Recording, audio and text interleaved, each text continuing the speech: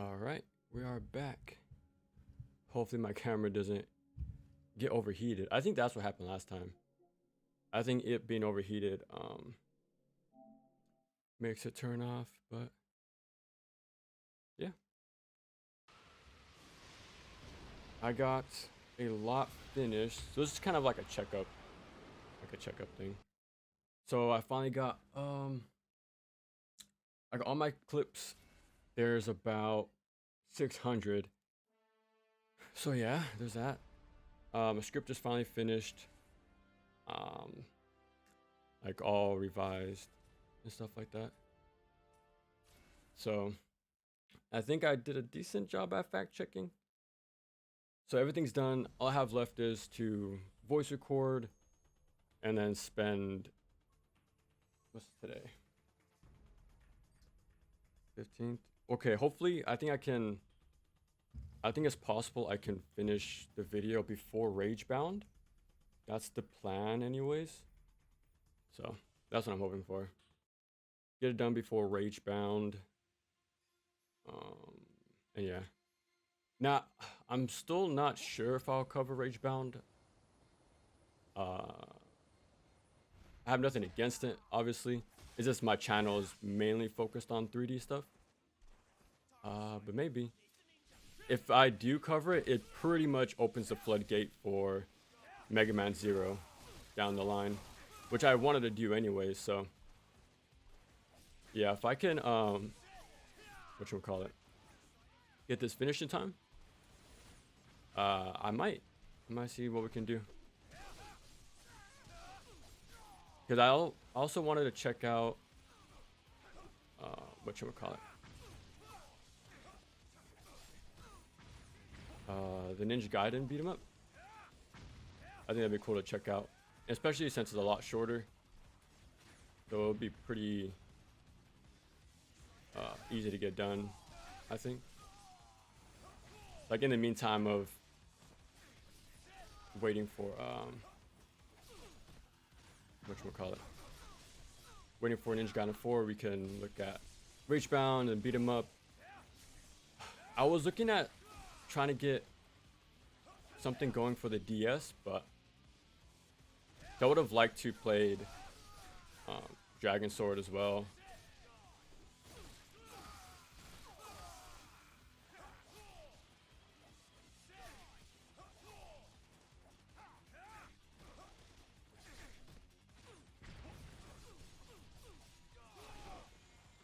Messed up my underworld drop there.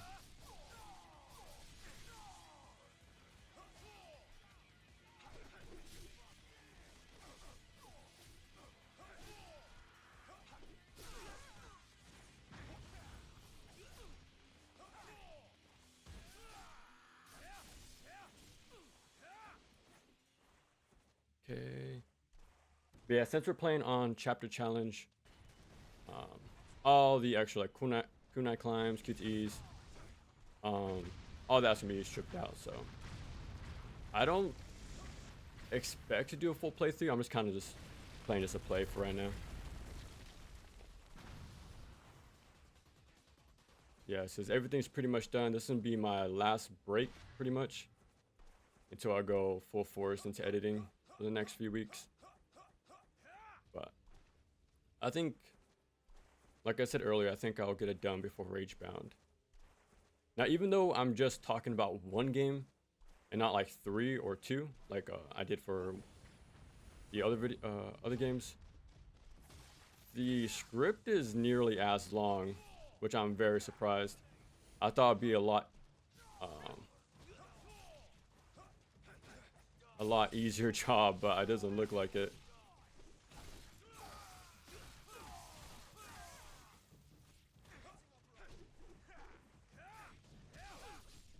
Yeah, so it's definitely gonna be a lengthy video.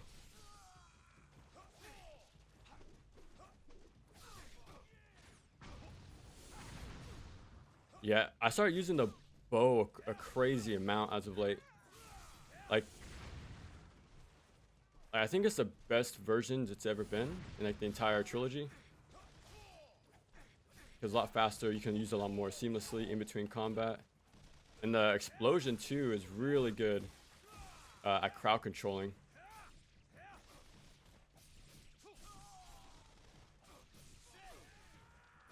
Yeah, I start using the light forward light shuriken cancel. That's crazy strong too. Cause like unlike the forward heavies, like I really recommend, those aren't cancelable.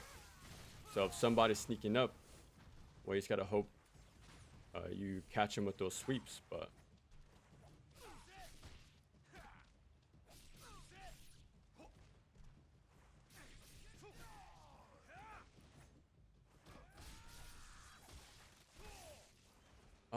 there's no real reason to grab scarabs anymore. I've grabbed everything I pretty much wanted at this point.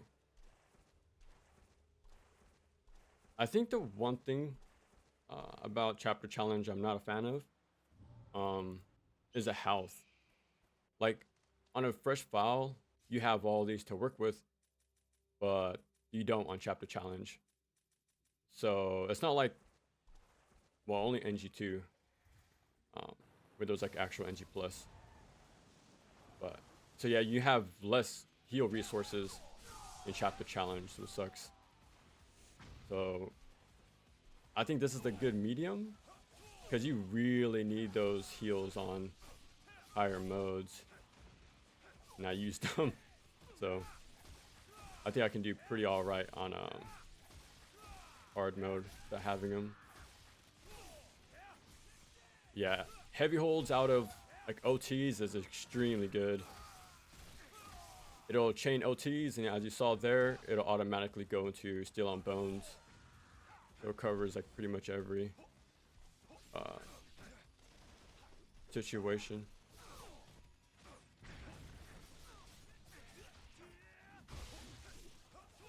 The camera can't even keep up with the cancels. I'll check it to OT.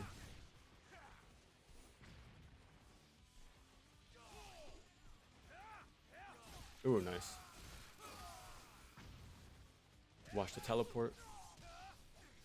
Yeah, I'm really glad UTs were buffed as much as they were. Oh yeah, there's a rocket launcher, okay.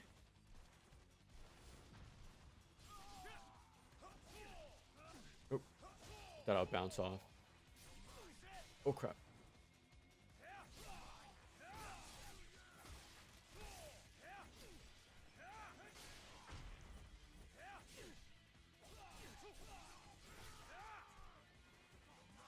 Oh.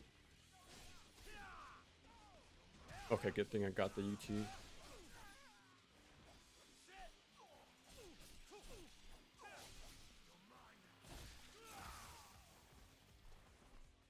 Okay.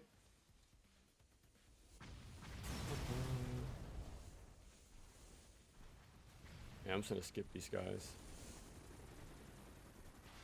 Oh, well, I'm just gonna use my void this time, just to get through the limbs as much as possible.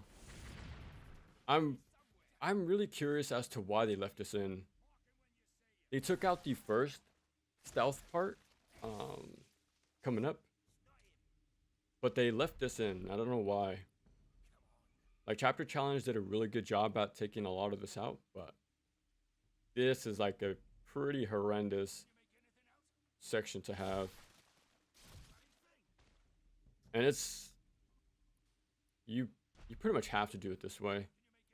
Trying to fight enemies you can't see with a bunch of rocket launchers. I don't think you can even target them. So yeah, I'm just gonna keep doing this to chain iframes to avoid all the rockets. Okay, is that it?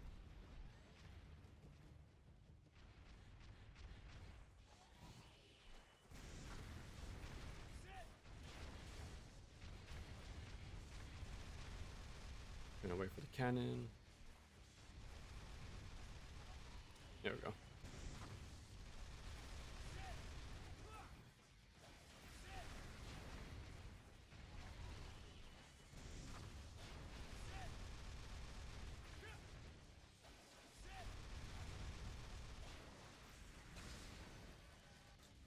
I'm gonna try to use Void right now.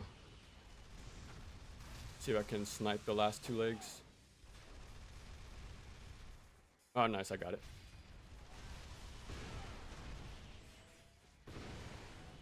Yeah, because if you don't have True Inferno in day 7, Void is a pretty good substitute.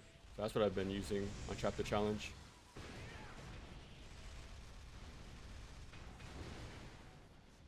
There we go.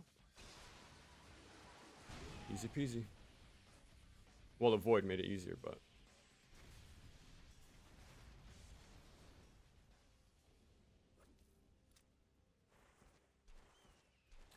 Surprisingly, I've yet to try Momiji and Kasumi yet. I've heard they're pretty good, but I'm still having fun with Ryu. And I still like playing, whatchamacallit, as Ayane. I really like her little flow chart she has.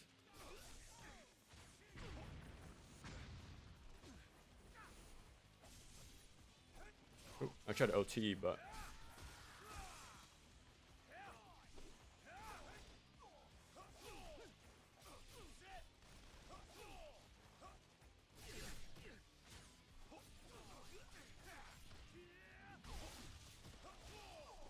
Ooh. If only I knew I was gonna hit that guy. I would've been on landing there, but...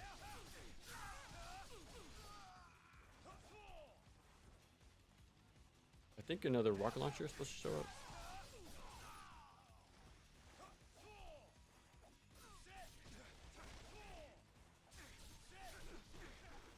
Yeah, and this light forward light is really good at bloodying the enemies too.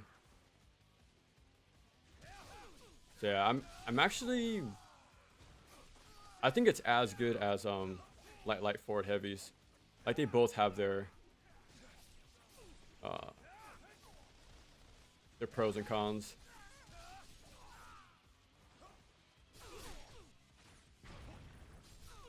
Oh, I'm surprised I actually caught him.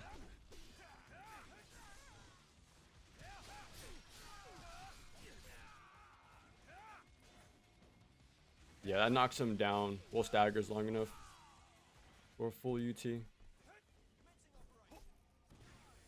Oh wow, I'm surprised actually. I thought I threw my Q9 in time.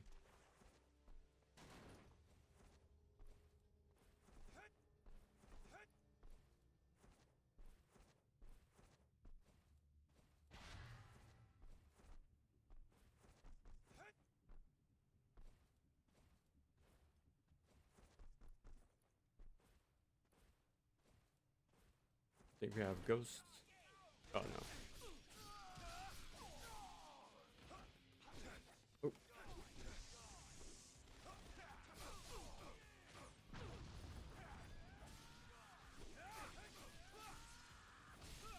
He missed him twice.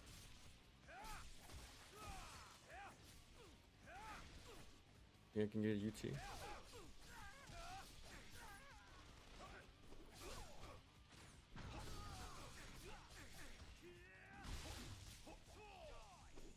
Oh, nice. Got it in time.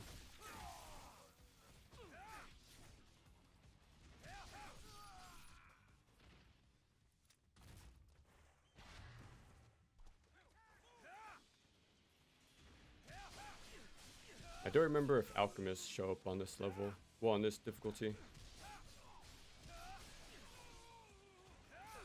Yeah, just slide heavy hold. And it will stagger long enough to get a UT. Yeah. Yeah, do that when they have shields and do that when they don't.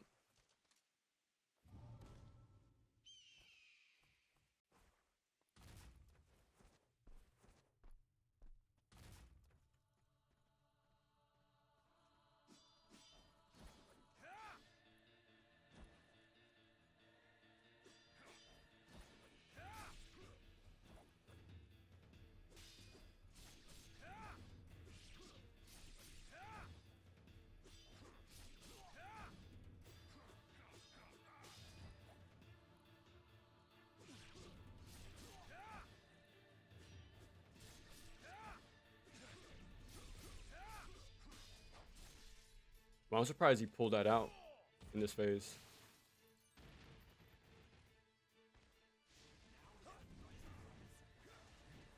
Oh, only I was closer.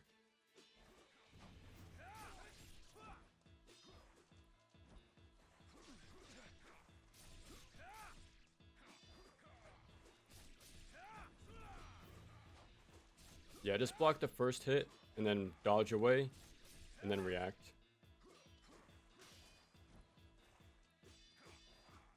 Yeah, there's always a fourth one that's potentially can be there.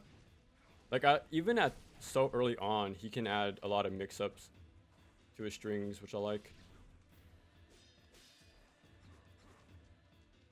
He's not doing it.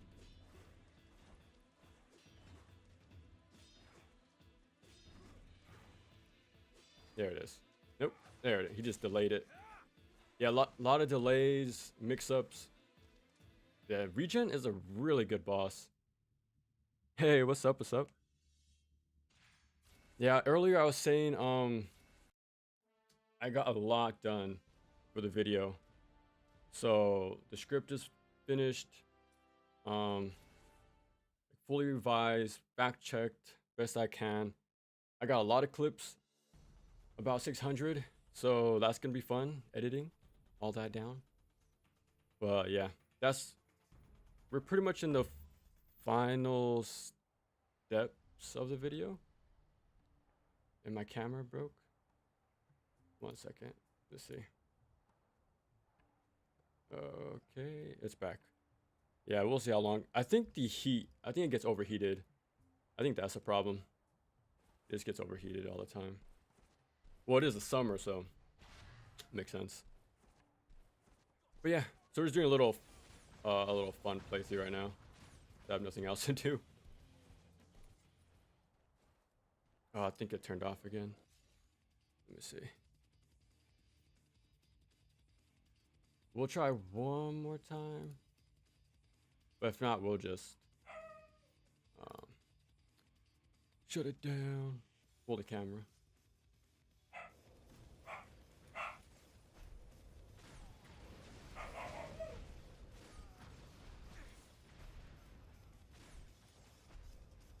There we go.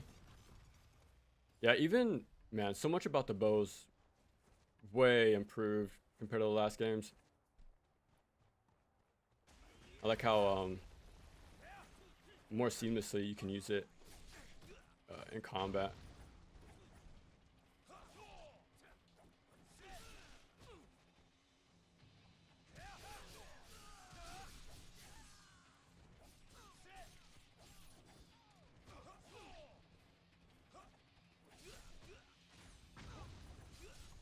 Oh, he fell out at the end.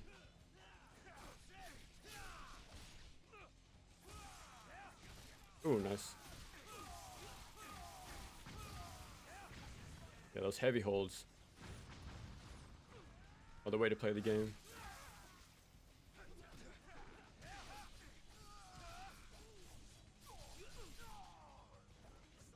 Yeah, how's your days going so far? Is it as hot as mine? It's kind of burning up. Oh, I didn't mean a cicada surge there, but yeah, this is kind of broken. Well, mainly against the human enemies. Like, it's a really good. Oh yeah, they're whatchamacallit. The red attack is a lot faster compared to the regular guys.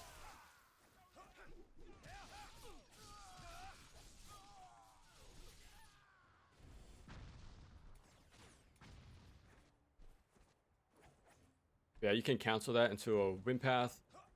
Full iframes, moves you away from the crowd. You can shoot an arrow. Like, it's crazy strong. You're probably gonna see me use it a lot, so. And it connects to a steel on bones if they decide to do that. And it still combos, that's pretty sick. Oh, nice, automatically OT'd.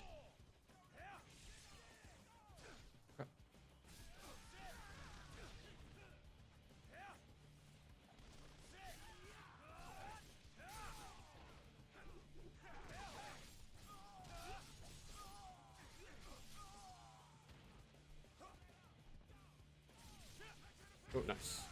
Yeah, that running light. I rarely used them in past games. But this is the first time where you probably should. I forgot to pick up the Falcon. Oh, he spawned in. Let me see if I can actually backtrack. Let me see.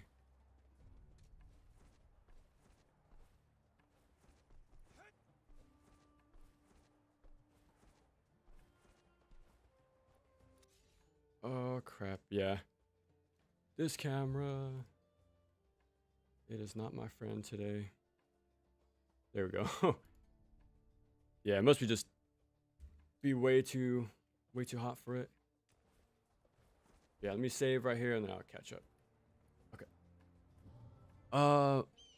Yeah, where I was frozen. Yeah, it's the heat. I'm thinking this is too overheated.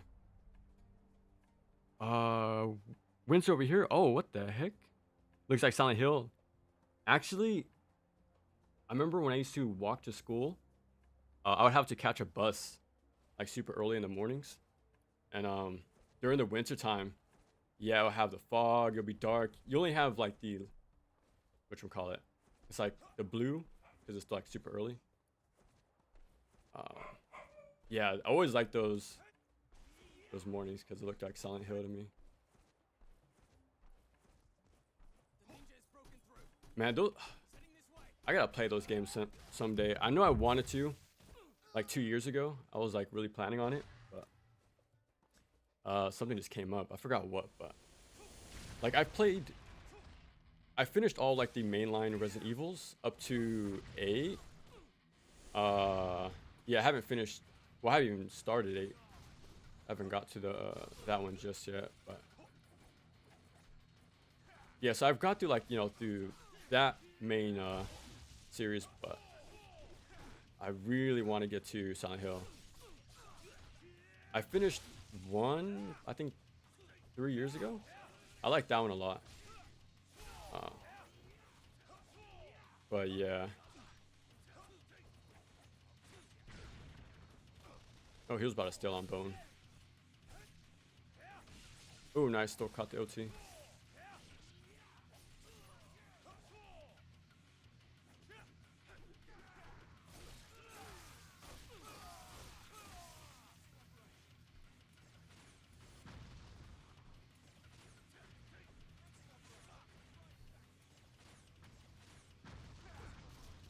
Yeah, luckily Bow just auto targets the rocket launchers.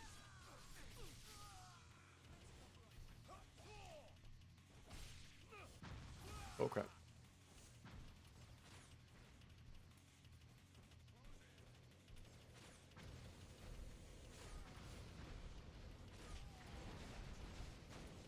Man, the bow is so good in this game. Yeah, the focus shots, how you can weave it into your combos. It can like crowd control. Like, this is, yeah, easily the best version of it in the series. Oh, I'm surprised that didn't hit.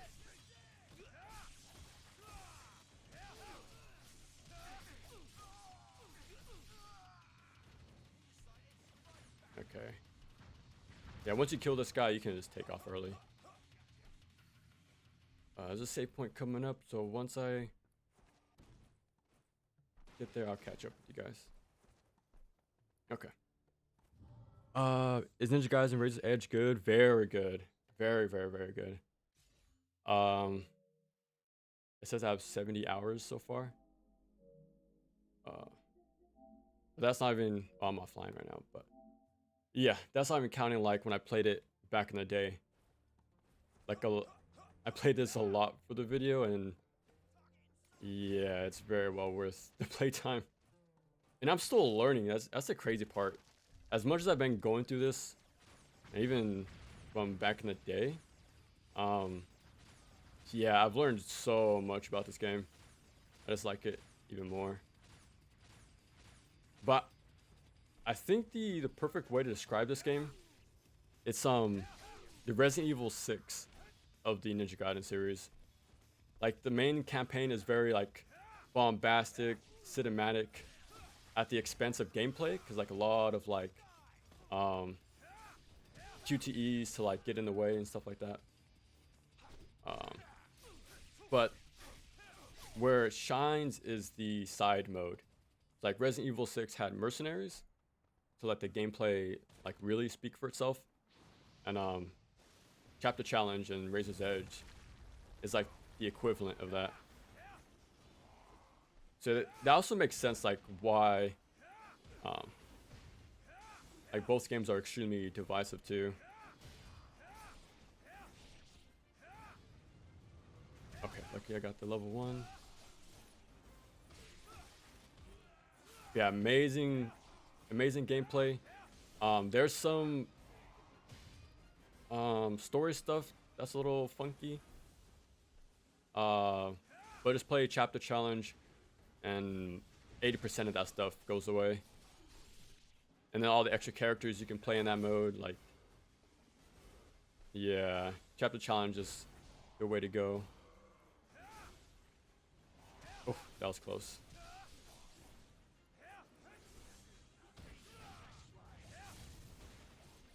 Oh, did not mean to do that.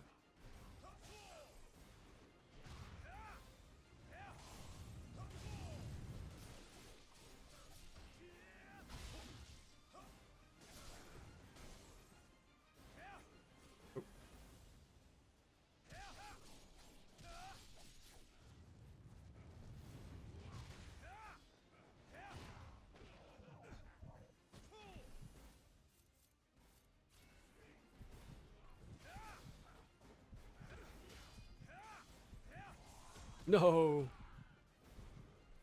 Let me be. Okay, I got some health back.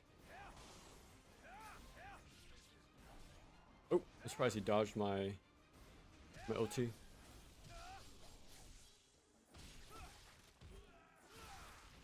There's a save point coming up right now, so I'll catch up with you guys. Yeah, that's the one thing, streaming action games, they require so much attention.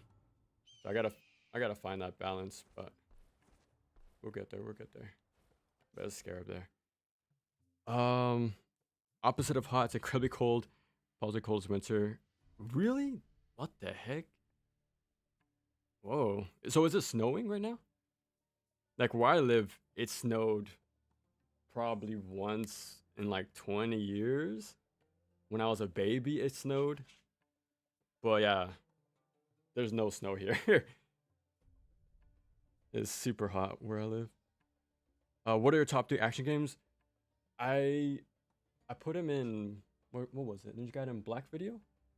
So it was NGB, Kingdom Hearts 1, and DMC 1. But that's a hard question. Like it really depends on what I'm feeling in the mood for. But as overall packages, I think those 3 games are pretty good. So is Razor's Edge. Like a lot of the characters, the extra mode.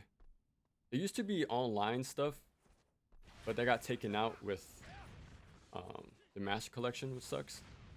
Like you used to be able to make your own custom ninja and do like whatchamacallit,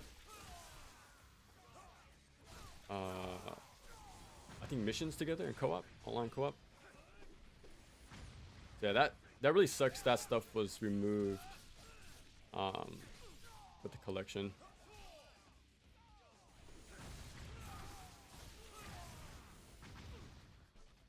But yeah, also Onimusha Warlords is extremely good. Like that first game has such whatchamacallit, influence over the genre. It's insane. Like it's clearly had influence over Devil May Cry, Ninja Gaiden. When I do God of War, David Jaffe specifically said Onimusha was something they looked at the time. So like the first game is crazy important to the genre. Yeah, That's like a must play in my opinion. I think I could have got away with the UT there.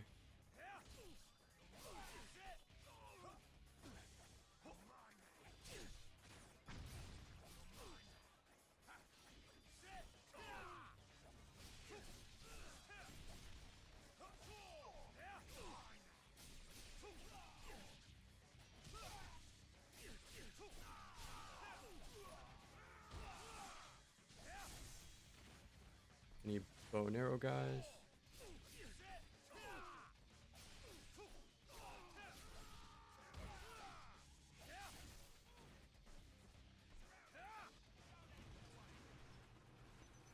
Oh, okay. I'll try to get level. Oh no, a whiff entirely. That's extremely rare.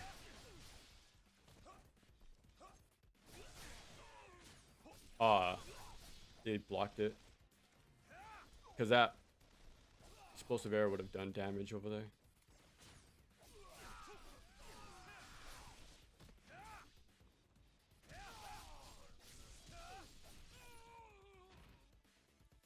Think we good? Okay. Now the real webcam is turned on. Yeah, I really like this picture. It's in whatchamacallit, the Ninja Gaiden 2 audio test. I forget like the technical term for it, but it's like a hidden menu to listen to like music and sound effects, and like the NES game. It's him and Irene back to back. Holy crap, that's. And I like the style too, a little chibi version of him. So yeah. Oh. I like it as a little backup picture.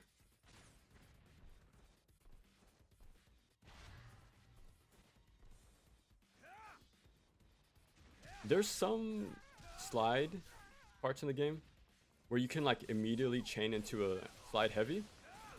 And some you can't, which is weird.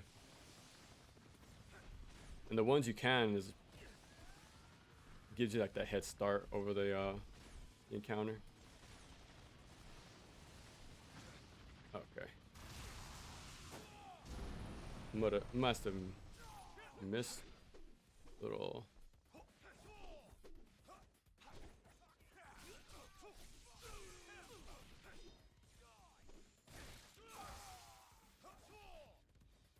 And there we go. Yeah, you can just take off after destroying the helicopter. Yeah, if it's too hectic to do that, the quick kill, with the bow and arrow, just use Inferno. That's all you have at the time, but it does instant kill. Let me catch up. I kind of hate RE8, but there's some similar stuff.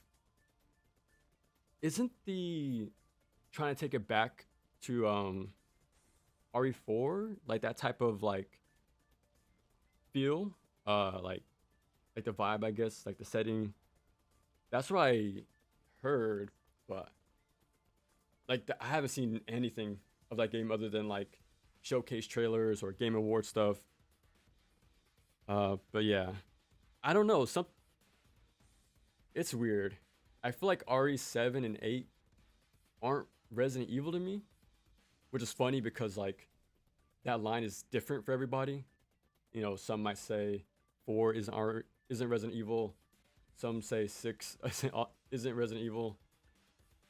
But yeah, it's pretty interesting how that line is different for everybody. But yeah, 7, I felt like it was a different series. And I know they changed it up every once in a while, like the gameplay style. Going from would you consider the classics isometric? That doesn't sound too accurate, but yeah, the classics to third-person shooters.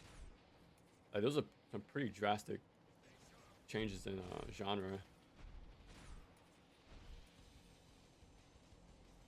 But yeah, that series has always been more action to me. Like just look at the intro of 2, 3, you have like a perfect dodge going on. And then Code Veronica, that opening is, she's like dodging helicopter bullets, dolphin diving everywhere, avoiding explosions. Like, this series was definitely doing a trend of action stuff for since the beginning. Yeah, it pretty made itself pretty known by 4, and especially 6.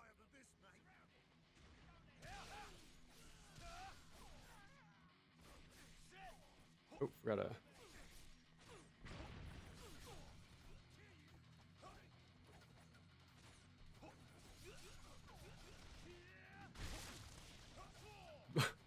I'm doing my Izuna drop cancels, and the camera can't even keep up with what I'm doing. Like, so I'm playing blind right there. Like, there's a certain flowchart you can play with, like in the past games. It's just different in this one. So it's not too bad that I can't see the screen, but yeah, it is pretty funny. You can play a little too fast for the game.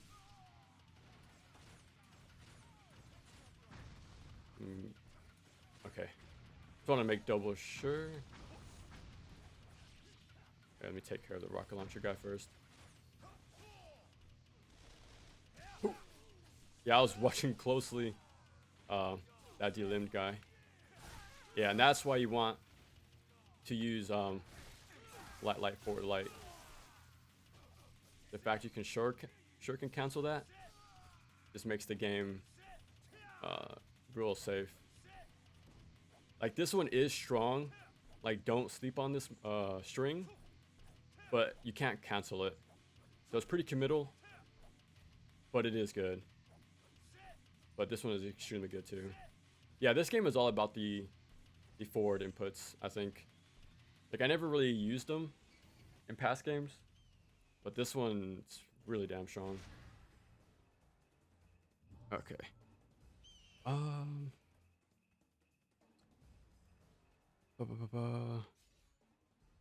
Yeah, it makes sense. This is in Gaiden especially too. Not snowing, but it did snow a few times this year. Oh, okay. Is it, at this point for you, is it an annoyance or do you enjoy it? Because, like, for someone like me who hasn't seen snow, or like not as often, like, it would be a nice change of pace, but I can imagine for somebody who lives through it all the time or often enough, it's like, okay, this is kind of annoying. Are there any modern games that are as good as those? The only thing that comes close, because, like, Kingdom Hearts 1, DMC 1, and NGB, you all have a mix of platforming, exploration, great combat. They have that adventure aspect to them as well. The only game that comes close to that feeling is Sekiro. But the whole, like, the tools, the map, like the connected map and stuff like that. Like that. And there's also, like, the prayer beads, you know, that's what you would call it. You know, the blue shards from DMC 1. Onimusha has those as well. The little, like, 4 pieces collect to upgrade this little secret areas. But yeah, Sekiro is, like, the only game I can think of that gets close to those games.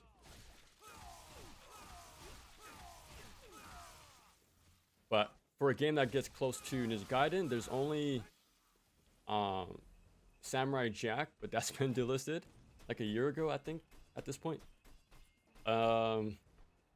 Wolverine is pretty damn close, but that's also delisted and, like, 2 generations stuck on a console, like, 2 generations ago, which sucks. Yeah, that I always bring that topic up with those games. Like in Web of Shadows, I brought it up, Wolverine. But it's a huge bummer. Oh, messed up my loot. That licensing just, like, wipes the game away, you know? like Ultimate Alliance, right, is gone off. I remember Transformers Devastation and whatchamacallit, TMNT, Mutants in Manhattan, was brought back to the PS4 for like a year, and then quickly taken off again. Same thing happened with Alliance, I think. Like they'll bring them back for a limited time, and then, well, you better hope you buy them, because they'll be gone pretty soon if you didn't. Yeah, there's not. I don't think there's too many games like that in the genre. Mainly just like the tie-in games, but it does suck because like you can't really access them pretty much.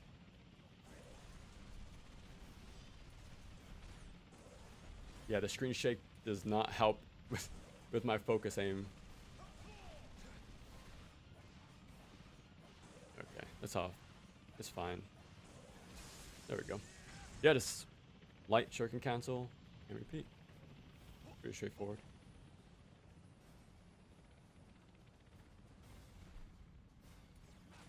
Okay. I want to say there is a fixed, oh crap, amount of spawns, but I can't say for sure. Because like on higher modes, it feels like they show up forever. But then like on normal, they stop after a while. So I want to say there's like they're not infinite pretty much. Yeah, lucky for me, I have, whatchamacallit, explosive arrows. You don't get that till like way later. So that's why the boss is going faster than usual. Not to mention the bow cancels, but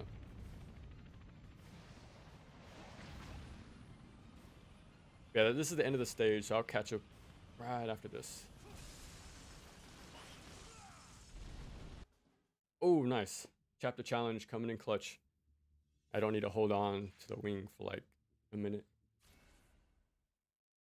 Okay. I think that's the term for it. I love those old games. I played it first on PS2 emulator. Thought it wasn't great, but I loved it. There you go. RE tries to be action horror, but tries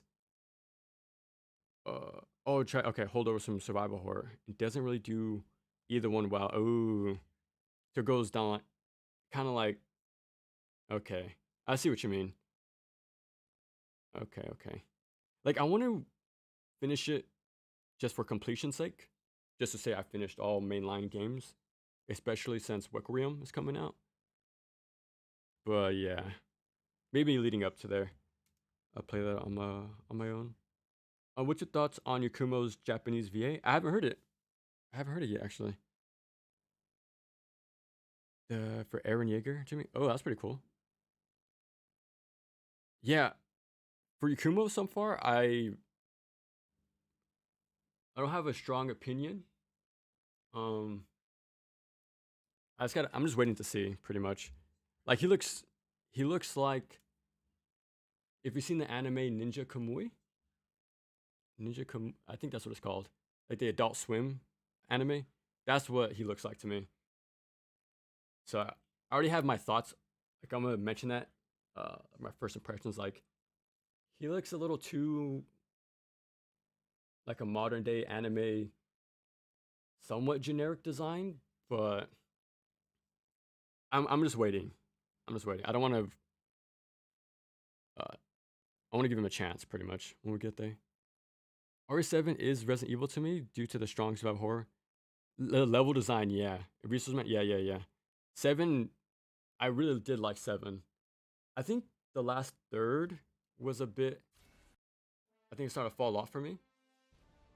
But I did like. Uh, yeah, I play Hayabusa. Yeah, the shootout part, escaping, like the classic, escape sequence. So that was pretty fun. Go all out. But yeah, I gotta get through 8 eventually. I'm still having a hard time deciding whether or not Nintendo Yukimo. Okay.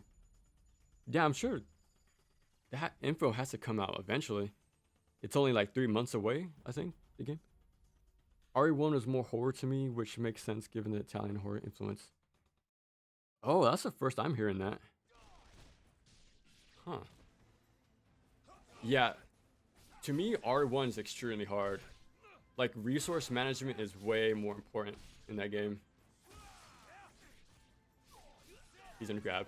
You can tell they're gonna grab you when they slowly march like this. Look at him. He's gonna do it again. Yeah, see? That's how you can tell. Like, they're sneaky, which I like. Like, you have to be paying attention. Like, they take their turns, as they always do in these games. But if you pay attention, like, you can see them scheming, which is pretty funny.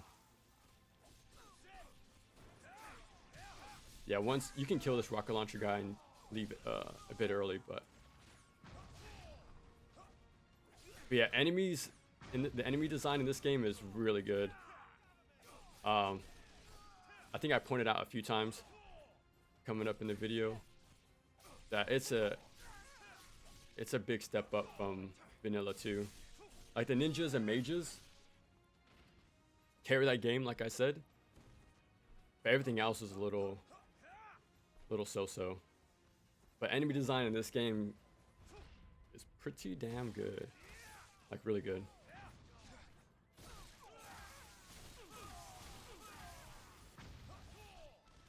Ooh, got the OT in time.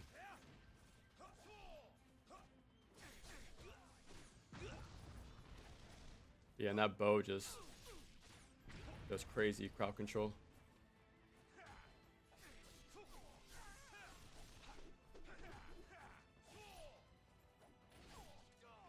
Oh, I try to run out of the way, but I fat fingered.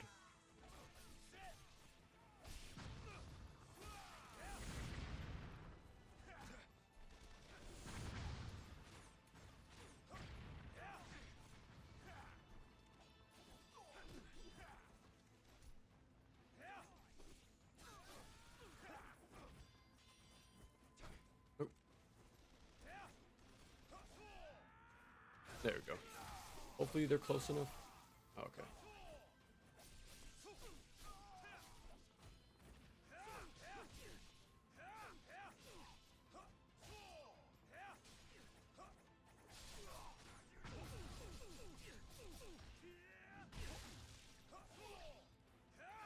There we go. Yeah, how smooth you can play this game is kind of insane. Like, they did, like, whatchamacallit, they removed a lot more end lag, but even 2 was starting to do that. So, like, that's kind of the trend you'll see with the series. Like, they removed the committal gameplay. Oh, I thought I slid away in time, but yeah, this game is, the expression you can do is insane.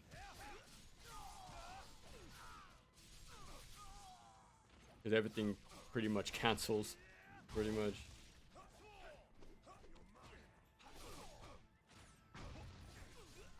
Oh. There we go. Yeah, since I was close to a wall, I wanted to show that off. I think he has something like that in DOA. I think he has something like that. Where it's like more like a horizontal Izuna drop. But yeah.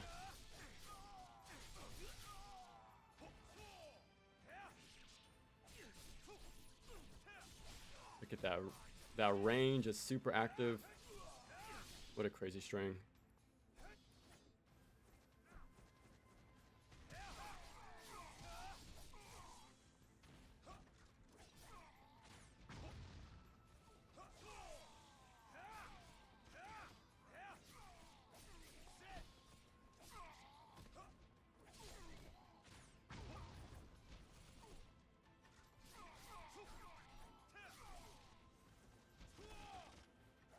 Yeah, these guys have like a cartwheel attack that's extremely fast. I'm not trying to stand in front of them for too long.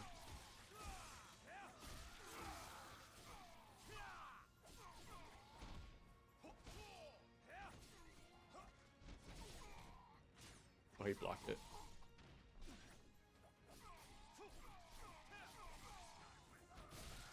That should have finished. Oh wow, President Connect.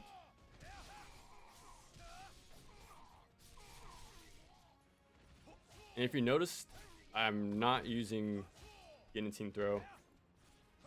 In like the 100 hours I've played this game, I have not used it once. It's kind of fallen for the wayside, unfortunately. Do I even have it purchased? I don't. Like, you really don't need that move, honestly. But since the game is so fluid and like everything cancels, there's a lot of ways to like keep yourself safe. There's some more reasons why it's not good, but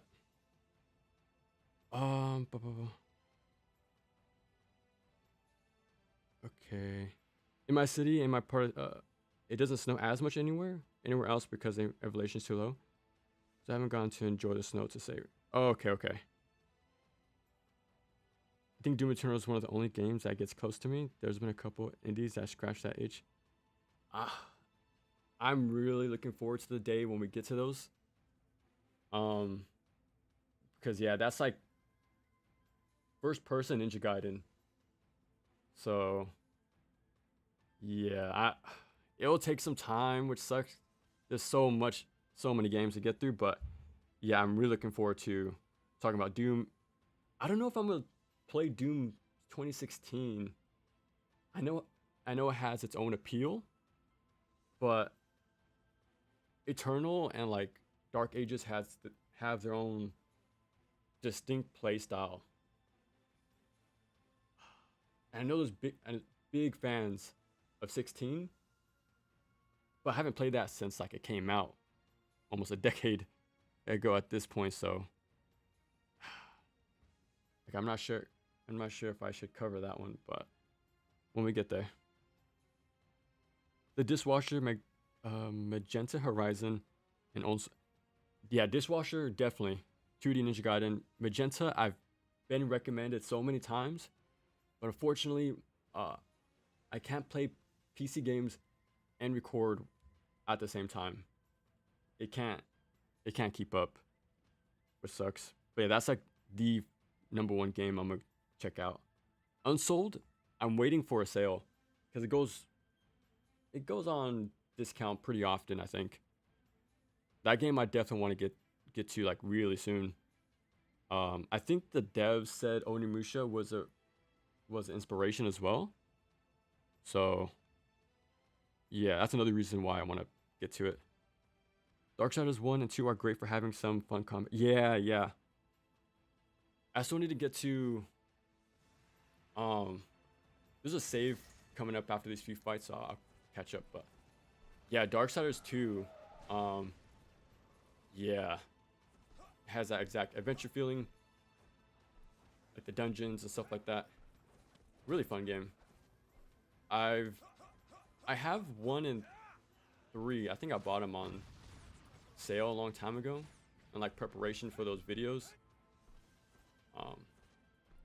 But yeah, I'm excited to get through the rest of the series. Like I finished 3 a long time ago. I think it was on PS Plus years ago, and that's how I played it. But I heard they did an update to like change the combat to something closer to the original. But yeah, that's gonna be interesting. Like, do I play the original way or do I play the updated version?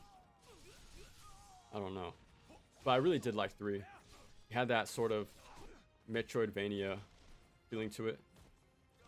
She has all those different armors and open things up. I think mobility stuff too.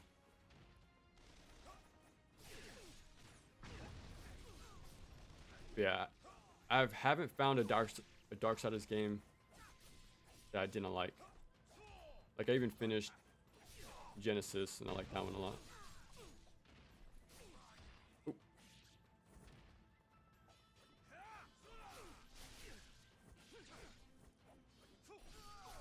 There's a heal after this, so I'm not too worried for taking damage.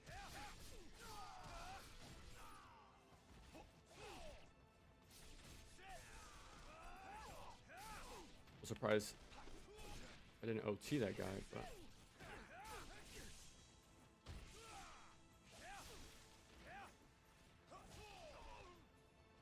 okay. Barely had enough time to get that UT off. Yeah. Oh, too slow on the cancel, but yeah, that's more for style. Because I only go for that move when they're bloodied. Because otherwise you can't launch enemies if they're not bloodied.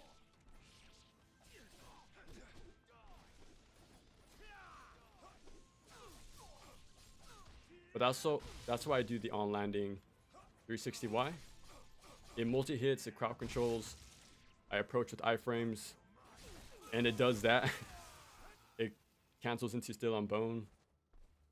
Yeah, so this is extremely good approach. And then it goes into a launcher. If it misses, just do the bow, and you can cancel your landing. Like, it's the amount of, what's the word I'm looking for?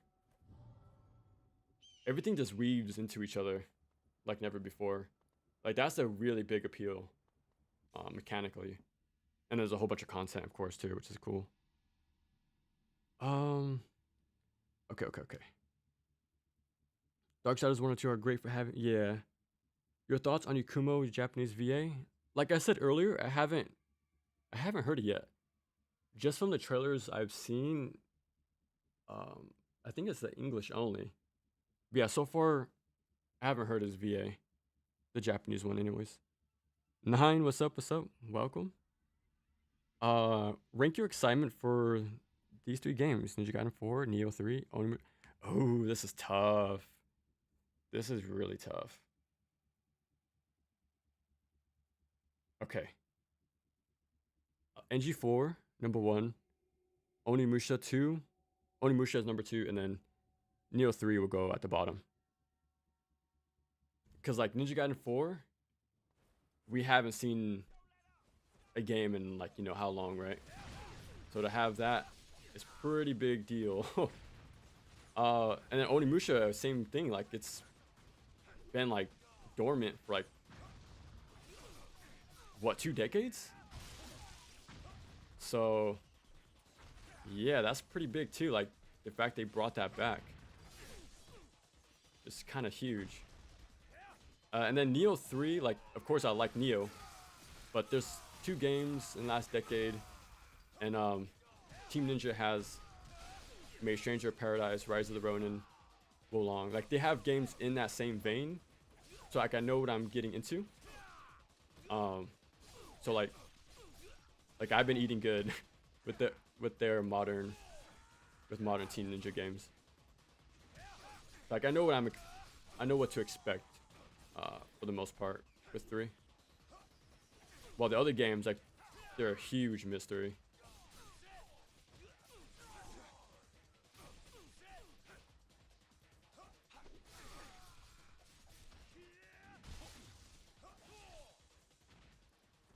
To see how this fight goes without...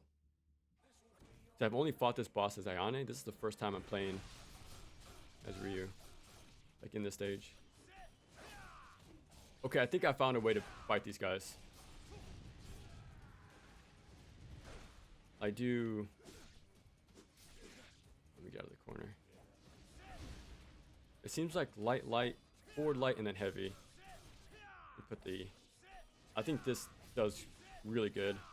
I just tested this out today, and it seems like a stun locks.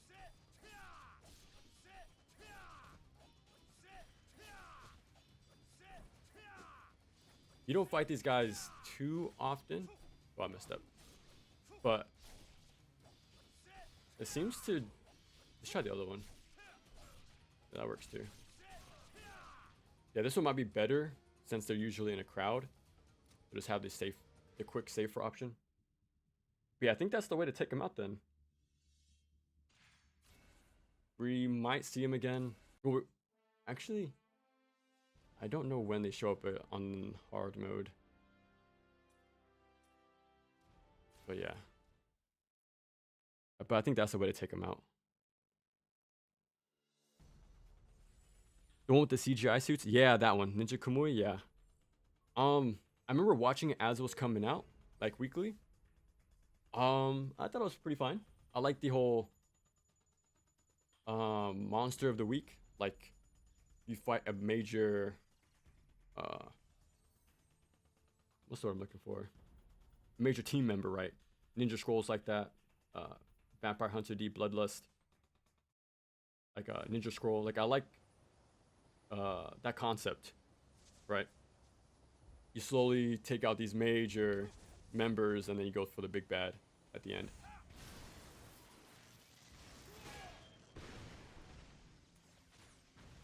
So like I liked it for that aspect, but I thought it was pretty fine. Like there were some cool fight scenes like early on, but I think they slowed down after a while. Oh.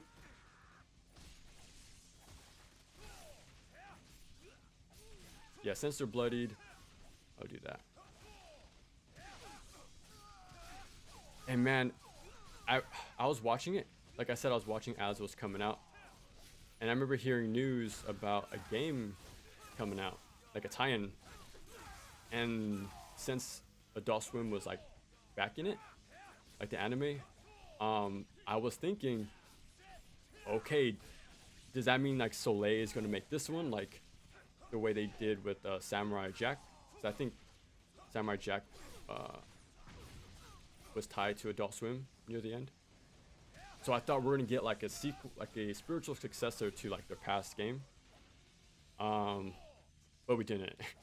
It's more like a Shinobi clone. It looks pretty cool. You can tell it's budget, but I like the like classic looking, well, the classic style ninja game. So I want to get to it, to see how it is. But yeah, I set the expectations high. I was really excited for like to see that Ninja Kamui as another, you know, a Ninja Gaiden like, which would have been sick. But yeah, because all they said at the time it was going to be like a prequel to the anime, and in the anime they just like do little missions here and there, like assassinations and stuff. Like, oh dang, imagine like, you know, Ninja Gaiden style gameplay, seeing that play out, but did not happen, sadly. Okay, let me catch up. Honestly, I'm pretty scared for NG4. I looked at the extended gameplay and I kind of lost hope. No, especially after analysis of the gameplay on my own. I'm sure it'll be fun, just not quite for me. Okay, that's interesting. Okay, what was the red flag? What's the red flag? That's, yeah, we just gotta see. I'm excited for the mod that's coming for this. Some combat encounters and a lot of oh, that sounds cool. Customization of the kind of letting you mess with the mod. Okay. The PC stuff. Yeah, someday. There's gonna be a lot of stuff to cover once I do. I'm looking forward to that. Darkseid 3 is interesting in that it had that Metroidvania. Yeah. We're also having something slightly closer to Zelda with the combat mechanics. Methodical. Yeah. That's why I like Darksiders 3. I know that one's also divisive, but I think because the game exchanged hands at the time, I think THQ went under. So different team, I think. Yeah, so it's different. It's a different style, but I did like it. That 3 was a pretty good game. 3 slower combat reminded me of some of the combat in early Zelda. Okay. I made that comment in the chat before, referring to the Japanese VA. Yeah. We just gotta wait and see. I gotta check it out. Soleil has been in dire straits after Wanted Dead flopped sadly. Really? That sucks. Stephanie. Yeah. Was directing a game under Soleil. Whoa, I did not know about that. What? That sucks. That really sucks. What is your favorite non-action game? Oh. Hold on.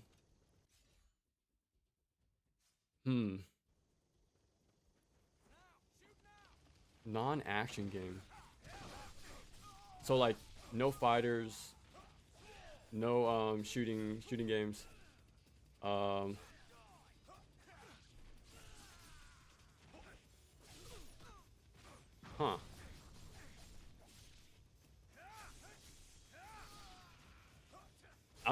For some reason I started thinking of like puzzle games. And I'm sure you can make the connection. Their action like I think because like fast reactions, real time, like doing maneuvers, planning, setups. Yeah, non-action game.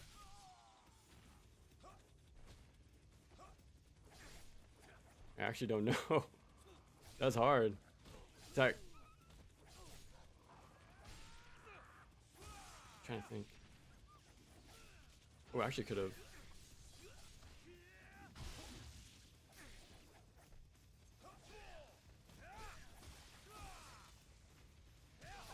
Oh, nice.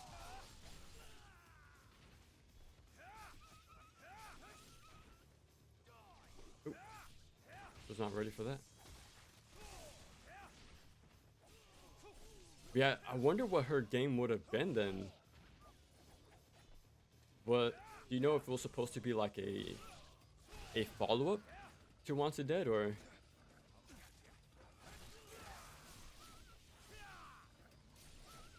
Because the last time I checked their website, I remember them mentioning like, excuse me, like a multiplayer game. I think. Yeah, that's the last I've ever checked in on them. Yeah. They need to stay around. Like Valkyrie Elysium RPG stuff is a little overpowered, but I still like the game. Like, a lot of content, a lot of fun bosses, really good art style. Like I actually like that game quite a bit, but the bouncing is a little wonky. But other than that, that was a really fun game. Like it had a lot of content. Like as soon as it came out too. Like I know they can do some really good stuff, but yeah, like that would be a major blow if they go under, because like they're the only consistent like AA dev team right now. They've done like 4 games, I think, in the past like 5 years, which is pretty good. So like I want to see them keep just growing, doing more stuff. But just gotta wait and see. Yeah, it doesn't help that their game Samurai Jack got taken down either. So like potential sales are just gone now. Yeesh.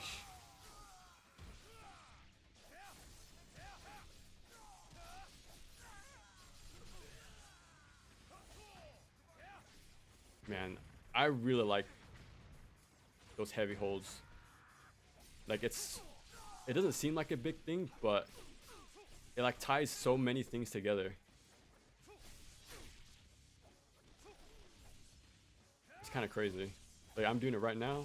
Heavy hold, release early. Shuriken cancel. I delimb that guy with the heavy hold. Yeah, I think you really should think about mastering that, or like putting it into your like set of moves because it's pretty damn strong.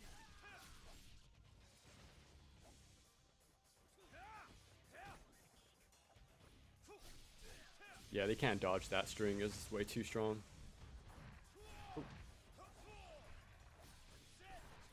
Yeah, okay. That's a string.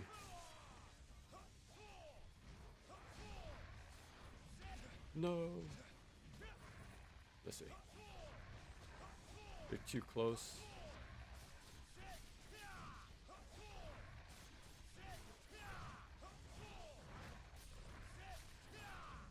Oh, okay, it's not deliming. Not right now, anyways. But yeah, I think. Yeah, light, forward, light, heavy seems pretty good at times. It's like quickly delim.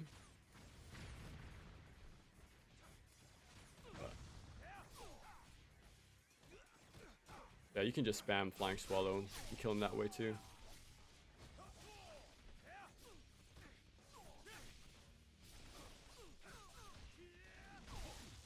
Oh, my shuriken cancel. Gonna come out.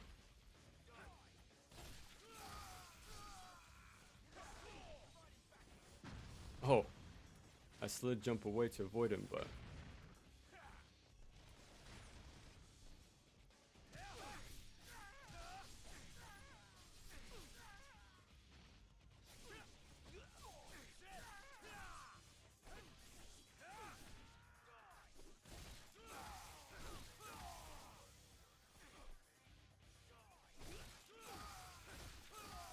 yeah, still on bone. Does not get old.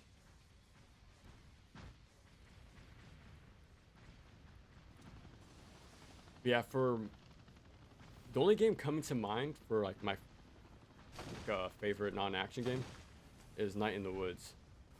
I remember playing that when it came out. Really fun game. It's more like, how to describe it? It seemed like, where I remember, it has like that slice of life type of feel to it. Yeah, it was like the perfect game for me at the time, so I really liked it for that.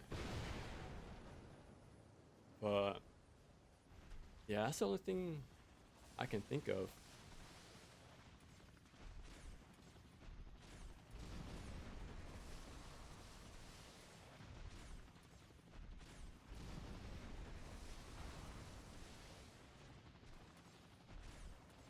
Ooh. Wait for the missiles to fully land and then go for the instant kill.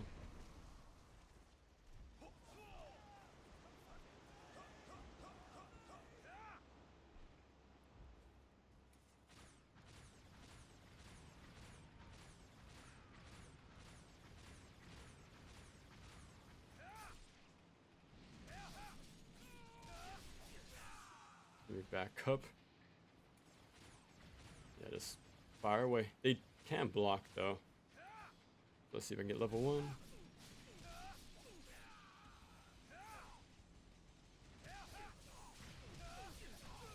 But yeah, now that whatchamacallit, Ragebound is coming out, I need to play what's the game called? Shadow of the Ninja Reborn. Like I had my eye on that for a long time. I just haven't had the time to get to it. But I think it'd be fun to play that and like Ragebound back to back. That's the plan anyways. Yeah, because Natsume is a... I think they're still considered Natsume, but... Yeah, they made some classic action games back in the day. I need to check out that remake for sure. Because I finished the other ones. But yeah, that's the one I need to catch up on. Okay. Da-da-da-da. I would imagine games with action in them that... Oh, action gameplay wise. Yeah, yeah, okay. I would imagine games with action in them that gameplay wise are not focused on.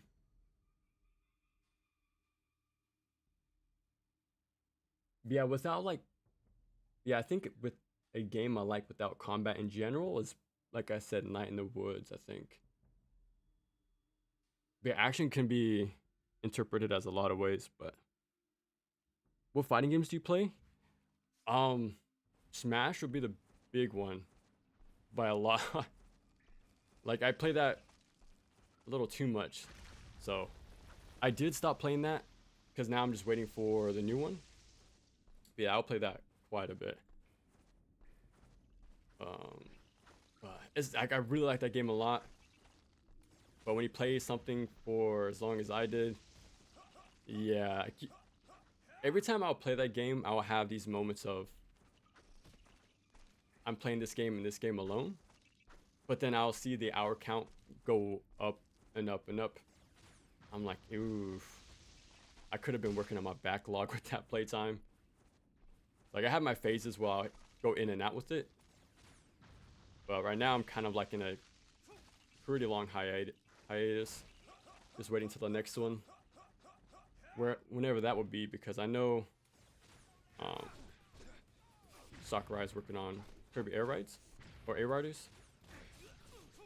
So yeah, either they're just gonna make someone else like substitute for him, or we just have to wait till he's free, which might be a long time.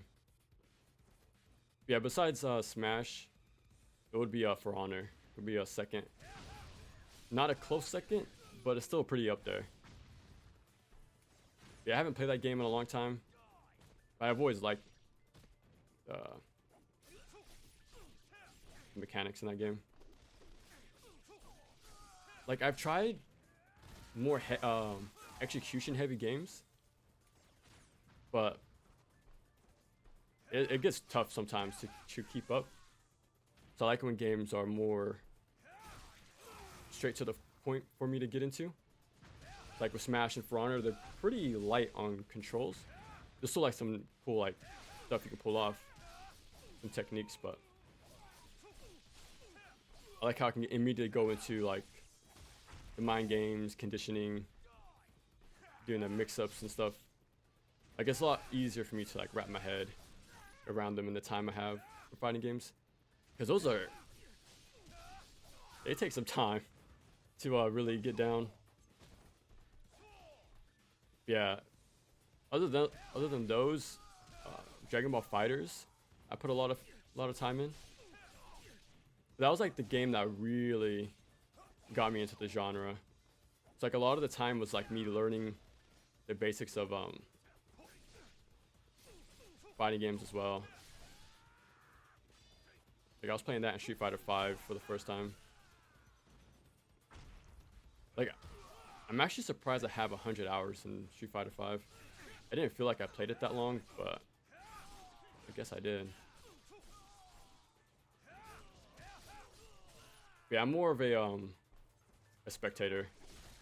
Like I really appreciate the genre because they're also pretty like mechanically complex, and they're also like, you know, the combat stuff as well.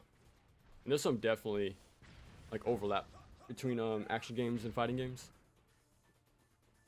It's like I like learning about them whenever possible. Like I'll dabble here and there, but I'll never go crazy into them. Other than like my two games.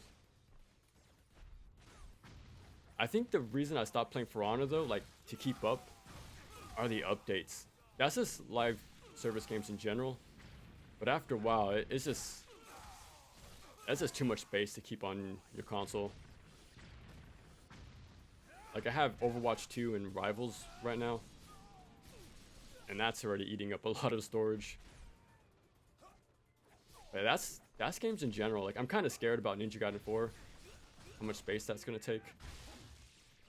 Because 2 Black was like 80 gigs, almost 90. Like that's insane. Like games should not be that big. It's like any like multiplayer heavy game, like fighting games, like for me, right? It's hard for me to keep them on for too long because they just eat up so much space.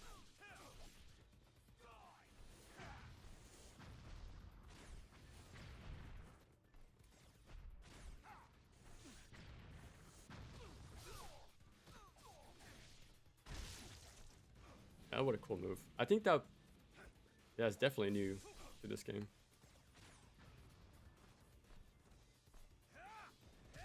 Yeah, I remember I was super interested in City of the Wolves, but that was before 3 Ninja Gaiden games got announced and Pro Skater. So if I was gonna pick up a game, it's gonna be one of my other like actual favorites. So I thought there wasn't nothing coming out this year, but yeah, a few shadow drops happened. So like, I try to make time for like one fighting game every 2 years, I think. I think the last fighting game I really put time into was Strive, but that was like year 1.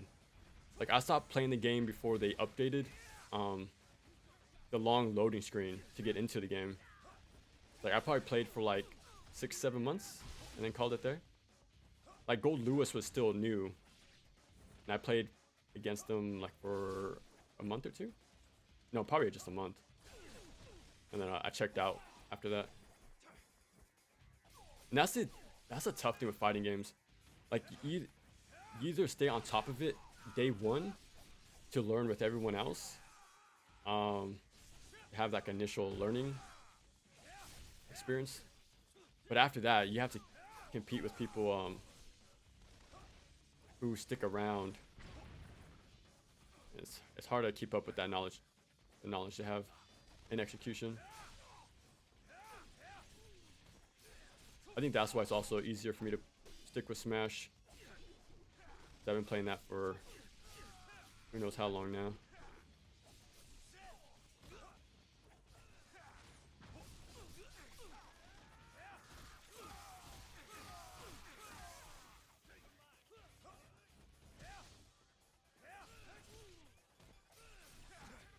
Yeah, so whatever my next fighting game will be that I dabbled in, it has to be in a year where there's nothing coming out for me.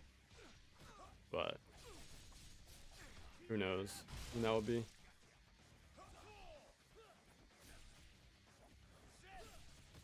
Like I actually have a lot of time.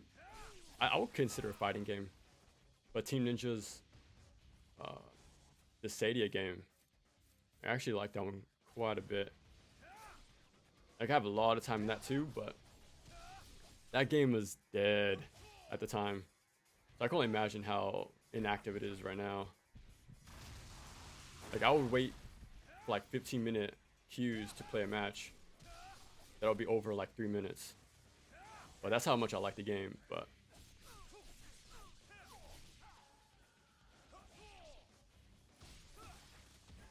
like it'd be cool to see.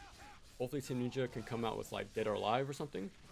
I think that would be, I would heavily consider to hop into a fighting game if that ever comes out. But who knows?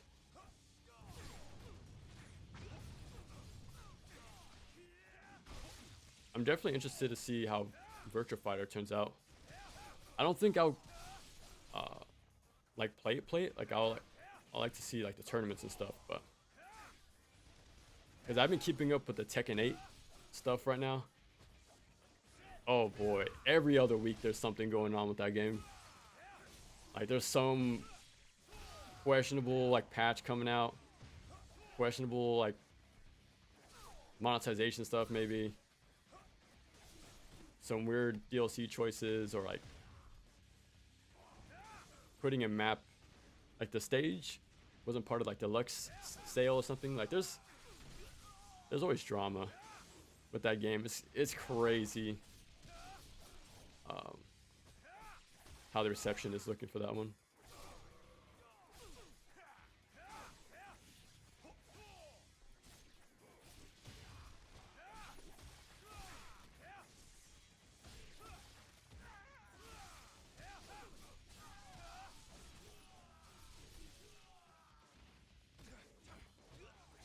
Oh, nice. Oh, I'm surprised I actually caught the Alchemist. I guess he didn't have his shield up.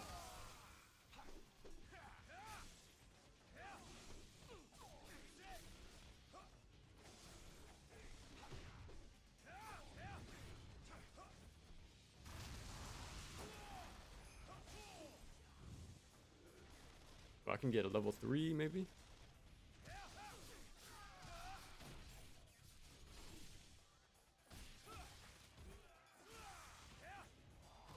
Yeah, there's a save coming up right here, so I'll catch up with you guys in a bit.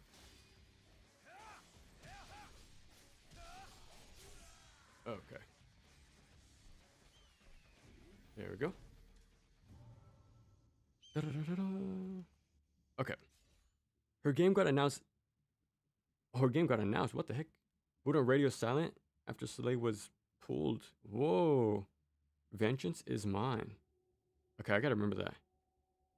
Have you played shmups before? If so, what shmups I played? I'm a big fan of Psycho. I mentioned this a few times, but I think earlier this month I put a playlist of all my past live streams of games I finished. And I have like Samurai Aces, Tengai, Gunbird 1 and 2. But yeah, Psycho I'm a huge fan of. I got their collection on a whim just by looking at the art style alone. And yeah, I kind of got sucked in after that. And I like their games because they're super short, like 11, 15 minutes for the first loop. So like they're really easy to get into, super easy to understand. And since they're so short, it's pretty intense. Pretty intense game. And I like their bullet patterns. Like I've seen like Cave. That's hard. Like I got Mushihime Sama on the Switch before it got delisted. And that's a lot. Like visually. Like I bring that up from time to time, but like Onichambata Ninja Gaiden 2 has those issues for me too at times. It's like too much on screen. So like it's hard to see it's hard to find my way through those patterns. But Psycho, they're a little more cleaner. So I prefer their style. And they kind of remind me of Contra at times. Like the orange bullets, moving around them. That was pretty much my gateway into the genre. So I beat every Contra and a lot, not all of them, but like a good amount of like the indie running guns.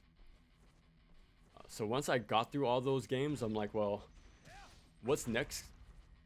That's similar, like dodging bullets, and like in a fast-paced game. And yeah, that's pretty much how I got into shmups from there. I just played way too many running guns.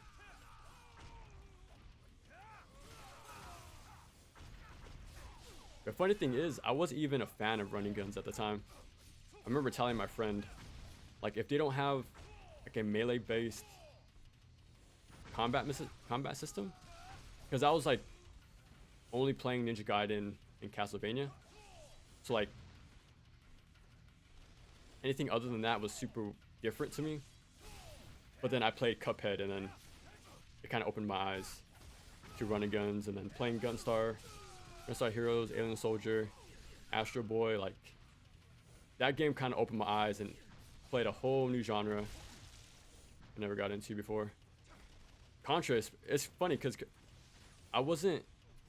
Contra wasn't on my radar at the time, but once I learned like Cuphead's influences, I was like, oh, let me play this game, let me play that game. And then now Contra is like one of my top 5 franchises, when it wasn't like 3 years ago. But yeah, that's why it's pretty cool to get out of your comfort zone and try games you haven't really thought about before. Is that it? Usually if there's a ghost, my shirt can tell me, but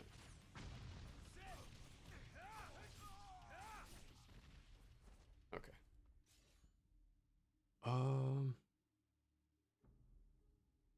They had brought designers who were up to 16, and Sekiro is an action game with manipulation mechanics. Ooh. Melee-based mecha gameplay.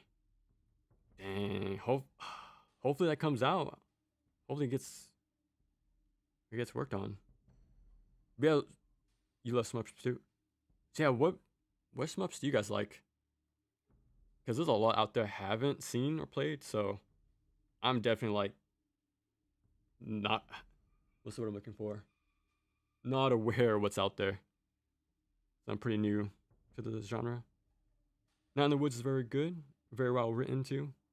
The exploration through the city, not game through the fragmentation, great game. The sequel looks good. Didn't the sequel get canceled? I remember the reveal. I'm like, okay, I recognize the art style. Different game, but same look. But I think it got canceled, but I'm not 100% sure. Hey, what's up, Empress? Welcome, welcome. Yeah, I had some extra time, so we're just playing Razor's Edge. I don't know if I would beat it, but I'm chilling right now. So, who do you mean in Smash? I mean Terry. If we go by playtime, Piranha Plant would be my main. I think by a good 100 hours. Yeah, my top 3 would be by playtime would be Piranha Plant, Terry, and then Sora. Yeah, Terry is always my go-to for like serious matches. I think Virtua Fighter was surprisingly easy to get into for despite how complex it is. I heard that as well. Like it's what's that phrase? Easy to learn, hard to master. 100 gigs is considered small compared to AAA. Yeah, game sizes these days are insane. Oh my god. I modded and it's like 150 gigs and so is FF Rebirth. Yeah, it's tough. I wonder if it's Unreal Engine because Pro Skater 3 and 4 came out and I wanted to get it. But then it's like 85 gigs. I'm like, what the hell is this? And like the PS2 game was like what, 3 gigs, 4 gigs each? I'm like, dude. And same thing for Ninja Gaiden 2 Black. That's on Unreal Engine 5.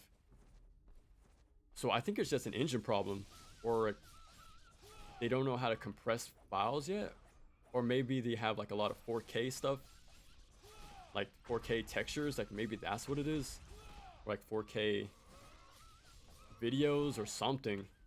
I don't know what they have in these games, but they need to stop. Like it's completely bonkers. Like that's why I bought Ninja Gaiden 2 Black physically to hopefully avoid a lot of this mess, but that did not happen. The cheaped out, and it's just like a license on there. Like, oh yeah, we detected the disc, but there's only like 200 megs on here. I'm like, you gotta be kidding me. Like I spent, well, I think the price was the same, but I waited longer just for the physical to come out and ship to me from Japan. I'm like, okay, now I have it in hand. I own this thing. But this is modern day gaming we're talking about, so I technically don't own it. So, yeah. That's a big issue I have with Switch 2 right now. So, yeah. Yeah, because I have all the Ninja Gaiden games physically because like I want to have them in my possession so I can play them when I feel like it. But now that I'm tied to internet connection to download the game, to access my game, to even get like permission to get access to what I own. Well, I guess I don't own it, but yeah, it's a joke. I'm not a fan of. Like instead of buying the Switch 2, I got a Game Boy Color and a bunch of games for it. Like I can freely mod it. I can hardware mod it if I want. I'm free to do that. There's backwards compatibility. It's region free. and like the games are actually on the cartridge. Like, what went wrong? What went wrong? And yeah, the fact they're so large to download, like, you have to, it's a commitment to download a game. And like some places don't have good internet either. So like that's really a weird thing to put on a lot of people. So like you would think a good substitute would be physical to get around this mess. But that's not, it doesn't work like that. It's smart. So I guess that's why they don't do it. But yeah. I have to download 90 gigs to play a single game, which is very dumb. I'm curious of what Batman Arkham Knight was, because that's Unreal 3, I think. And that game is insanely gorgeous. And for such a high fidelity game with a strong art style, pushed to the limits, I want to learn. I want to look up what's the download size on that game, because I'm trying to think like what would be like the middle ground for video game downloads, because 80 gigs is ridiculous.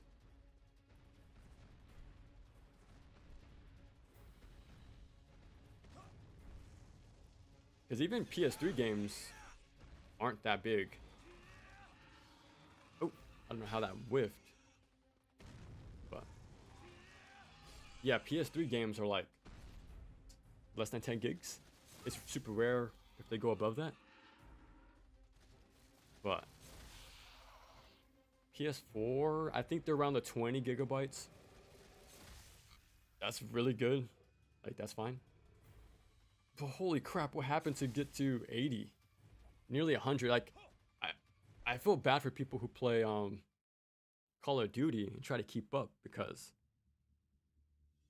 it's like 200 gigs at this point, which is like, bro, that's like half the console space that you're given without buying like the SSD and stuff, which costs more than the console. Oh my god. And now I'm thinking about that you have to buy disc drives for PlayStation. Like, bro, what is this? Why can't I just play my games? Why does everything have to be tied to online? What is this? And I think you need online access to verify your hardware. Like, bro. Like, it was so much simpler. What went wrong? And then they go raise prices of consoles throughout the generation instead of lowering them like they used to. Like, things are extremely backwards right now. Very, very backwards. But yeah, that's my rant.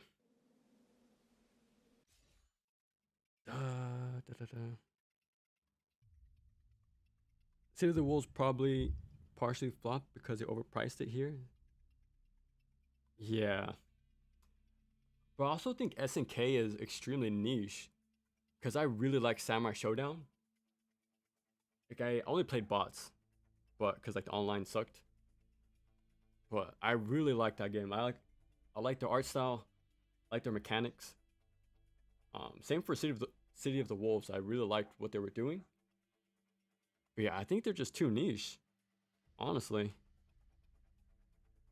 I had a surprisingly easy time learning some older fighting games like Virtual Fighter and King of Fighters 13 and Street Fighter 3. But you forgot to answer the Halo email. Oh, yeah, I need to check that out. Like, I saw that I received it, but I haven't checked it out. But yeah, I'm just terrible with my email, honestly. I am awful with that thing. Yeah, that's a huge my bad on that one. Virtual Fighter 5 is very easy. It's very hard, but it feels very intuitively designed to me. That's what I heard. Like, it's a very well, like, designed game. And I heard like Dead or Alive is like an adjacent to it. I think Itagaki wanted it to be like that. It's like I think if I would get into a fighter, I think those two would be easy for me. Like not, they won't be crazy execution wise. So it'd be quicker. It'd be easy for me to pick up on things and then get into like the meta of like mind games, you know, conditioning, mix-ups, hard reads. Like that's where like For Honor. Like you can just get right into the mind games a lot quicker. Like right into it. Like even if I haven't played the game for like 2 or 3 years now, like I think I'll have a good grasp on what's going on still. I'll have to learn a lot of matchups again. I missed out on a bunch of DLC characters, but yeah, I probably won't ever do that because like I said earlier, games is too big to download. Like you can't just download a game on the whim anymore. Well, like big, like AAA games. Like, yeah. Games should be pick up and play. They shouldn't have like this, like, commitment to them.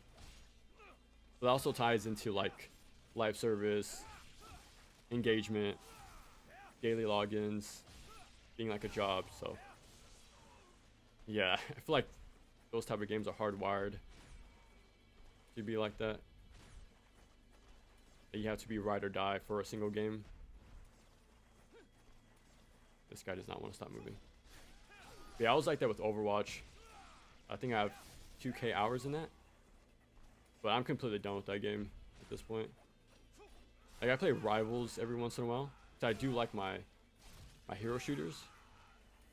But yeah, games are ridiculous in their download size. Okay. It's a bullet hell, but I love Dodonpachi. There's also Hellsinker, the genre, but a masterpiece. Okay. We gotta remember that. I wanted to play Lilac Zero, so I like the melee mechanic, the art style, and like the patterns. I think that's what will draw me in, like the type of patterns the game has. But it sucks it's only on PC though. So I can't play that. I can't play Zero Ranger. And I think there's one more. Blue Revolver. There we go. Those are 3 shmups I want to get into, but only PC right now. Hellsinker is more of a shmup than a bullet hell, but there's a reason why it's legendary. Okay. See a video on Hellsinker from you. There's a lot to get in there. Yeah, that'll be interesting, right? Dude, to dive into a different genre like that. I don't know. Not anytime soon, obviously, because there's so many action games still. But I really do like the appeal of the shmup genre, though. Like a lot. So I like to try one every once in a while when I can.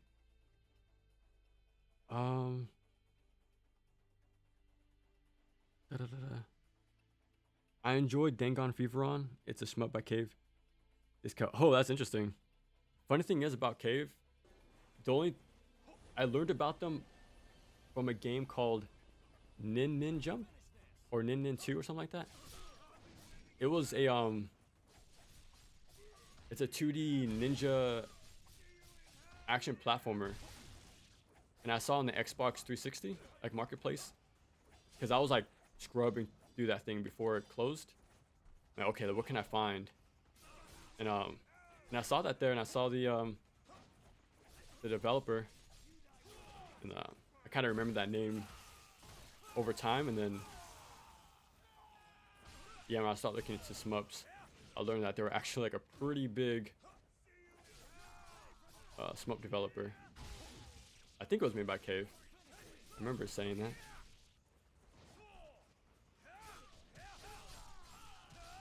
Yeah, I'm a big fan of Treasure. So I want to get to like Radius 5. I think they worked on that one, like as a collab. Like I never played Ikaruga or Radiant Silver Gun, but I gotta get to it eventually. So I played a good chunk of the other stuff. Like, I like how they design games, so I'm pretty sure I'll like their shmups. Cause I beat what's it called? Sin and Punishment 2. I beat that, and I like that game a lot. It's a rail shooter, but pretty close, pretty close. Yeah, I like all the different takes and genres they do. So I'll get to more eventually. I have worked on the Unreal Engine, and it's surprisingly not Unreal. Is this optimization of assets? Okay, that makes sense. The more customization, the higher resolution of the textures, the worse the file size. Okay. They can optimize them, but they're often de-incentivized from doing it. Whoa. It did pause development, but it has resumed for nearly... Oh, nice, nice. Why do you think they're de-incentivized to? You think they have to meet a quota and they have to like churn things, these assets out, you think? You think that's what it is? They just have to be quick and not like be efficient? I had to get a 8 terabyte hard drive and a huge SSD because many of these games straight up don't run with that. Wow. Arkham Knight was 45 gigs without the DLC. DLC 60. I really like Arkham Knight, but that is getting pretty high. 45 gigs, okay. That's fine. 60. Like, let me see how much Razor's Edge. 4 gigs, look at that. All the characters, all this content. It looks good. 4 gigs, there you go. Like, can we go back to this?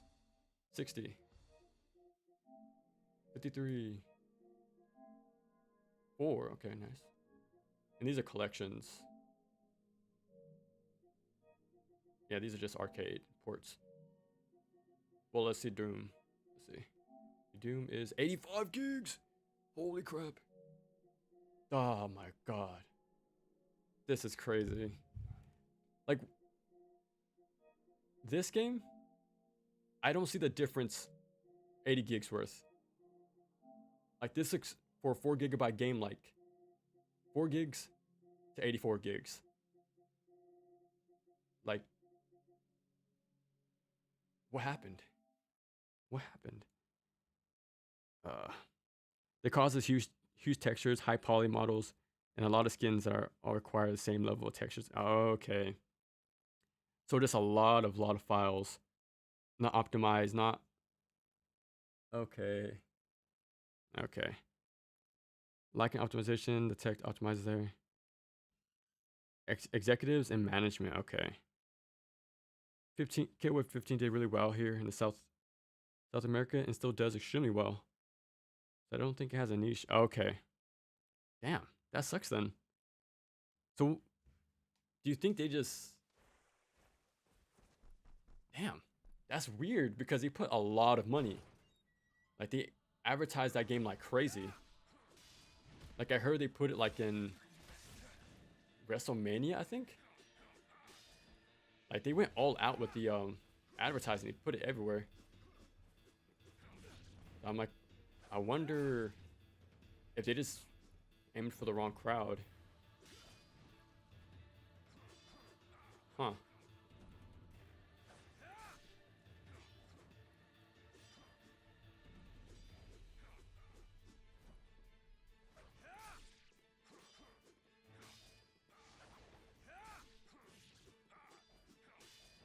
This song reminds me of Castlevania. A little bit. Oh. I might have to use Ninpo.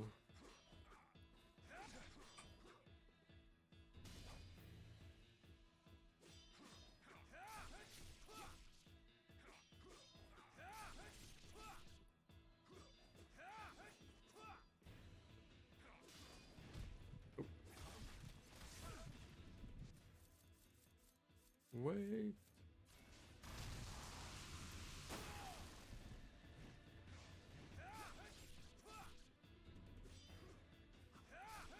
I don't think I have to fully kill him.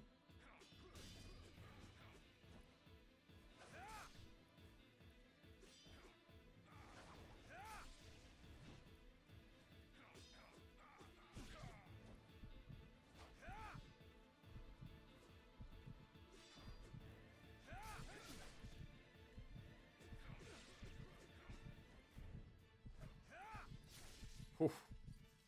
My goodness. Yeah, health regen is pretty harsh in this game. Okay. Let's see. DOA is heavily based on Virtual Fighter. That reminds me that I have to play DOA more. I bought 2, 3, and 4 on sale. But I haven't touched them much. Like, I have them, but yeah, I'm below a noob in those games. I really like their design, like the whole system, like the character designs. Like, I like everything about that game. I just actually have to learn how to play it. One day. Radiant Silvergun? No, I haven't. I do eventually though. But I think you love getting into those. That I would like to help with covering some shooters too, like OG Doom. Yeah, that would be fun. Reset gun fuse. If you like sword instead of bombs. Oh. But yeah, well, like Doom 1, it has like the bit of like the maze like maps. Oh, that's the wrong one. And the key cards, so there's some exploration going on there. Like, those games are pretty damn good. I think I prefer the first Doom over 2. But I do like those games. I remember getting Doom 3 way back when. And they had the... Or was it the Doom 3 expansion? I think that had like the first 3 games on there. On the OG Xbox. That's pretty fun. That's the first time I got into those games. And it's funny to see games like that. Like, at the time, very divisive. Games get their flowers after so long. But like, Razor's Edge has that same experience. Resident Evil 6. Even Tekken 4, right? Speaking of fighting games. Like, at the time, I heard it wasn't super well received. I think because of balance reasons. But like, nowadays, it's pretty fondly remembered. It's pretty cool to see that with Doom 3 over the years.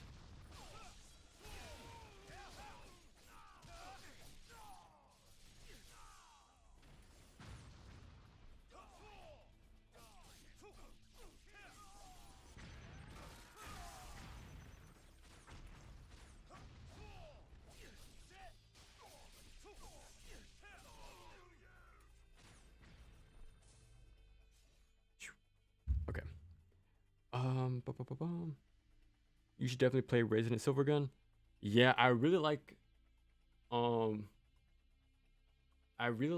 playstyles with point blanking. I think that's why I like Psycho as well.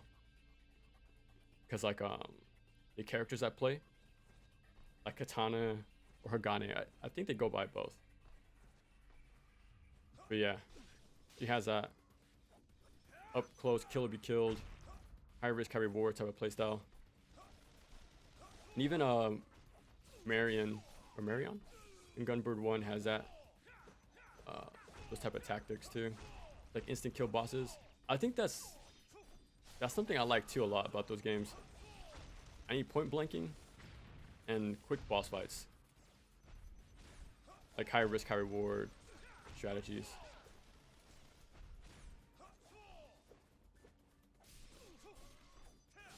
Because I think a game called Basara has like a melee mechanic too. So I want to try that one. I think that's all I know of.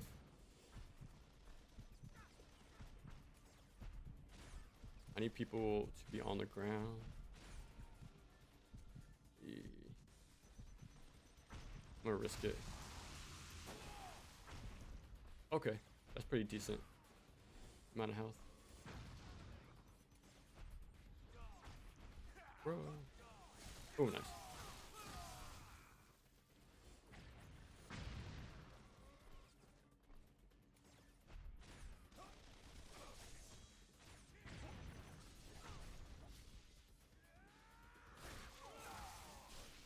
Oh, I'm surprised the chain stopped there.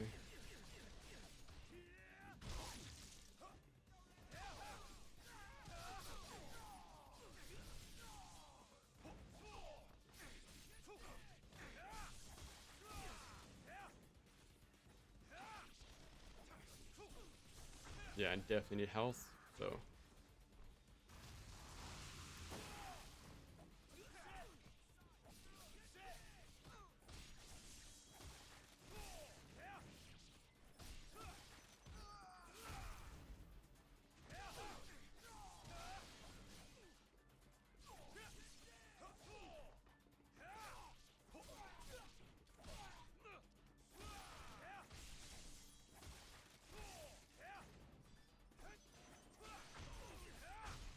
I'm surprised I actually launched.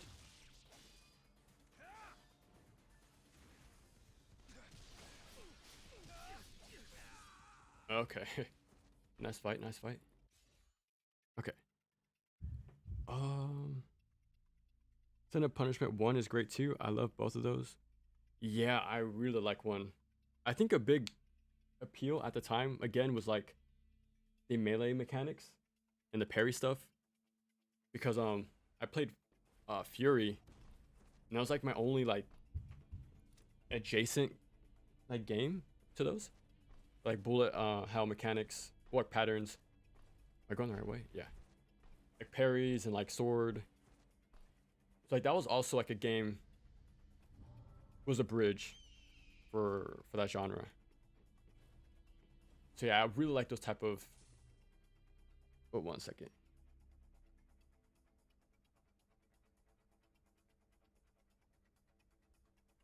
Okay, but yeah, yeah, stuff was like those bullet hell patterns with like melee based mechanics. It's like the perfect mix for me right now. Like I wish I was better at Gunbird 2, because they have that going on in there. But I am terrible at that game. And I put way more practice into that one than the first game. And I was able to 1cc 1, but not 2. They definitely upped the difficulty on that game.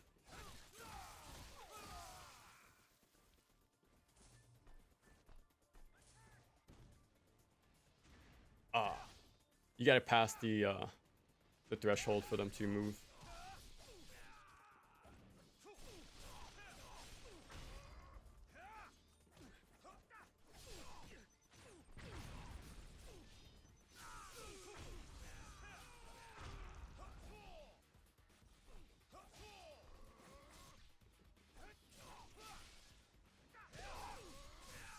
Oh, nice.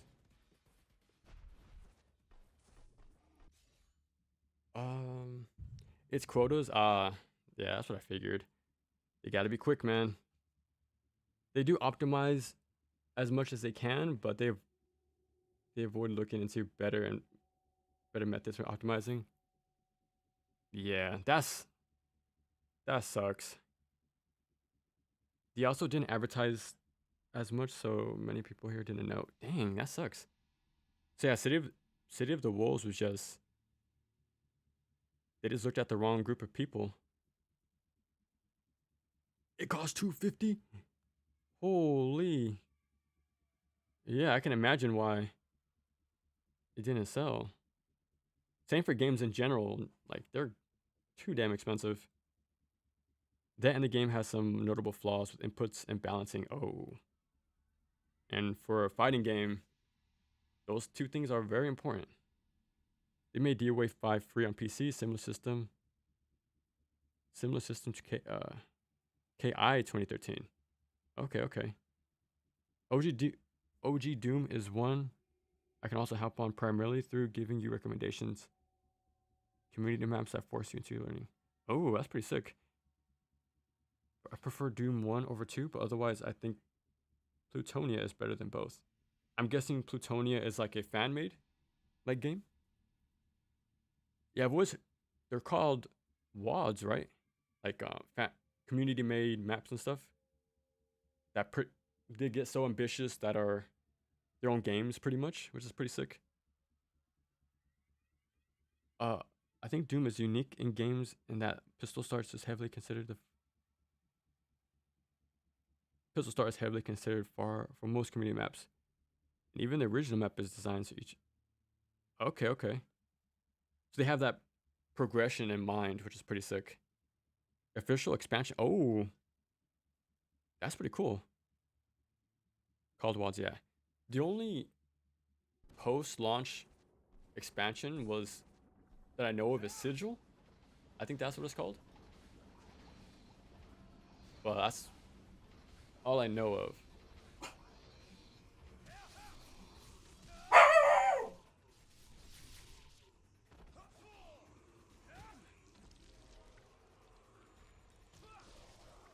One second.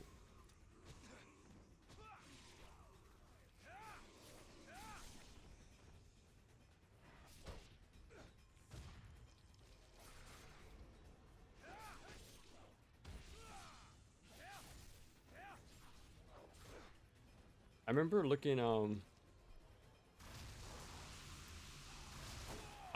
don't remember the name, but there was like a third-person ninja game within Doom's engine. I feel like I saved it somewhere because that looked pretty damn cool.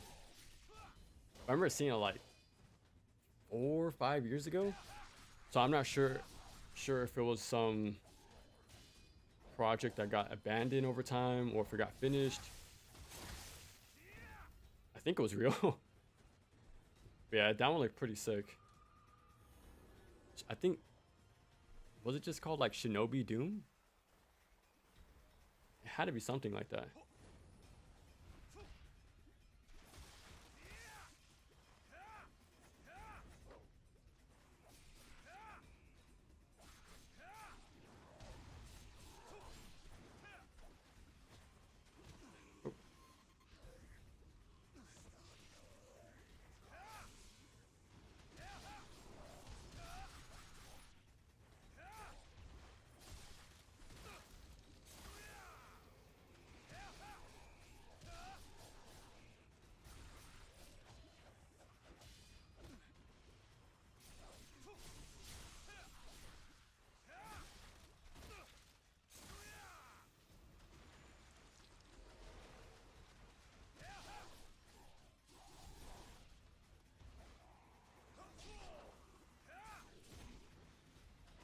Okay, I think this is it.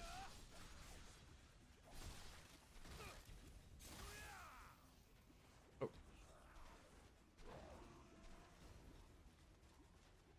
Let's just wrap this up.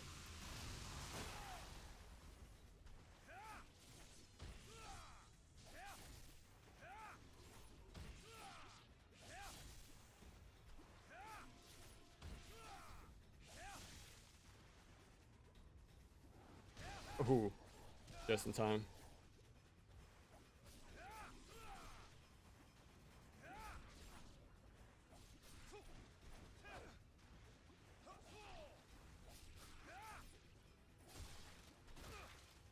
There we go.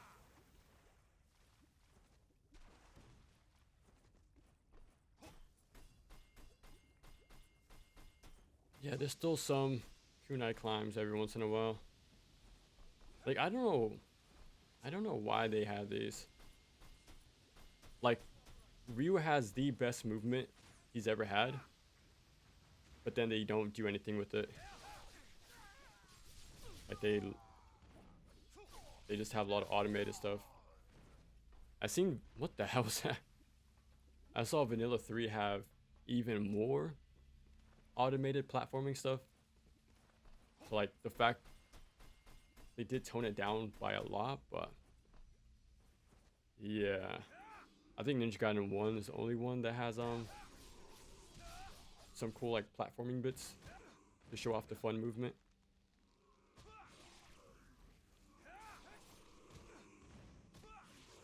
Yeah, speaking of NGB, I'm looking forward to talking about Metroid Other M.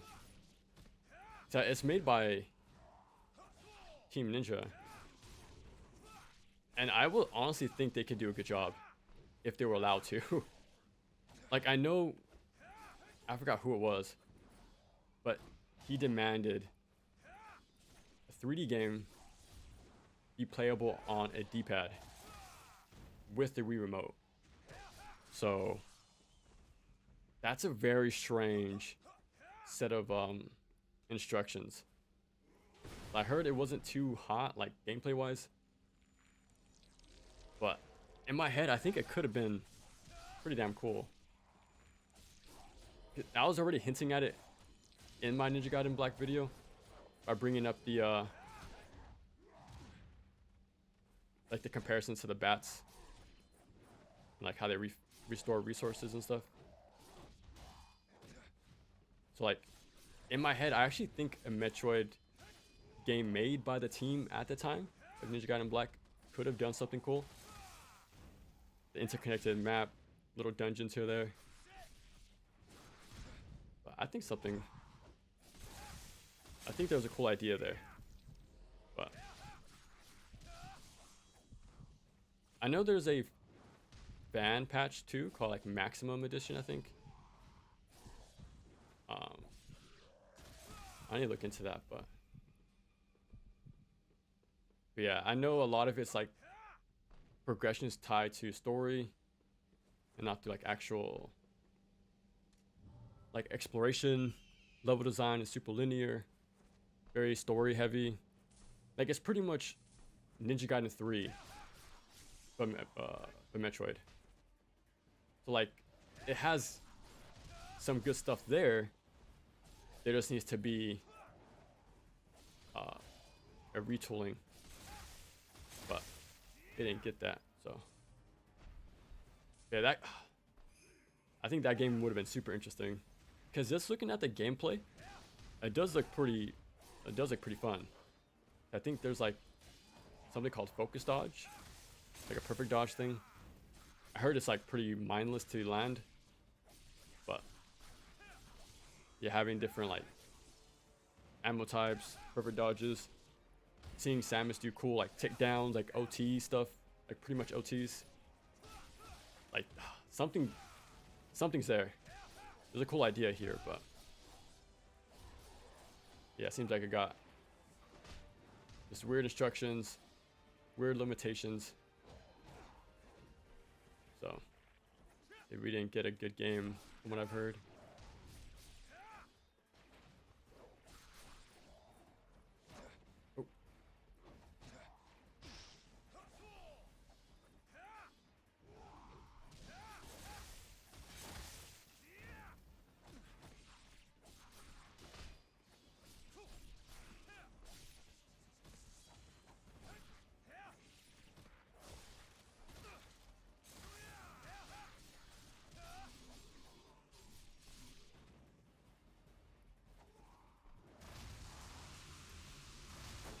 Oh no, terrible aim.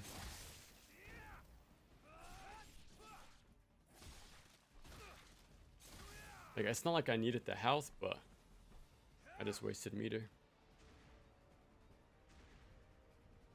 Come on, come on. Get a little closer.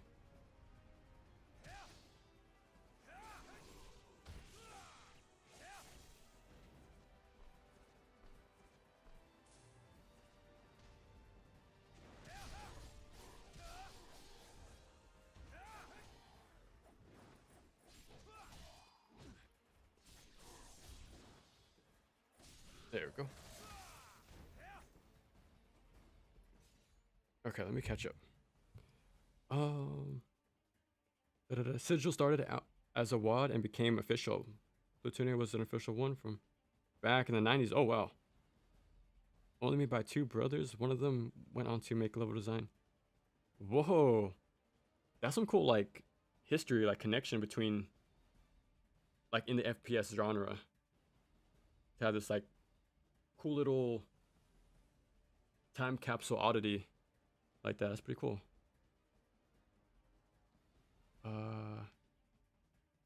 There was a surprising amount of awesome gameplay mods with their own style and surprising amount of ninja themed or ninja inspired. Yeah, that engine is crazy. The other brother worked on Plutonia, went on to do level design for SOCOM, for Operation Raccoon City, and now he's unluckily working at Ubisoft. Eesh. Well, at least he's working in the game industry some way. I've heard there's a lot of layoffs, so. NG4 looks to also have a lot of automate. Yeah. There's the rail grinding. They have the slides, and it looks like Falcon dives are still there. It's like a key pillar of this game is movement. Like, it's a very important part. So, like, to have movement be like relegated to this, or like the platforming aspects, it's a huge bummer. Other M has some great mechanics, but some major flaws. It could have been really great combat wise. The other issues is the lack of any Metroid. Yeah, so weird controls, easy mechanics, really linear level design, which is not a good thing for a Metroid game. So, what's the word I'm looking for? Yeah, it's just completely opposite, pretty much, from what I've heard of what you're looking for. Other element has some great mechanics. Oh yeah, okay. Also, most people when they play hack and slash, they want combat. No puzzle platforming elements. That is true. I do understand that point. But like, how do I say this? Imagine if Resident Evil 4 didn't have all the extra stuff. Like that, those adventure aspects really flesh out a game, or like a campaign, for me. And like that campaign does interesting things with the mechanics, like with the aiming, the well section, right? Shoot the pillar before shooting the jewel. Like the campaign can do some stuff to use the mechanics in fun ways.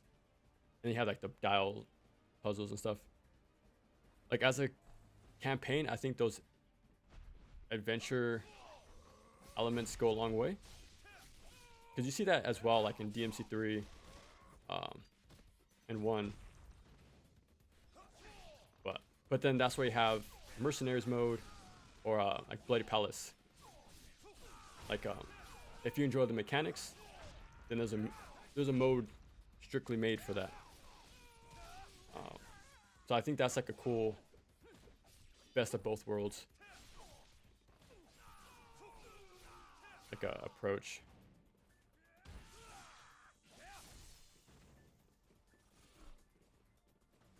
Who wants to get close first?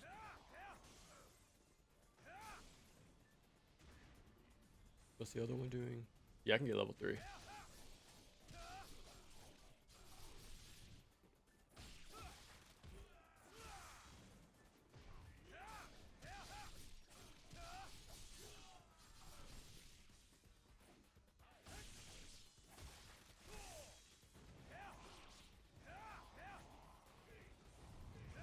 Oh, what? That's some crazy range.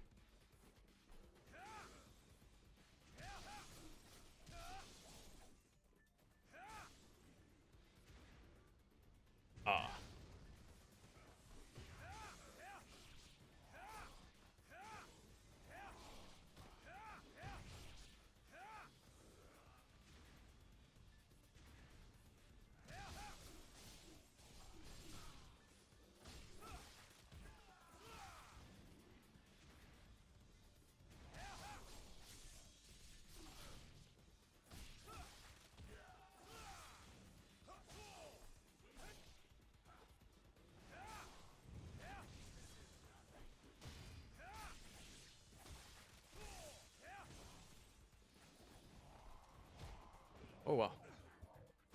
And they drain your ki when you do that.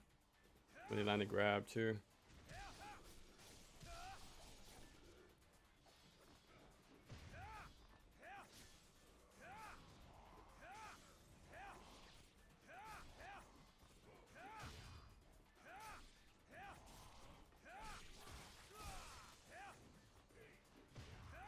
There we go.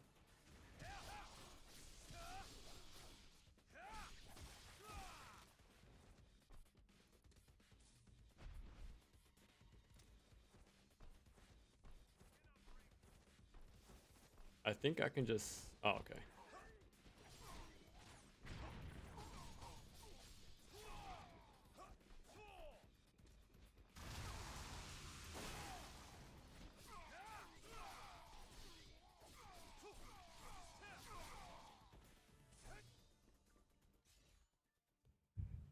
Ba-ba-ba.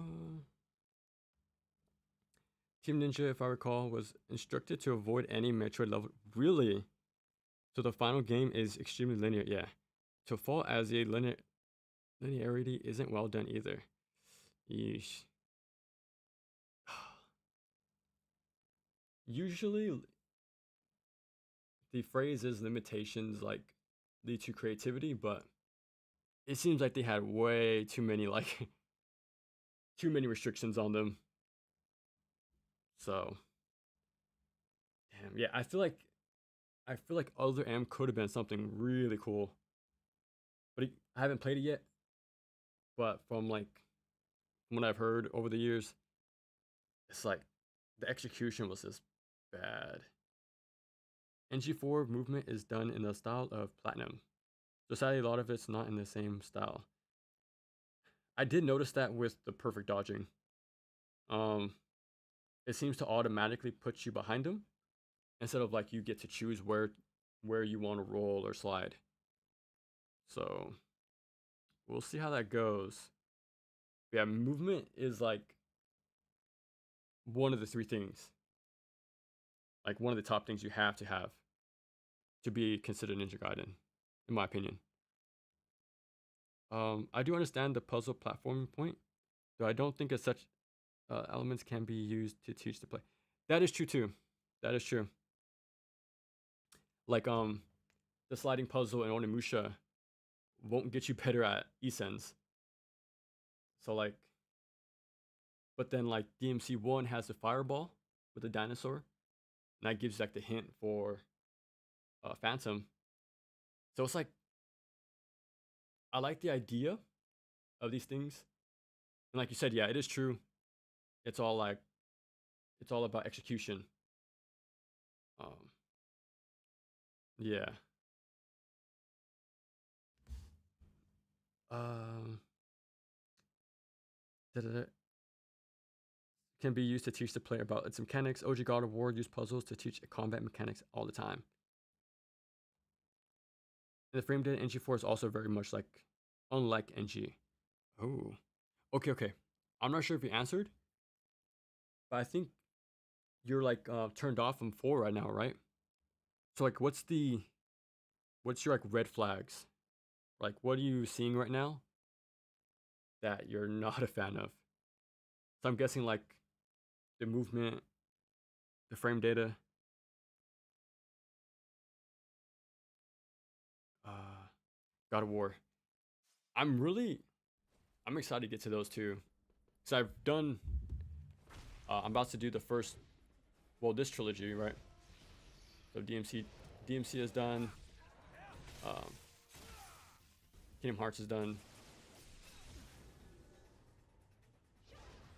Like we have a lot of the major stuff finished. So like next up will be God of War. So eventually, I will get to that. And I actually don't hate those games.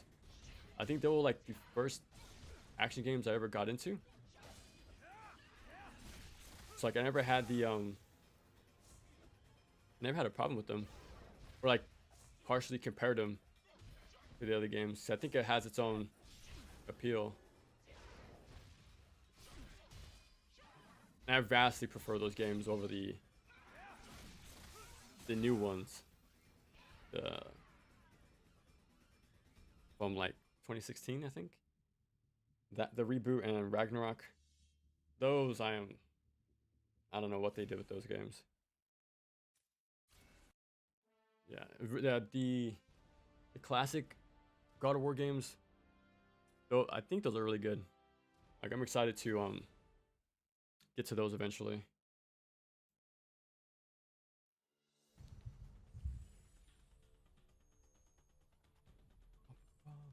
Especially with like how they do like enemy composition. Like you have to there's like flying enemies, but then there's Medusas like ready to like turn you to stone, and if you get caught in the air, you instantly die. There's like some cool mix and match of enemies. You have to find your way through that. There's classic stuff. So I do think those games don't get enough credit. Honestly, I think the classic God of War games are pretty damn good. Or just even just as like combat, besides like comparing combat specifically, like just as a package, as a like a video game, like they're really good. Like they have a little bit of everything.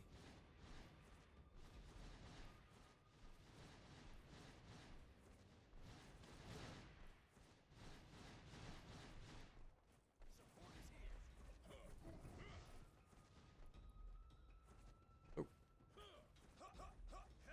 Yeah, I always like skipping this entire part just because I can. It's kind of crazy how much you can just skip in this day. I think a third. I think it's about a third.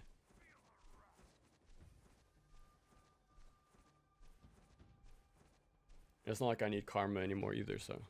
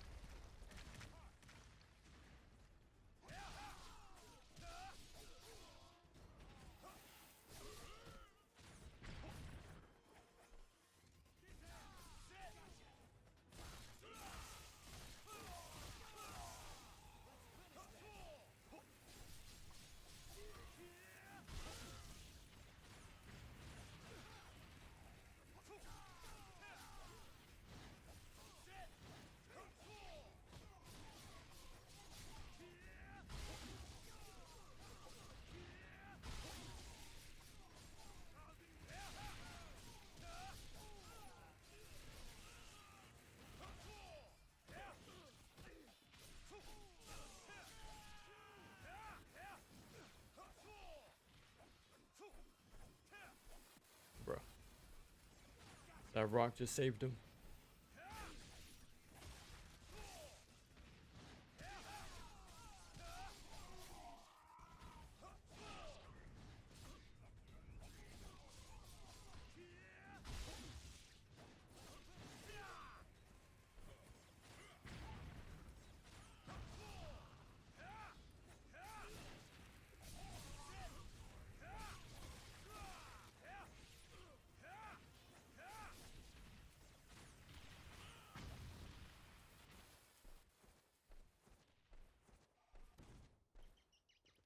There we go. Let me see. The red flags are frame data, movement, AI behaviors, and level design.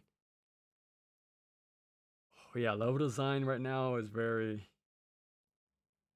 worrisome because they show the same few places right now.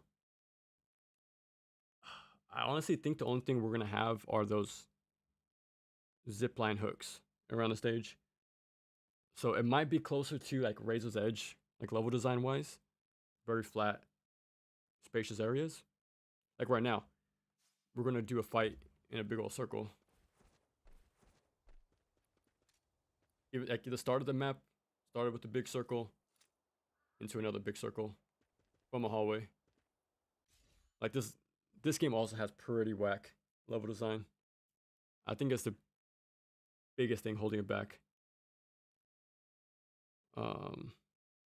Frame data, movement, AI behaviors. I'm hoping for AI that is just because they're playing on a lower difficulty. So we just have to wait and see. So yeah, I think the clip with Ryu, they seem pretty active. But yeah, just gotta wait and see.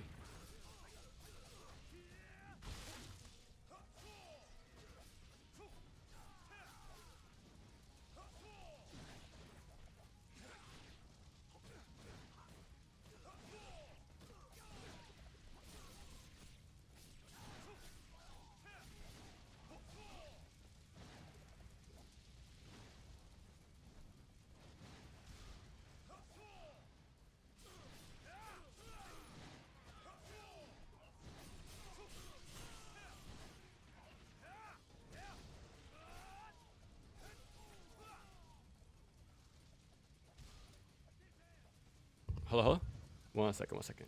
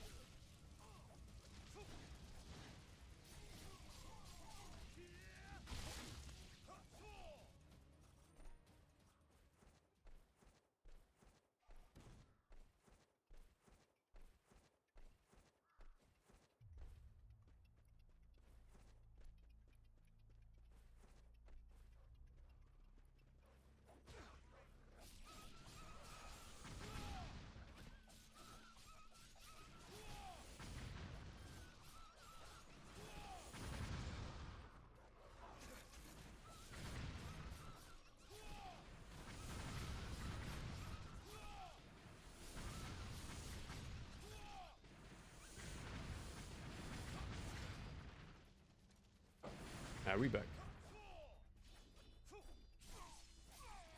Oh, this is the optional path. Okay. There are some mechanics in NG4 that restore your health from enemies. Okay, okay. That sounds pretty cool, actually. Okay, okay. That's kind of like the Grip of Murder sections in Razor's Edge. Okay. The game seems like it'll pull a DMC4 with Akumo and Ryu, with Ryu in particular seeming to have loss of focus. It doesn't have any weapons. Yeah. I do feel like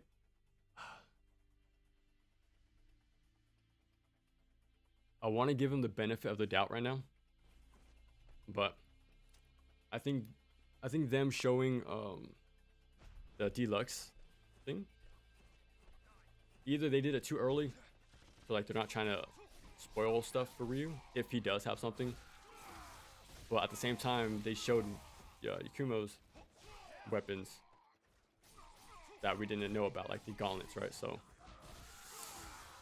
yeah, he just might have just a dragon sword, unfortunately.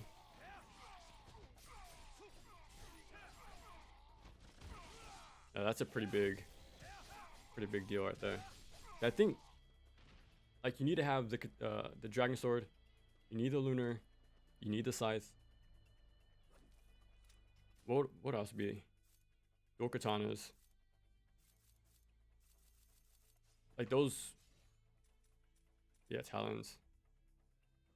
Yeah, dragon sword, the lunar from Ninja Gaiden 1, talons and scythe from 2, and then 3 will have like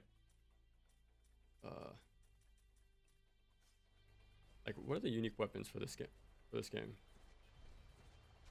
Yeah, like Ryu does have like distinct weapons that are now classic, like that are tied to him. Like you gotta have certain weapons by this point.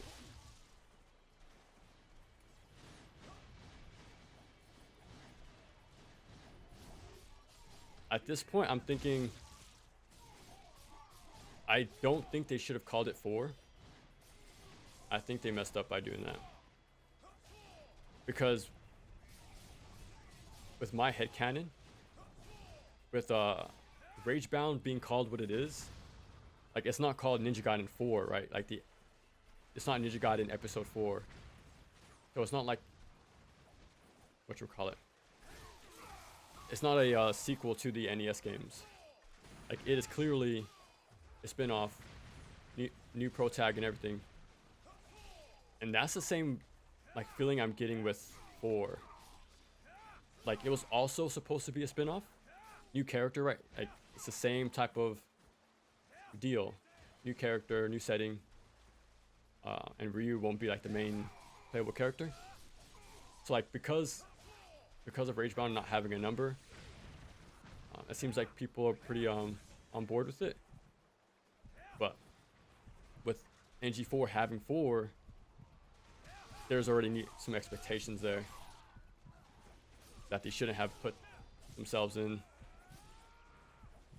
Yeah, I think they should have just called it something else and not Ninja Gaiden 4.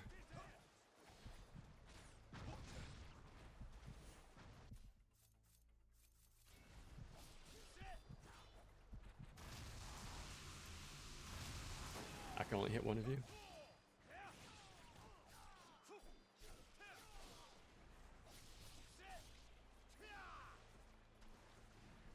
Well, at least at first people were pretty, what's the word? What's the word I'm looking for? Pretty so-so on Ragebound. Like it was the first game announced, right? So like people like, okay, cool, Ninja Gaiden is back technically, but it's not the 3D games. But now it's a 180 where people are hyped for Ragebound and very hesitant about 4 the more we see of it. So it's pretty funny to see that 180 in a few months. They gotta do a demo. That's what they need to do. I think Ragebound really what do we call it, did good for that game. So let's hope we get a demo eventually. I think even, I swear I remember playing a demo for Razor's Edge back in the day. It's like, you gotta have a demo.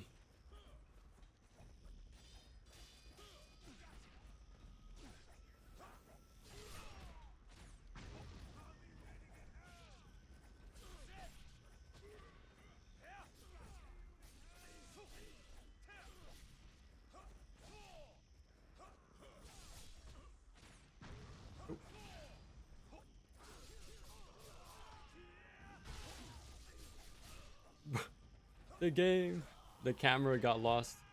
That's funny.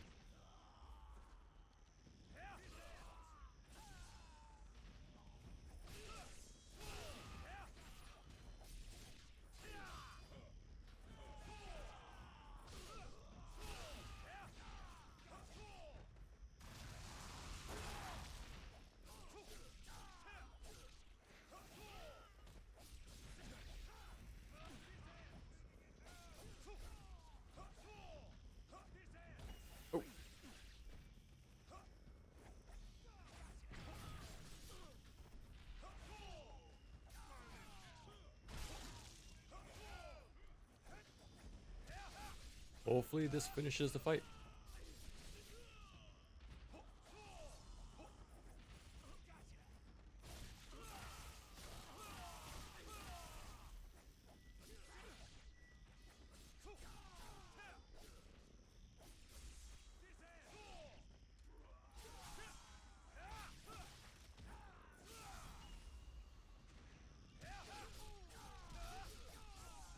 Okay. But yeah, the one thing I can say for NG4, I do like how we have, it seems like we have a decent like enemy variety. So that's good, but yeah, they need to, if if Ryu does have weapons, they need to say something fast. Because this waiting is not helping them at all. Unless they have like some... Oh, okay, I'm surprised her hand didn't try to slap me away, but... Unless they're trying to play some 4D chess marketing or something, but... I don't know.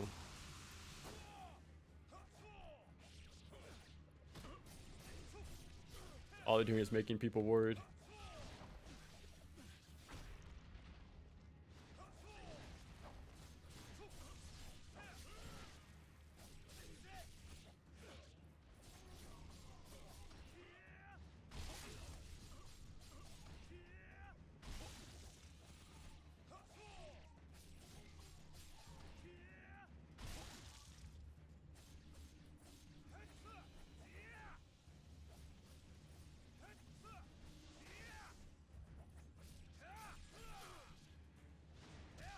Yeah, this fight's pretty simple. Gotta clear out the waves pretty much.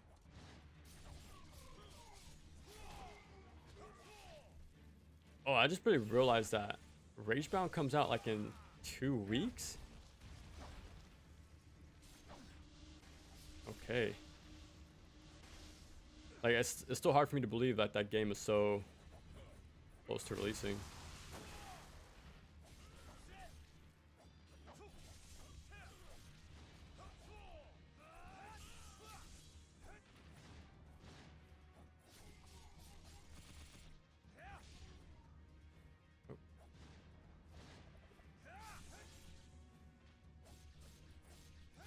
Hopefully this ends the fight. There we go.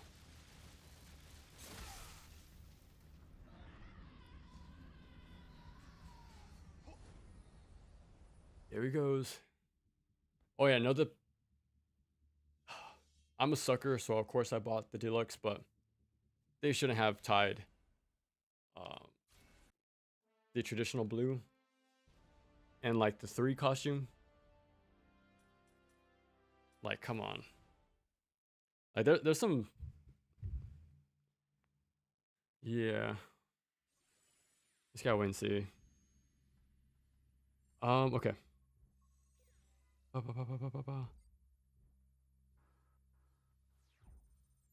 Okay, Yakumo has some core mechanics that I'm not a fan of.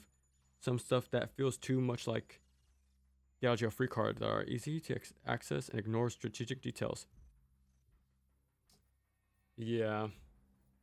Because from what I've noticed, it does look like you can cancel attacks by dodging. Like, I guess we have Cicada Surge, and it's heavily Justice. So, like, those things were there, but, like... Yeah, we just gotta wait and see. Because if there's no, like... If there's no guard buffering, if no guard resets, or, like, reverse wind, like... Those are, like, the main trio of stuff. Well, and counters, too, but... Like, there's some key stuff you need to have there to be a Ninja Gaiden game. Well, especially NG4. So, yeah, because if you can just slide, at least Cicada Surge requires meter. But yeah, we just gotta see. There's a grappling hook, but it's somewhat automated. Yeah, there's key points, right? There's walls with some good wall running options, but the wall running looks nowhere near as smooth. Looks janky too. Dude, is it really going to be impossible for them to match Ninja Gaiden Black with like having seamless geometry based gameplay like combat? Like that'd be kind of sad. Like a 20-year-old game still not contested. They confirmed that it was normal, so it seems the difficulty is toned down intentionally. Okay. Some of these footage for Rio on Twitter reveals there's more active, they're still tame. That and Rio might not show up much. I don't think it's gonna be 50-50. I think they confirmed in a whatchamacallit, in an interview. It was like 60-40 or 70-30. Yeah, I think Ryu's gonna be extremely rare in this game. He he's gonna be more like Ayane status. Hopefully there's a chapter challenge mode, but we'll see. Platinum, it's a lead dev. Team Ninja is responsible for Ryu's side. Rikuma is mostly Platinum. Team Ninja was also preoccupied in Neo 3. Yeah, so that's even more reason why Ryu might only have one weapon. So like, to make it easier on them, let's give him only one weapon, so we can just focus on the other games. I think it looks great, but it looks more like a faster, slightly tougher style-driven or platinum style action game. Which is great, but not what I want. I do hope I'm proven wrong. Again, that's why I don't think they should have called it Ninja Gaiden 4. Like, because I mentioned Gradius 5 earlier, and that's like a collab game. It was Treasure, and I forgot who else. So that was like a mainline game. They're all like, they came together to put their own stuff into it. So like, we can see Ninja Gaiden 4 like in that type of way. Okay, it's gonna be a collab game, so we can like appreciate both teams like their additions. But when a game hasn't been, when we haven't had a mainline game for this long, and having them before, yeah, there's some expectations there. Yeah, I think they should have just called it something else. A subtitle. Like, I like it's a collab game, but they probably should have given it like some subtitle and not like a number for this game. Like, it should have been like the a reminder. Okay, see how it goes, and then you can come back with like 4. If the support is there, type of thing. But I guess to play safe, like, if we want people to buy this game, we better call it Ninja Gaiden 4 instead of like a spin-off. Because the last one was Yaiba, and that wasn't too hot either.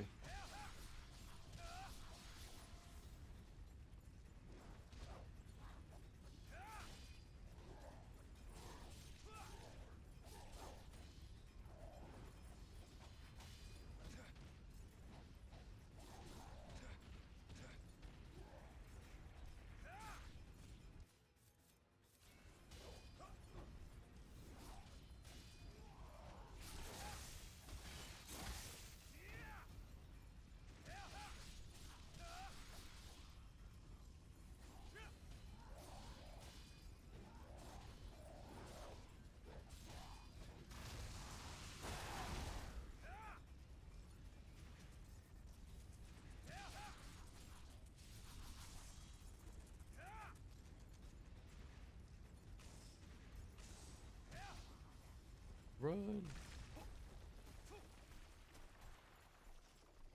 I think there's a save.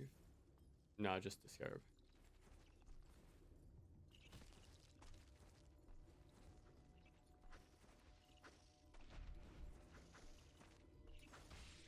Bro.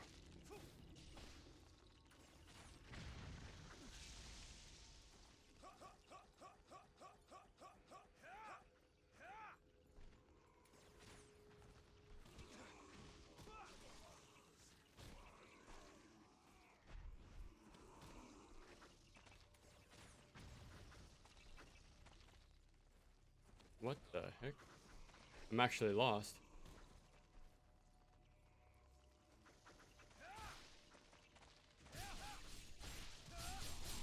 Like, I shot the hive, but oh, here we go.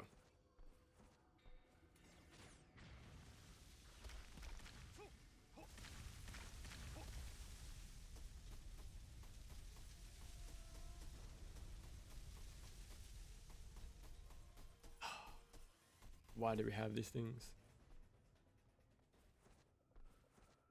We used to have so much cool movement stuff in the series. I think Yaiba has that sort of stuff too, like automated platforming. So I guess this is one thing to work on. Okay.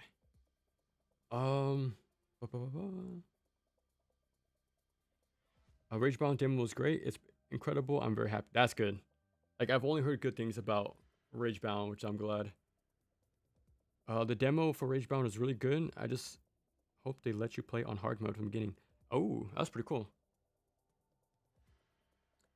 A game that has a really cool, like, normal and hard mode was Panzer Paladin. There was a hard, normal, then hard, and then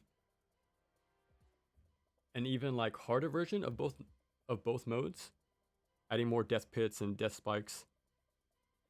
Like that action platform was pretty sick. Yeah, let's see how much the modes actually switch things up.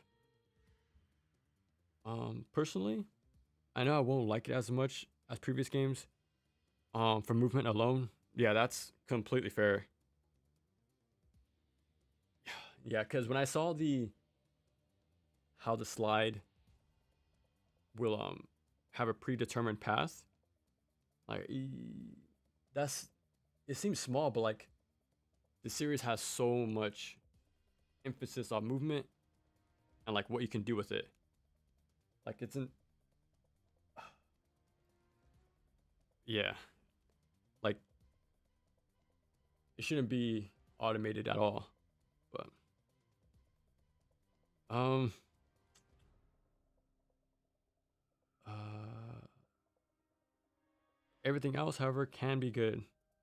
It has a potential. Let's just hope the effort is put in there.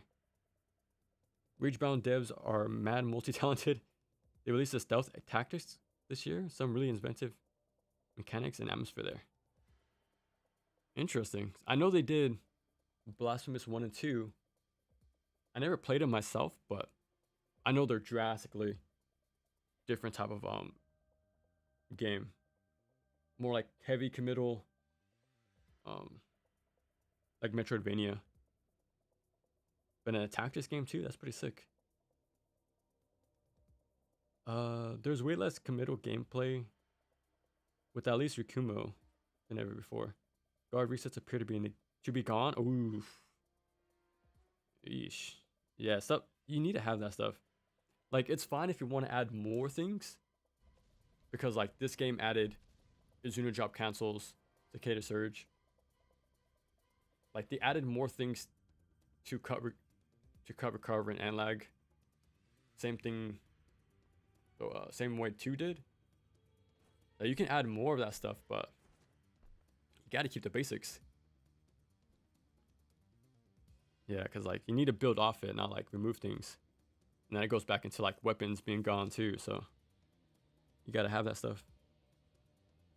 I think they can have the geometry based stuff, but near as polished. Yeah, I doubt anything will. Even to this day, NGP has like the perfect blend.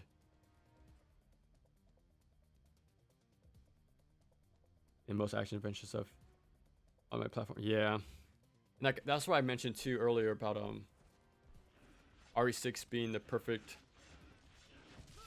comparison to this game. Like really good mechanics. But the campaign is just like riddled with these automated QTE bombastic like set pieces.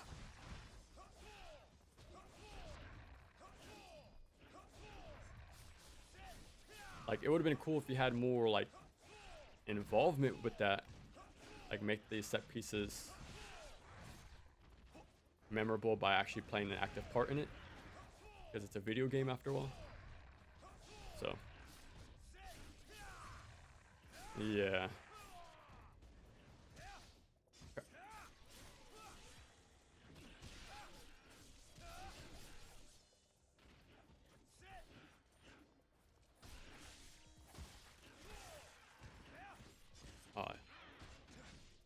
We went after the wrong guy.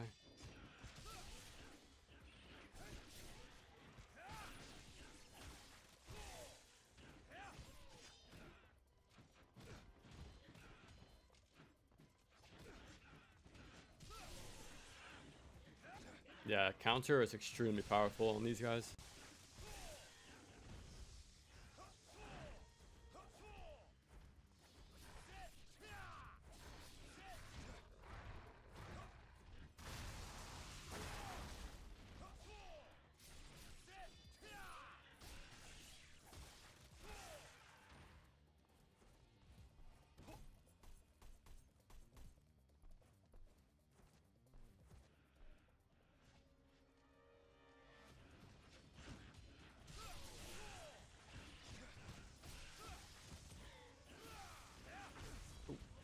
I try to chain OTs there, but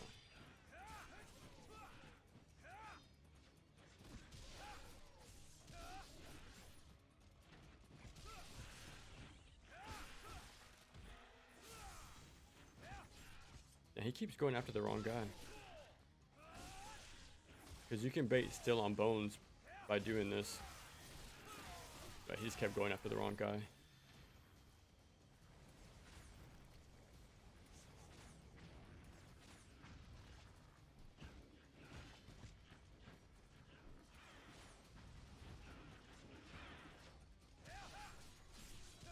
Okay. I was hoping he actually went after him.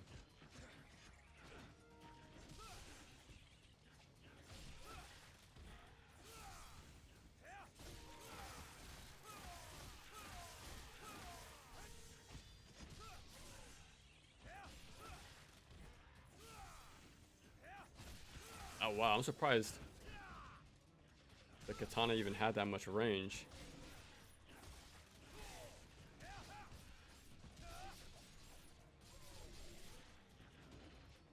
So that's pretty much the way to take these guys out. Light counter and then heavy hold afterwards.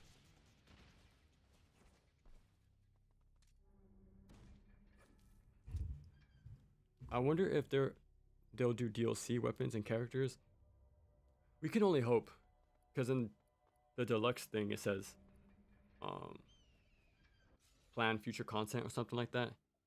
So it could be characters, right? Like more weapons, because that's what Vanilla 3 did, like adding the size and stuff like that over time. And I don't think, well, I think Ultimate Ninja was added as DLC as well for Vanilla 3. Like maybe will come through later as well. So yeah, maybe that's their plan. Like over time they add more stuff, but at least unlike RE6, the core mechanics are intact in the campaign. No idea who thought delayed reactions and staggers from enemies was good in RE6 campaigns. Armored Core 6 did a really good job with combining set pieces with normal gameplay. Yeah, that's like you gotta have a way to put the player have an active role in either of them. Like at least not an expensive gameplay, at the very least.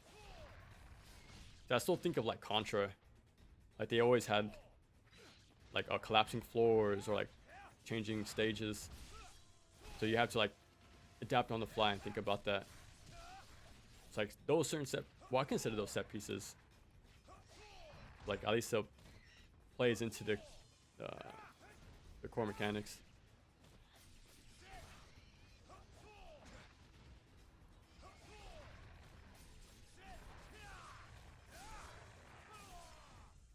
Oh, I tried to do a heavy hold, but it didn't come out.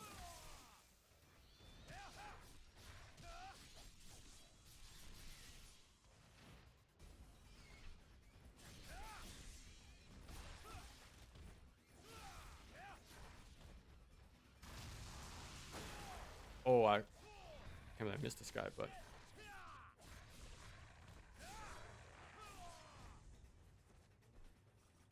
it worked out. This is the only instance of like routing save points. Like all of that's been removed from Ninja Gaiden 2.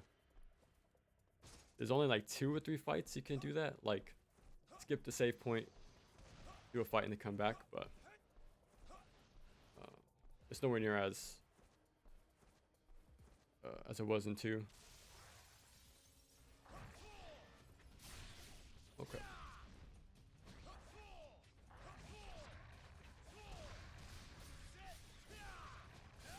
Yeah, okay, I think that's a string.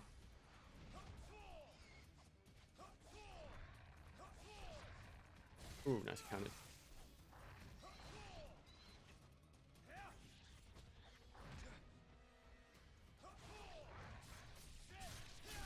Oh, nice.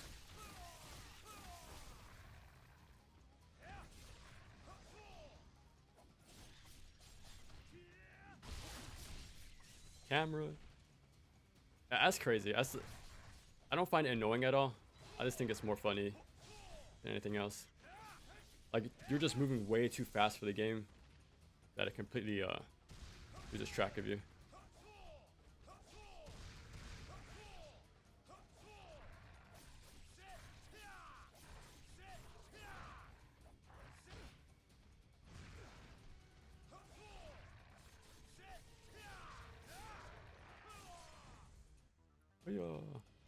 Oh, there's still more? What the hell? I thought we were done with. I'll hang on. My Nimpo, hopefully.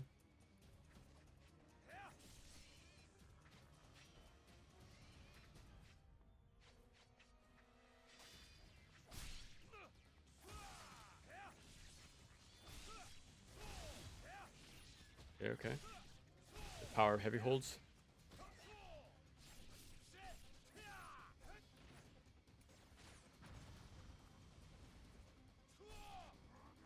I didn't remember shooting him the first time.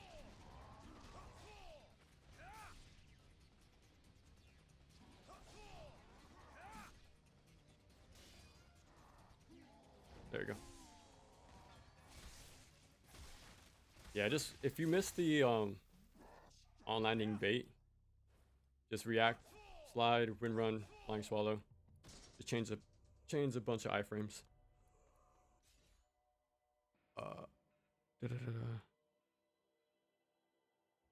Armor cores. How? I remember we had this conversation last time. I think 4A and 6 and one more are like really good, right? Armored Core games. So I've never played them before. I like the idea of it. Like trying to make your mech and like try to find the best setup for the stage and the enemies and stuff like that, the level design. I heard like people find that annoying, like you get to like an actual like hard stop sign or like an obstacle you can't do with like your current setup, so you have to go back and start over. But I never played it myself to like really say how true that is.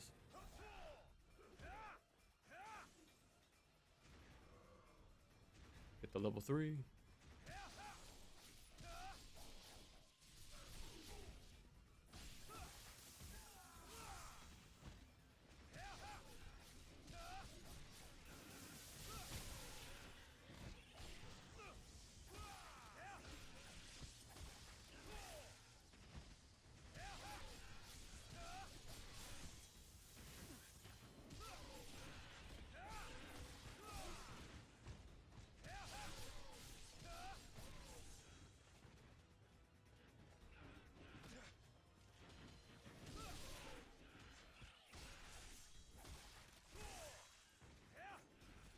Oh, surprised that stopped him. There we go.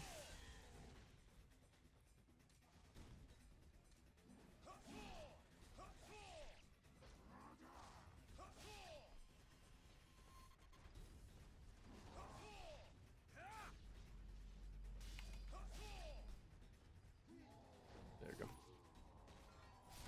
1 second.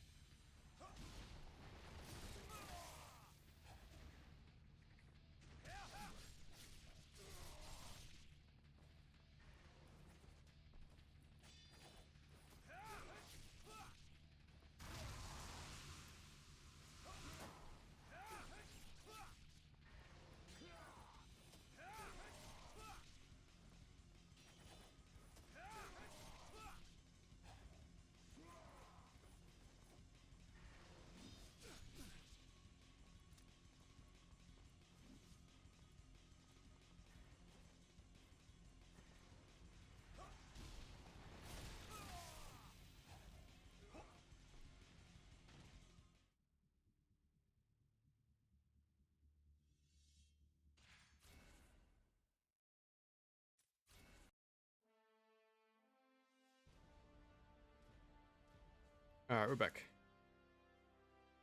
Okay.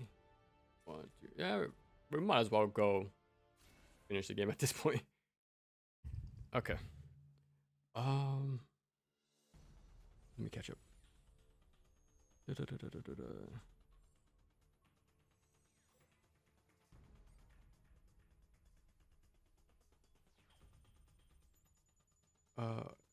Okay, Armored Core 6 is excellent. Okay. Yeah, I need to play that then. Onimusha Way of the Sword. From the videos and the previews, looks like Onimusha was modernized. Focus on parries compared to PS2 games. Stagger meter. Like the entire like main gameplay mechanic was the E-Sense. And that's sort of like a parry, more of a clash parry. But yeah, between timing your attacks to theirs, yeah, it's pretty similar enough. Like that was like the main defensive mechanic in those games. Perfect blocks and flash parries with the 2 different E-Sense. So I don't think it's too far separate. But if there is stagger mechanics, then that's definitely different. And like if the E-Sense don't instant kill anymore either, then that's a huge difference as well. And they should be pretty difficult to pull off. Like it's similar, but yeah, it really depends how they balance it. Like it has to be a high risk, high reward move to be anything like a classic Onimusha. But it seems like the new like focus is like environmental interactions, which I like.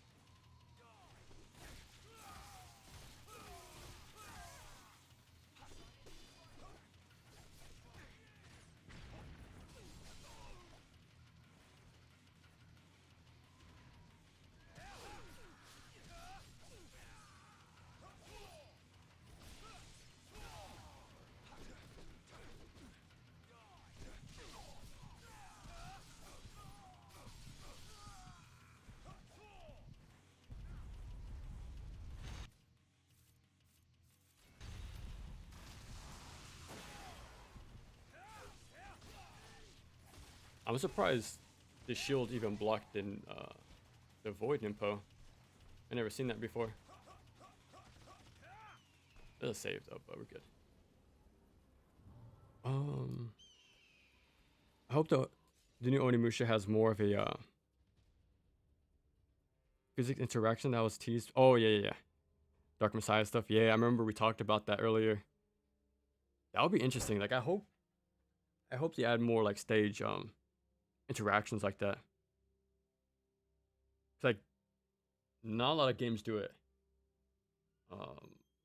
There was some wall splash stuff in Stranger of Paradise, but super situational with like what you had. But Neo Tui, that I want to get to at some point, because that's like nothing but like wall splats, ground pounds, bounces, OTGs, like that. It's like an insane looking game. I'll get to that eventually.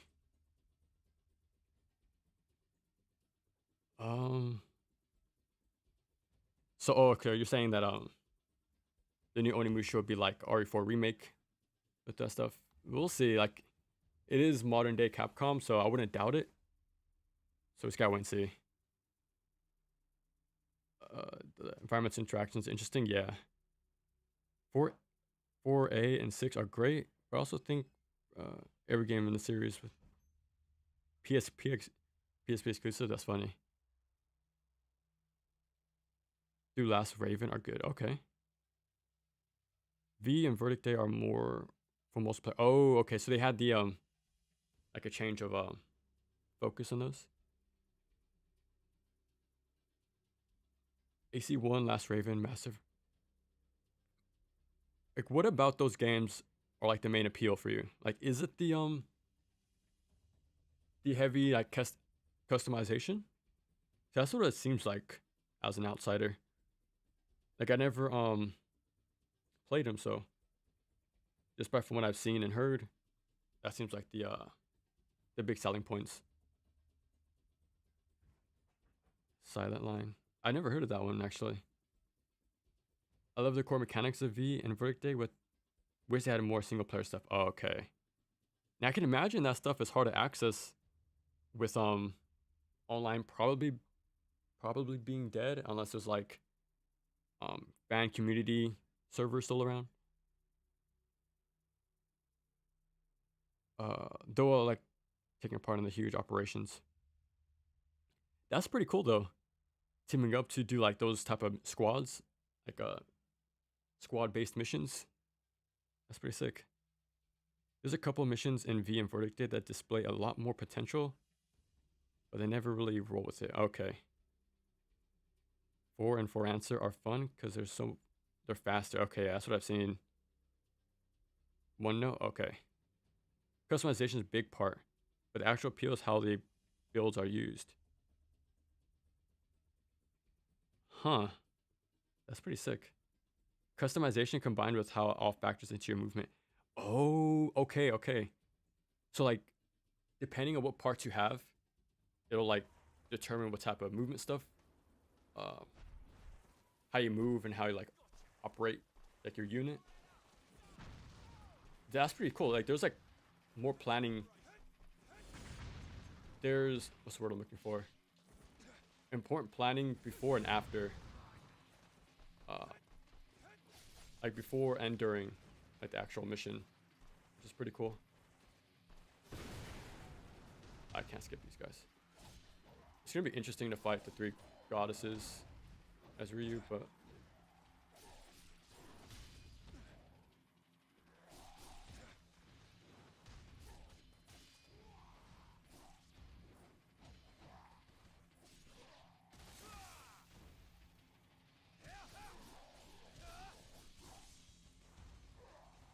Hoorah.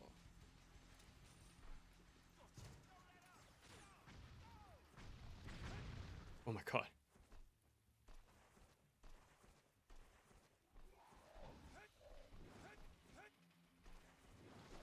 No, thank you.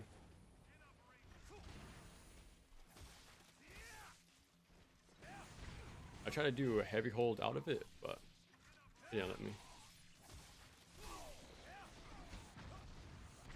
Okay. Oh, lucky me. I'm just trying to guard break, but.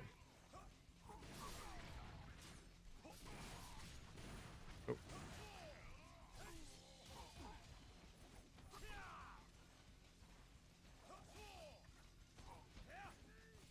Crap.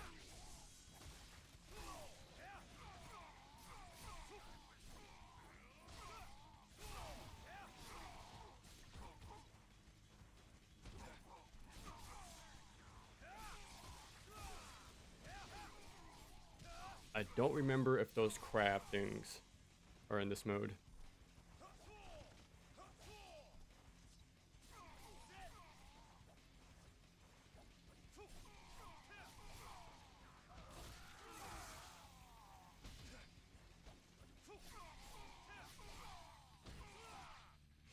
BS.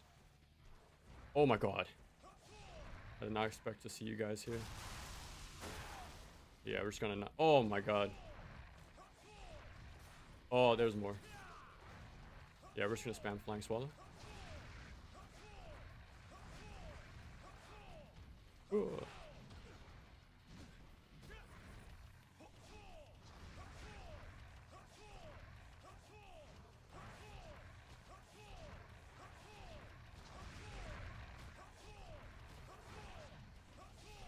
They can multi-hit too at times. Yeah, we're just gonna play it very safe. In chain iframes.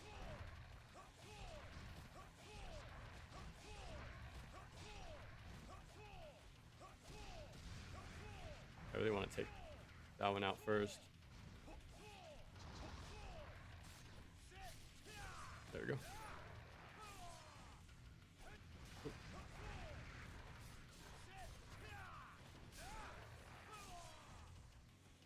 Okay, let me save the Bloody Rage just in case.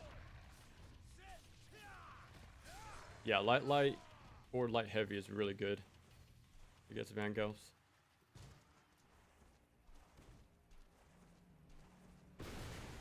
Keep it. Oh my god. Actually,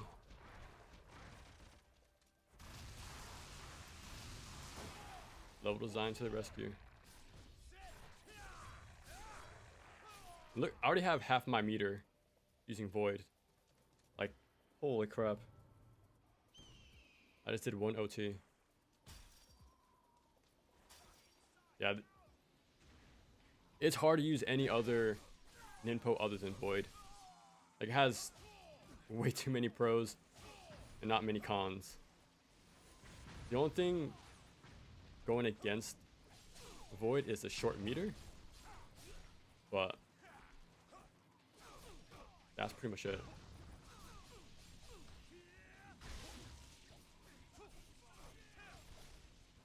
So like if you don't use meditation, Falcon's Eye, or Potato Surge, then it'd be a good idea to use Void. But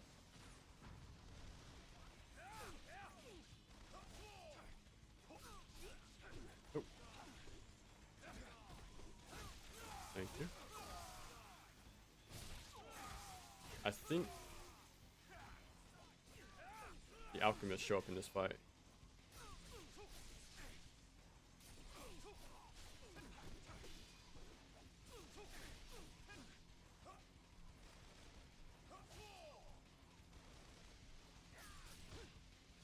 Oh, okay. Took too much damage.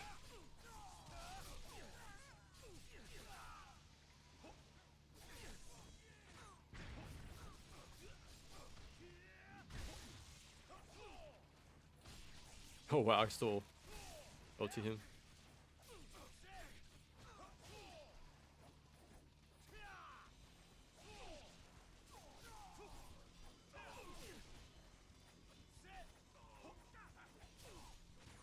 Oh, landed right into it.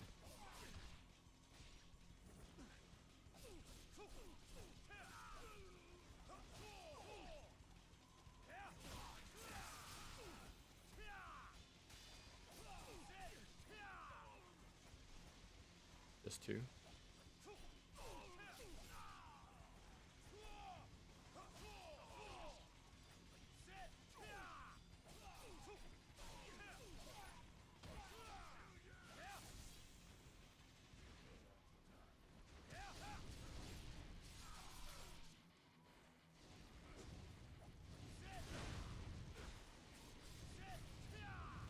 Yeah, this test is out again.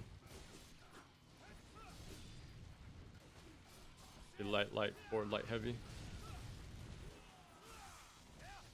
Oh, complete whiff.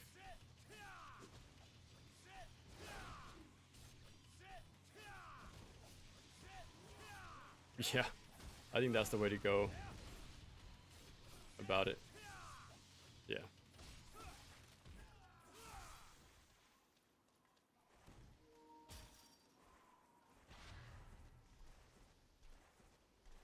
Let's skip all these guys. And then I'll save at the top and catch up with you guys. Yeah, this is actually the first time I'm playing Ayane stage without Ayane. I'm actually putting the chapter challenge stuff to good use. I hope they do that at the very least in Ninja Gaiden 4. Like, that's such a good mode not to have at this point. But Ninja Gaiden 2 Black would have let me use any character either, so I don't know. It's kind of sad that a game with like a 6 or 7 month turnaround, but way more effort in overhauling and improving the game that 2 Black did.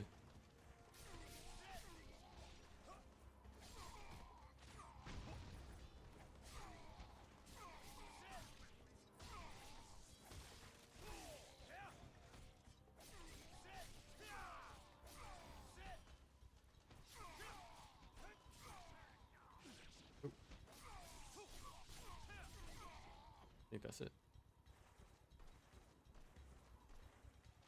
Bam. Da-da-da-da-da. Exactly. Many combat situations require so much thought despite being so incredibly fast. That sounds pretty fun. So many games.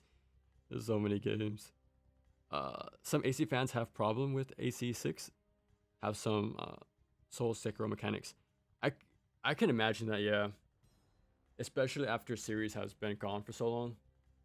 Like that's what we're seeing with Ninja Gaiden 4 and Onimusha. Like these games have been gone for so long. It's hard to like recapture that. So like I definitely get what those fans are coming from. So that's how it is, I guess. Everything comes together in customization. It all affects movement, resources, and offensive ability, as well as tools and defense. It's all very interconnected. That's sick. So like your movement, your customization influences your playstyle, which has to be like built for the upcoming mission, with which has its own well crafted like level design, I'm guessing, like encounters. You also like how lock on was handled in those earlier games, with the turning being affected by the build. Oh, that's super cool. Like, I know some will say that's dated, but I think always say like unique controls or like movement of any kind will make your game stand out. Like, will stand the test of time more than the rest because it's so different, you know. Your parts even determines your turn rate, and all the games pre 6, so tanks usually turn slowly. Oh, so like the extra firepower had pros and cons. That's pretty cool. It's one of the only problems with 6, problems in quotes, as I do think the game handles everything surprisingly well, but I do wish lock-on had. Okay, so it's been standardized. That's what it sounds like. That and turning rates. Okay, I think those mechanics being AC6 is mostly fine because the vast majority. Okay, so it was 6 was 85% like faithful to the past games. It sounds like not fully standardized, but certainly simplified. Okay, just the one like aspect, right, of the lock on and turning. Okay, that's super cool. Like I've seen like Gundam games pop up on the store, and there's like I noticed there's like an in-depth amount of like customization, and I don't think it does much. So like I've seen like, damn, like it seems pretty cool, but it seems like Armored Core actually has what's the word? There's actual mechanical differences between your choices. It keeps targeting the wrong enemies. God.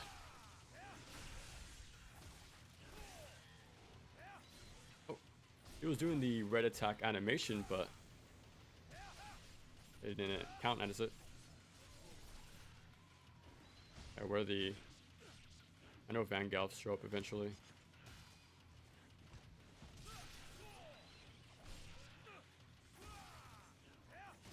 There we go.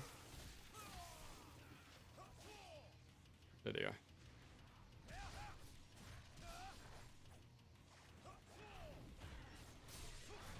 I think the only action game that has like customization that I played is like, I guess it's like action RPGs. But yeah, it seems like Armored Core takes it to like the next like advanced level. Because like you might get little passives here like in Neo, but well, like even the equipment weights will like affect key recovery rate and stuff like that. So I guess there's some like your playstyle of like all defense or all like agility changes like your playstyle as well. Okay. But I think that's the only like example I have playing like a customizable game. Bro.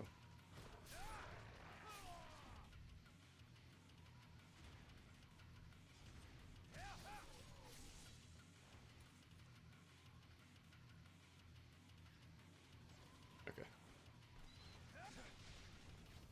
Oof. Oh my god. That was terrible.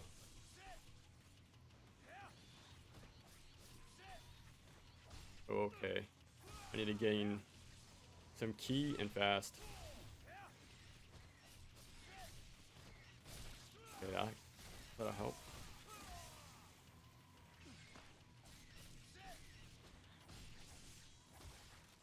Okay. I'll use that on the boss right here. Let me line up. Oh my god.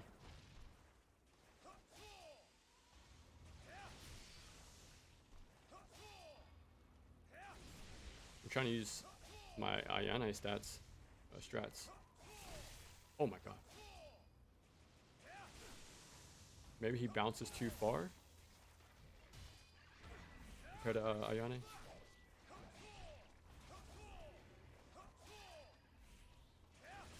Yeah, seems like it.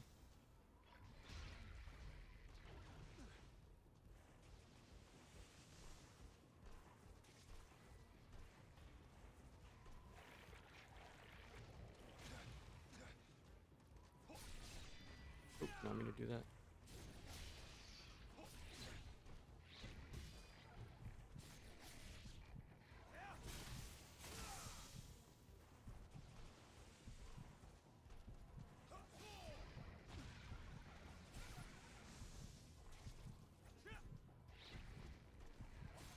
No! Nah, we almost got to the game deathless.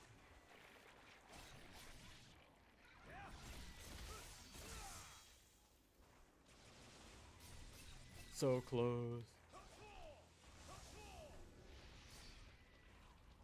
At least I have more health, I think. Yeah, I should have just been doing my Ryu strats instead of Ayane's.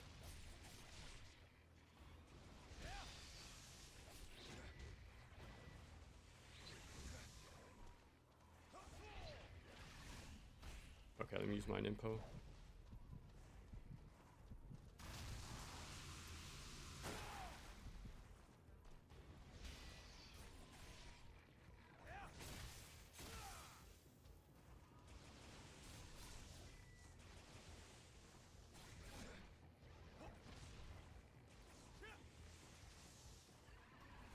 Holy crap.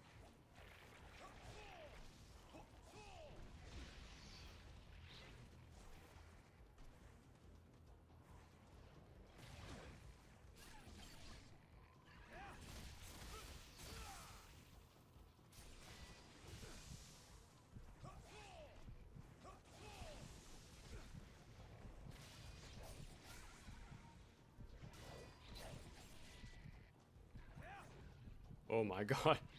I don't want any shakiness.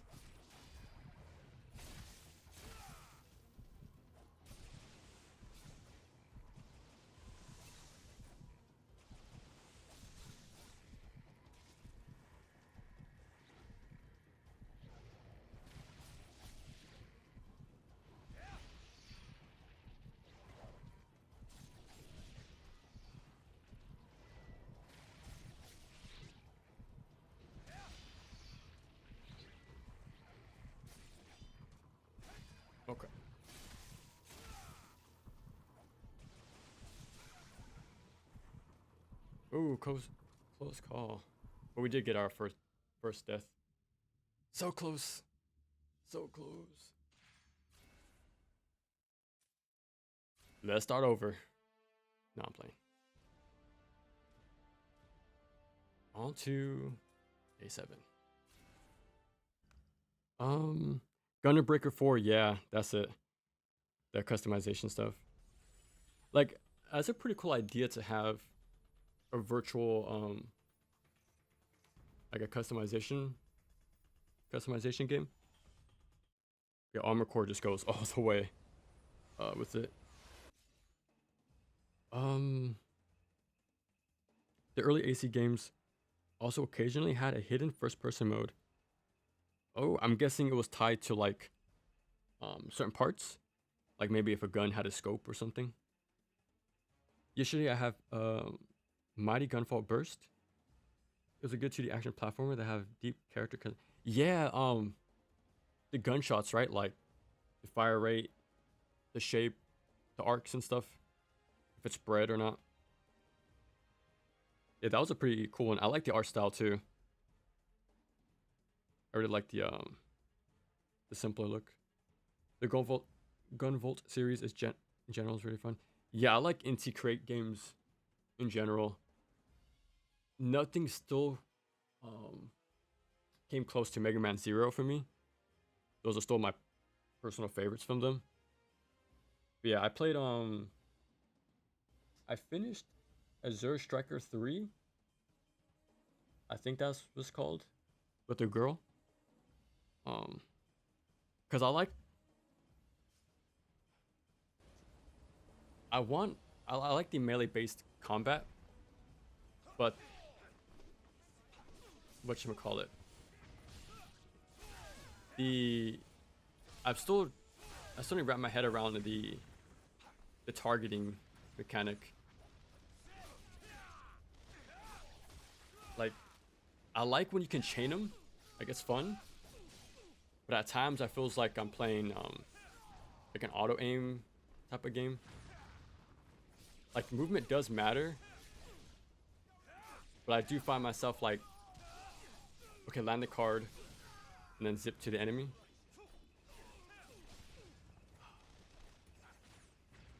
Like, I like the game, I like the look, but I'm stuck in my ways, wanting more Mega Man Zero.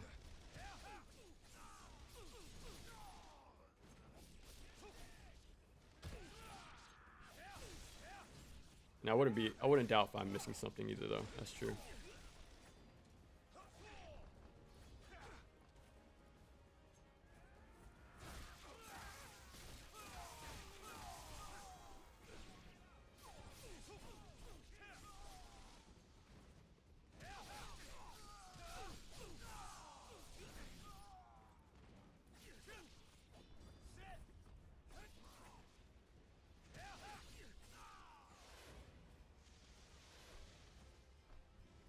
Oh, actually, there we go. Let me build up True Inferno, and just get through the double spider tank. Because I don't really use Nimpo too much, and I died, so it would have been nice to have a no death run, but yeah, I'll probably just use meditation here and there.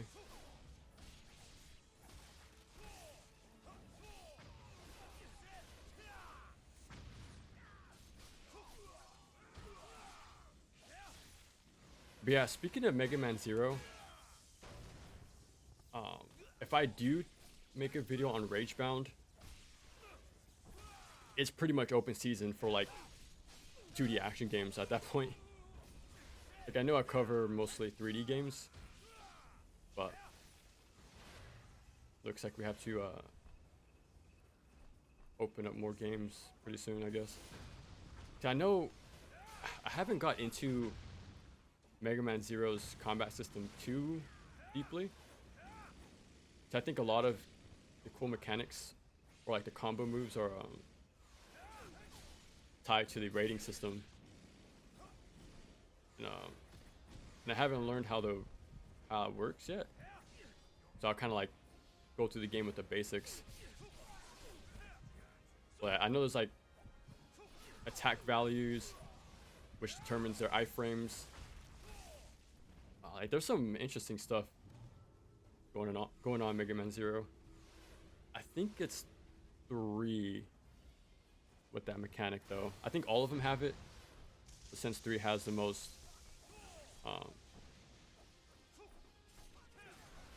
attack modifiers to unlock.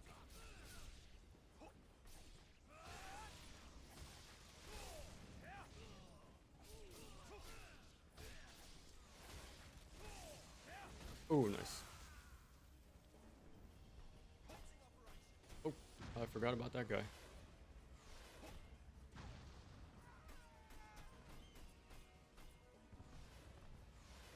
Okay.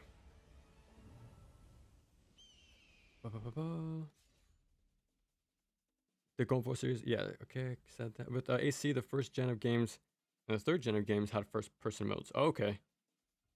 The most Mecha Warrior games get close, but they're slower paced and more heavy on simulation. Okay. What? I think it was Mech Assault. I think that's the one I played on the OG Xbox back in the day. Like I remember just jumping out of my my mech and being squashed. So I'll play with like multiplayer with my neighbors and stuff. Yeah, I never played it a lot because I was like a kid. So I got stuck pretty quick, but that's like the only mech game I played other than like Zoe.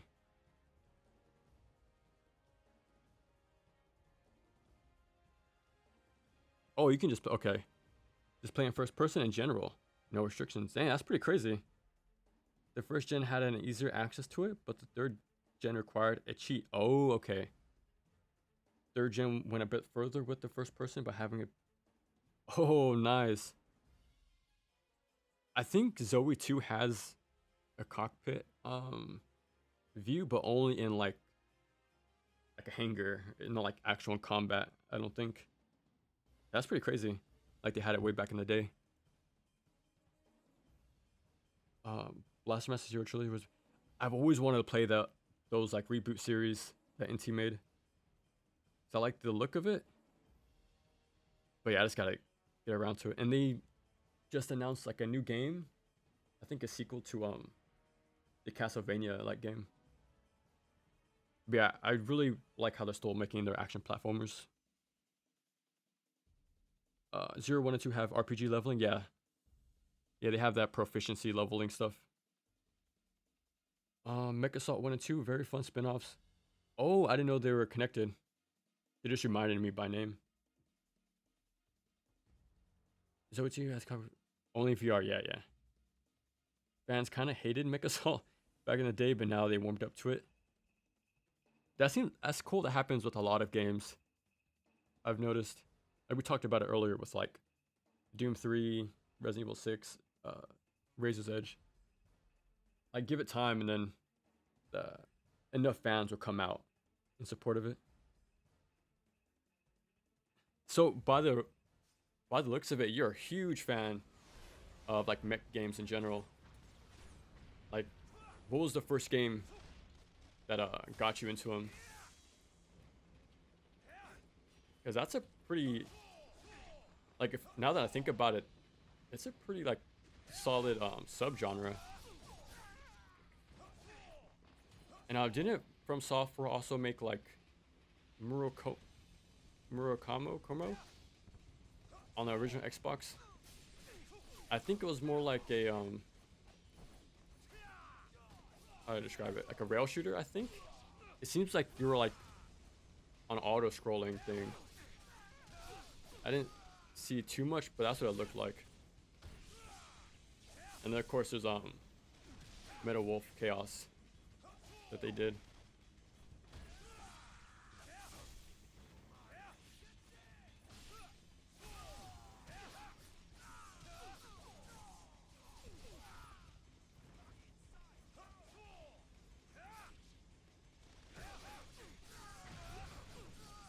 And if you look long enough, I remember coming across a whole bunch of um, Mech action platformers on the Super Nintendo.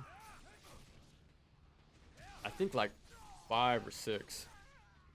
Like there's a cool amount of them, and you can actually like get out of your mech and stuff. Yeah, I guess like Blaster Master. Oh, now that okay, if you like like a mechanic of hopping in and out of your like machine and having like, that go on, check out Panzer Paladin. I mentioned it earlier. Yeah, it has that Blaster Master thing where you hop out of your mech and you play as your little pilot for a little bit. She has like an electric whip. Yeah, like yeah, that game is really good. Great art style, fun mechanics. Yeah, that game I highly recommend. A lot of cool like replayability too, with all the hard modes and like remixed um, stage and enemy layouts. I haven't played that game like 6 years, I think. That was like one of the first games I got on the Switch. Yeah, that was a really fun one.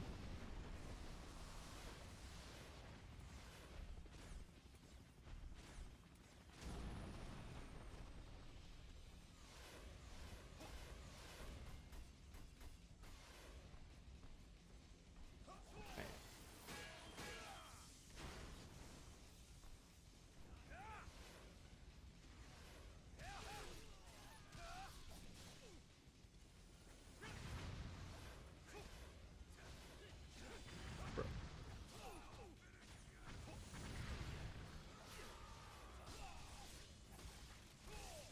Well, I have my True Inferno already.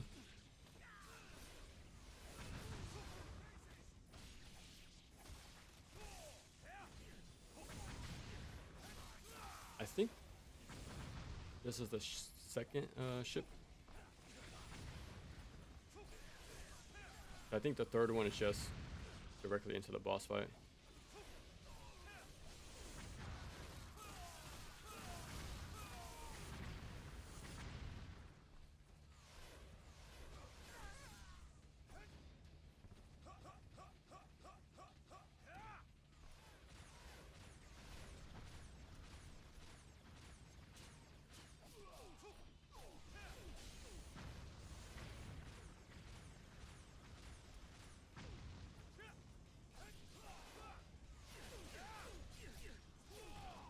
Imagine a unit dropping all the way up here. I always gotta remember not to speed up.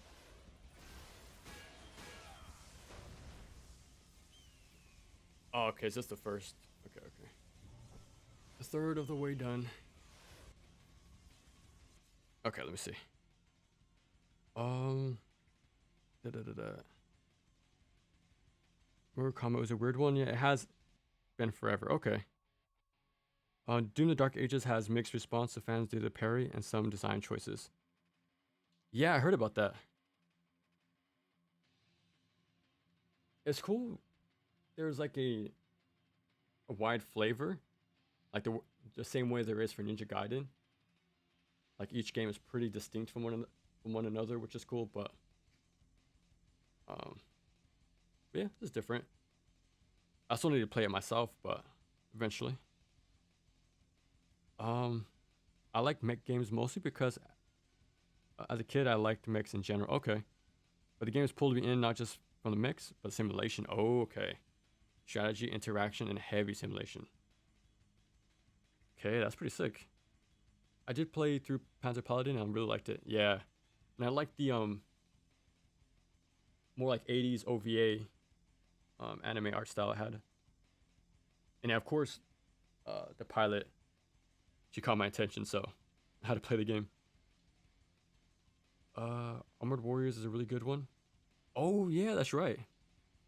I need to play that in Battle Circuit and Punisher. Yeah, I need to get through those like Capcom beat 'em ups.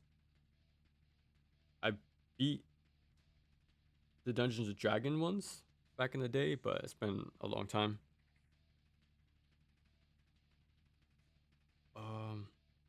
Mech Warrior from 4 and onward have full co-op. Oh, that's pretty sick. Yeah, action games in general don't have that. I remember mentioning it a few streams ago that it fascinates me that Contra and like um, Shadow of the Ninja, they have like co-op, like a co-op action game type of thing. You don't really see that. Even nowadays, you don't. That's why it bums me out that the online stuff was removed in a Master Collection.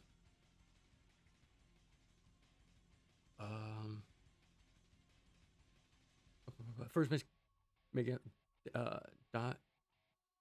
Diamond X Machina. I didn't really like it too much. Why not? Was it not too fun? Didn't look too good. The controls pretty weird. I think Real Doom fans shouldn't talk that much issue with. Don't take much issue with Dark Ages since at its core, it's still got a strong to Doom. Yeah, I wouldn't doubt it. Like the strafing, weaving in and out, constant moving. You just gotta approach it on its terms. And like, if you play Ninja Gaiden, then it's pretty familiar to do. Was disappointing. Oh, you didn't like it either? Dang. I guess that one is a miss then. That sucks. FromSoft did make more simulation heavy stuff to Mech Warrior via Chrome Hounds. That's another one I heard about. Yeah. Which is amazing, but multiplayer focused. Okay. Was that during the time of Armored Core 5? Or was this like earlier? I think you said 5 was the multiplayer heavy one, right? Mega Musashi was good. RPG, despite the campaign composed mostly of custom. I think I heard of that. I think I remember liking the logo, so it caught my eye, but haven't played it.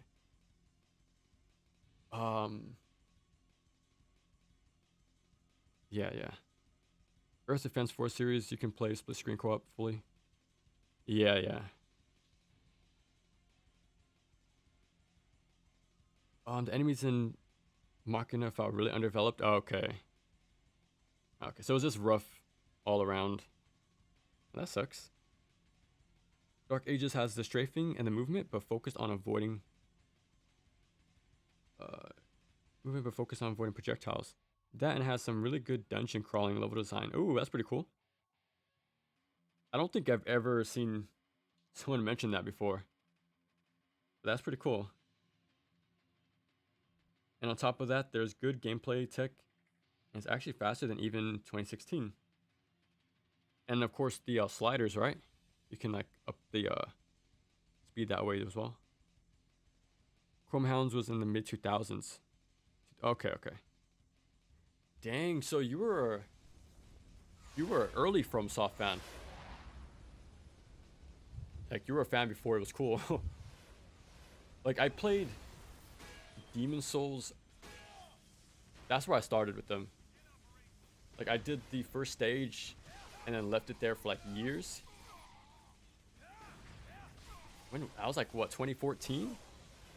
Like it was like way after Demons and Dark Souls was out, but I didn't actually go back and play the catalog until Bloodborne got it teased. So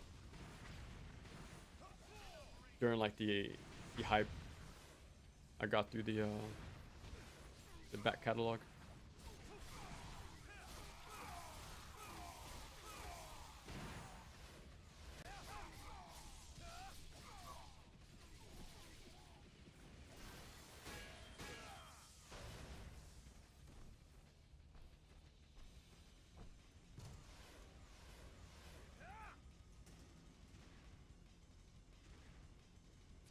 Oh, almost got level 3.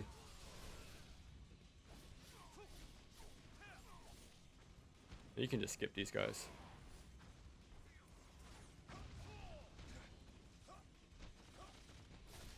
Oh, nice.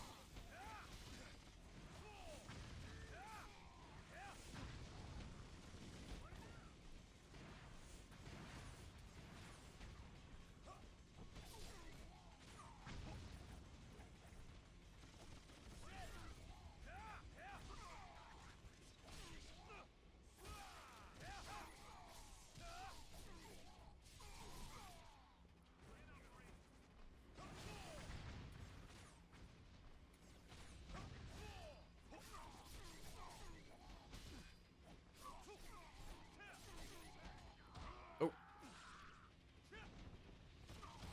I was stuck in block stun.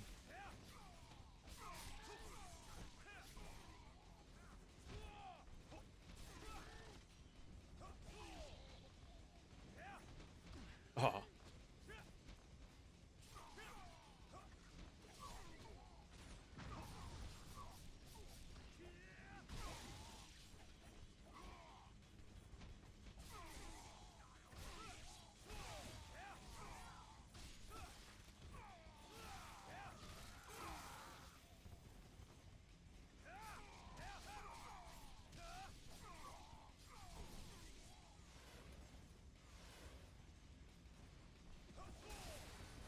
Okay, I think we're approaching the final ship now. I think.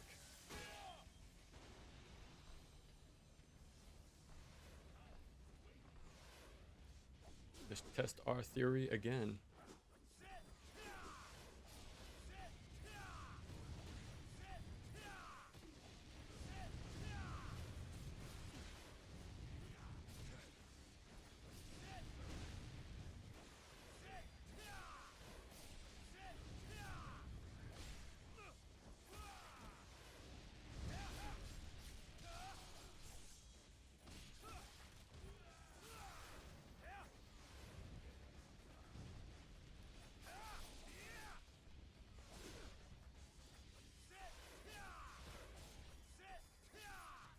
Yeah, it's pretty much the way to do it.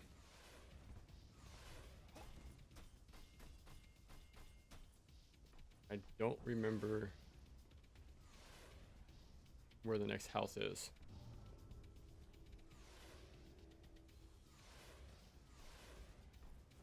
I still want to have meter for the boss.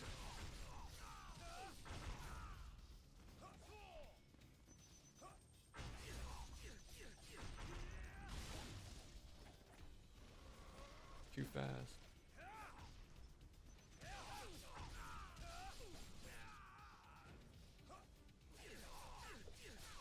Yeah, I like the auto targeting. The shuriken will point me in the right direction. Then wind path will do the same. Ooh.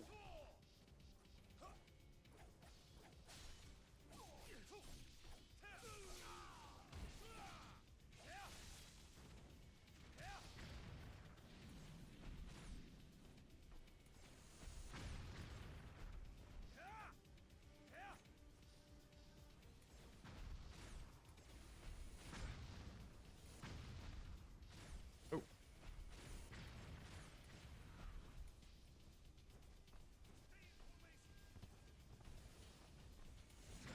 Oh no.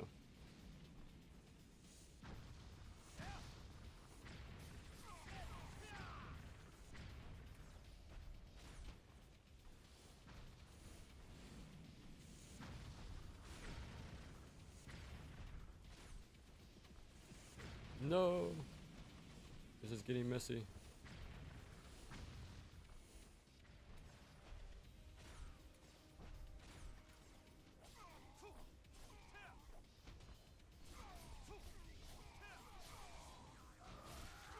Okay, get some health.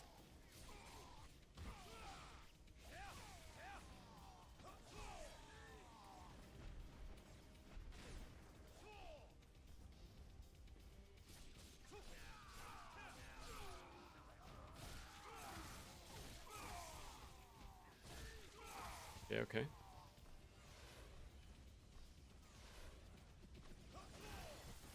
Alright, I think this is the final stretch. Tuya.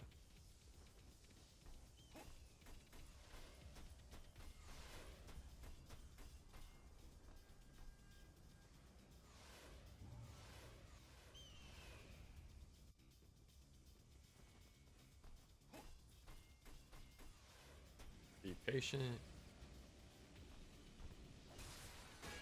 Okay, at least we have True Inferno. Well, I actually don't remember if they're even a boss in Chapter Challenge. They might be.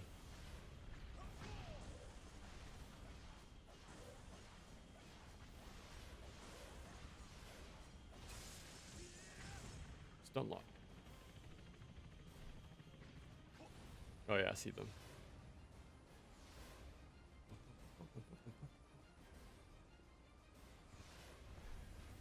Nope. You are not gonna mess with that.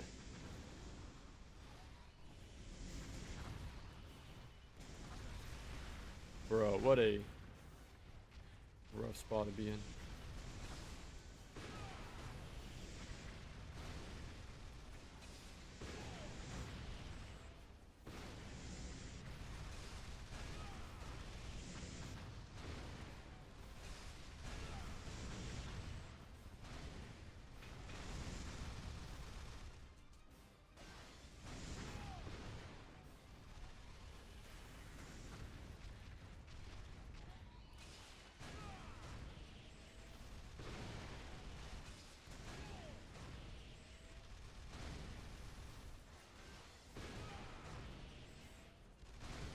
Oh.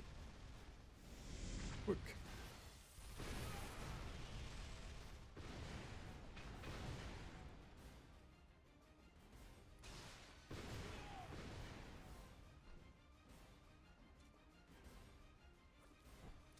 Do we even fight the chairman?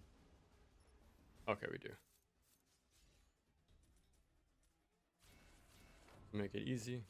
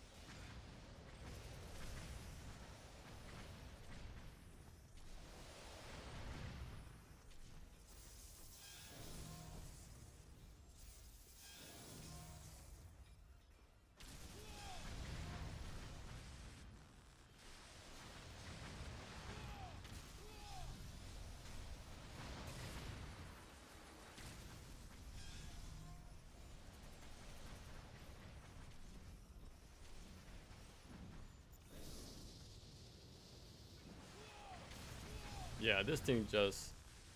Well, it destroys everything in the game, but I feel like it's extremely good, especially against this guy. I don't think we even do phase 1 and 2.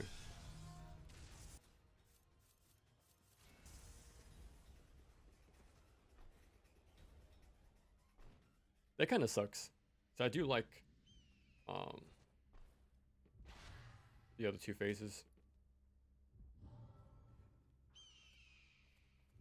Okay.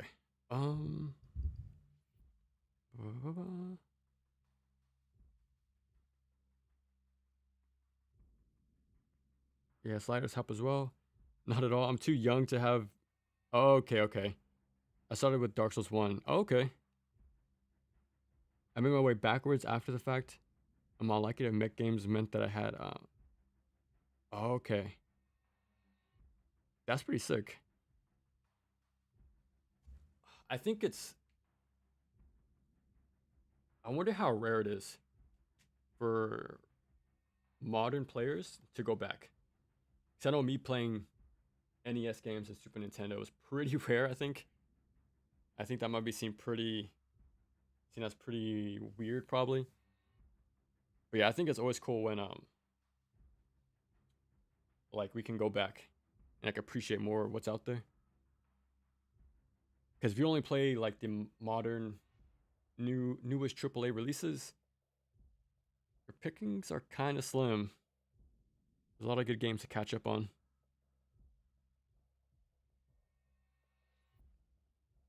From before, Souls were known for Armored Core and mech games. The one mech game I have yet to try is Steel Battalion. Battalion. Oh yeah, yeah. That's the like the Xbox one, right? The original. Even 360 on the Kinect. Good controller, yeah. Like a mech cockpit controller. Seems amazing, however, probably one of the most immersive. Yeah, like that's always seemed like the Holy Grail experience. Maybe one day, man. Like that'll be your goal. Have your own little like setup and stuff. That and their dungeon crawlers, which are now popular. If only Echo Knight, Eternal Ring, and Evergrace were as popular. Those were PS2 games, right? I need to play Otogi. Like I like the idea. It has this more.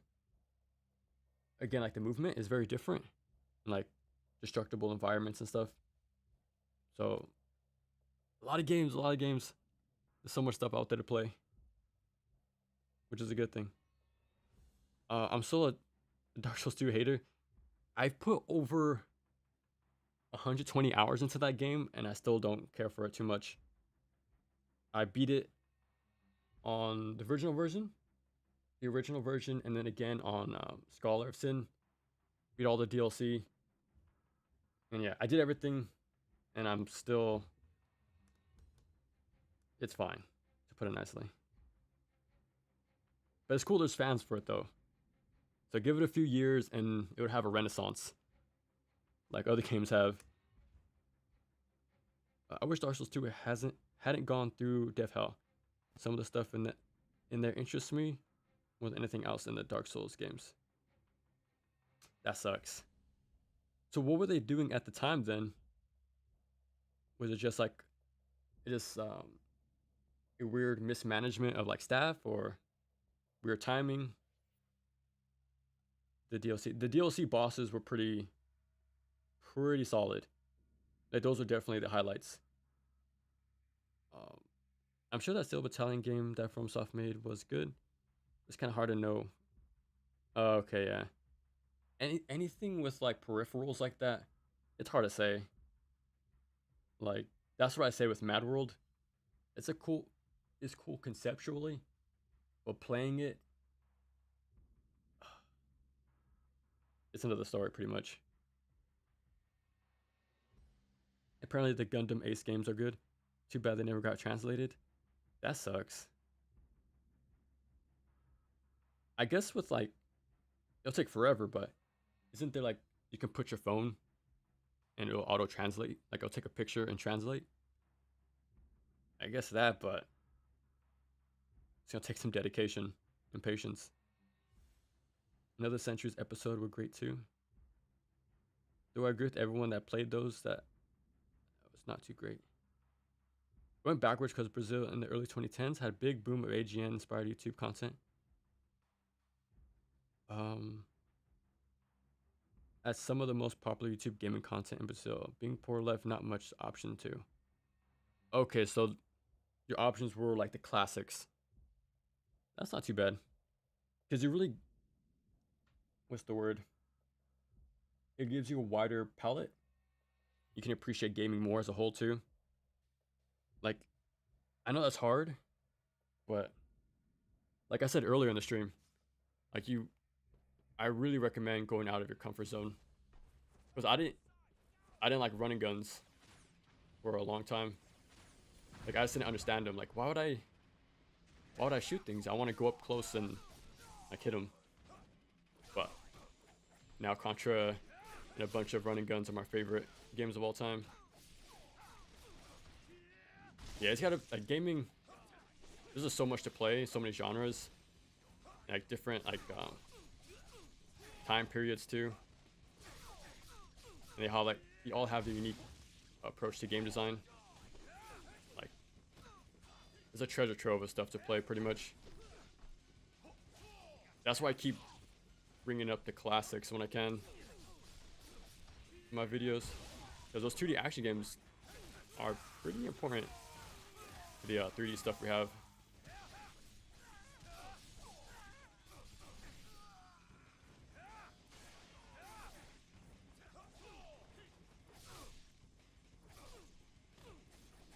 been a while since I've done this one.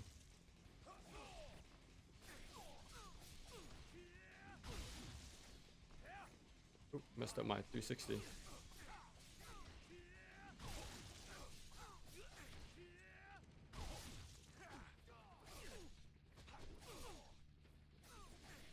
Boom. That's sick.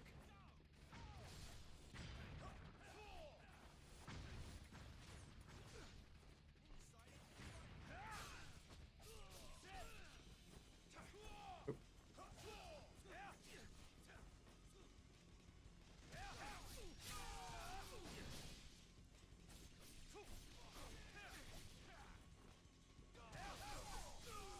Well, I don't need True Inferno anymore. I'll keep it for the final fight. Why not?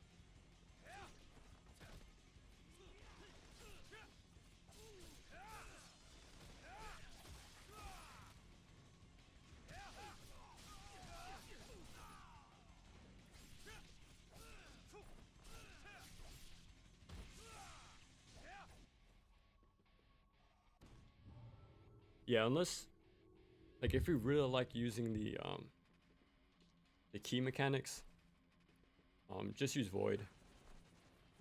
Like True Inferno is pretty cool to have the extra meter for that stuff, but Falcon's Eye I would highly recommend you don't even buy that move. Like, I don't think there's any use for it really.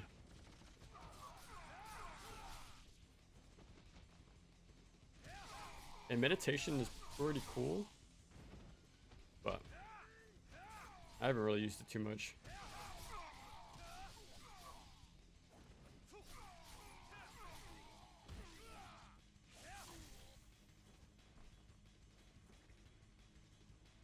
This is all the level design we see in this game. Little waist high cover. Pretty much it.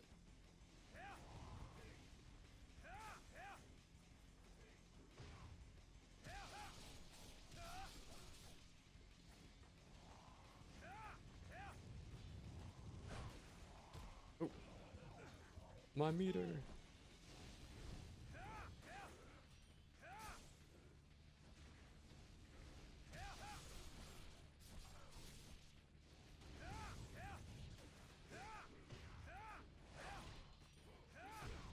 Oh. Counter bail. No.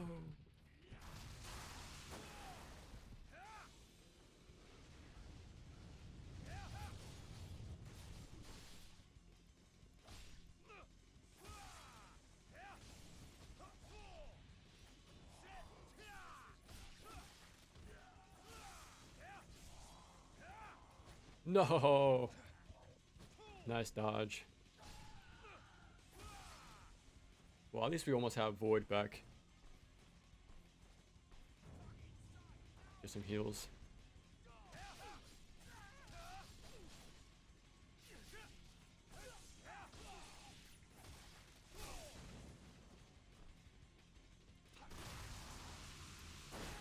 Ooh, I could have aimed to the left a bit more.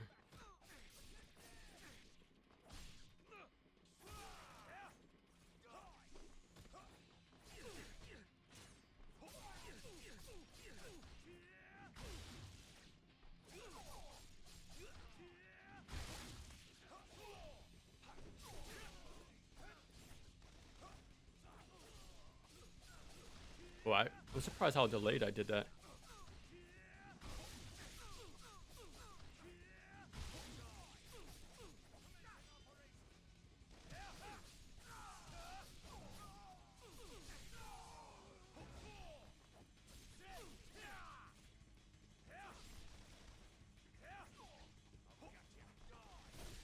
Oh wow, I'm surprised that still counted.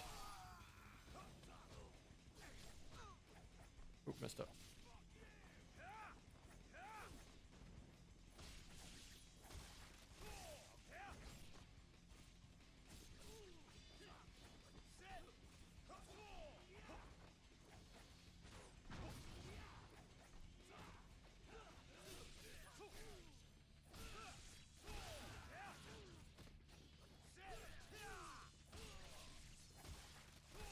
Is there Alchemist? Okay, I guess not. Ooh. Okay. Let's see. The design of Steel Battalion, clearly incredible game, incredibly good. But again, it's basically unplayable. Damn, that sucks. Dark Souls 2 was originally meant to be an open world game. It didn't work out and they fired the original director. Oh, that sucks. The new guy had to come in and reformat it to be more like, whoa, so they were trying to be ambitious from the start. Like going from stage based from demons, interconnected in Souls 1, and then full on open world. Oh, damn it. So they really had to wait a few years until they realized the idea with Elden Ring. Damn.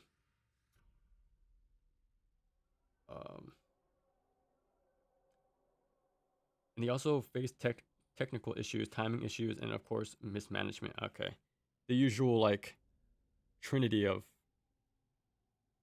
mishaps. It's most fun when playing it in co-op. Scarlet for Sin, treating it makes him for like a gauntlet. Okay, it's worse overall, but I do think it offers a decent enough co-op experience. That's pretty cool. Early 3D beat 'em ups, I think are fun, released before DMC1 are. Okoto no Ken, Jackie Chan. Yeah, I want to play that one really bad. Die Hard Arcade. I heard of that one too. There's also Taifu, I think. Looks like a cougar or like a panther. Like a very martial arts inspired, like 3D beat 'em up on the PS1. So yeah, Jackie Chan and Taifu. I think that's what it's called. Those two I definitely want to play. Die Hard is awesome. Dynamite Cop, which is basically also Die Hard Arcade. Okay. Yeah, I heard about that too. Spike Out. I do have a modded original Xbox. So with the power of burnt CDs, I can play man, what's it called? Spike Out something. Battle Street. I think that's what it's called. Yeah, and if I have to play the earlier ones through Rikusa, then I'll just Gamefly. Contra Shadow Soldier is a run and gun, and I really got it recently. Yeah, that game is really good. And the flamethrower charge attack, I think it's a flamethrower. That charge attack move is super strong. Yeah, Spike Out Battle Street, there it is. It's an odd one, but also fun and underrated.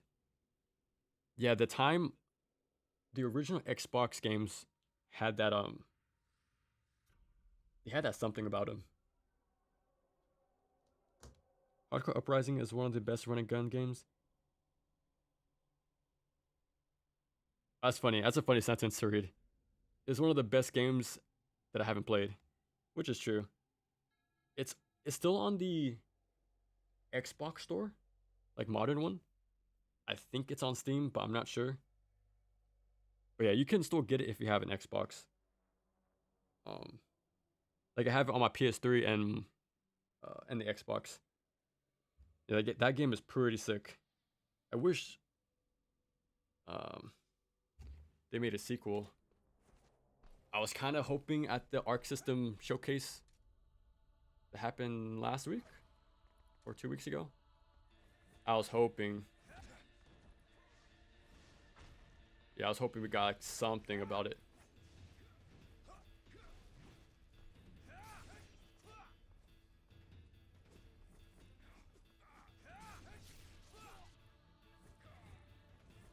They are making like a top-down action game, they described it as.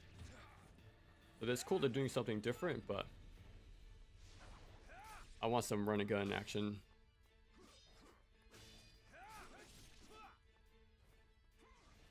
Oh, I might die. Ooh.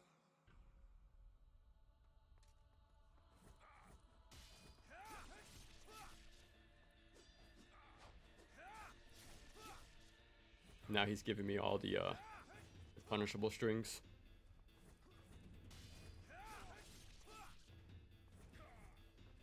Yeah, now he wants to cooperate.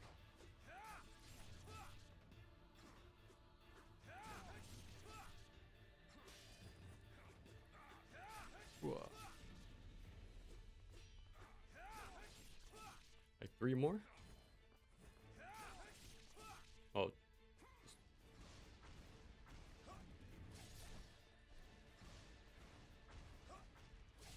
There you go.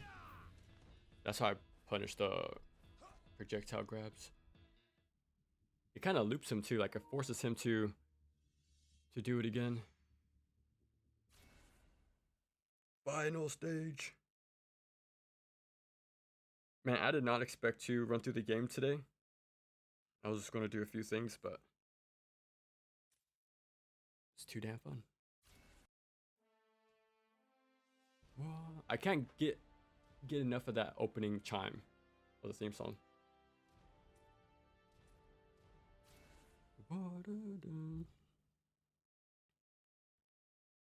Spike Out was originally an arcade game. It's only playable either emulated or via Yakuza, which comes with Spike Out versions. I also want to play Slash Out. I like the fantasy spin to the game. So there's Spike Out, then there's Spike Out Battle Street, and then Slash Out. I gotta play those. There's a lot of games to play.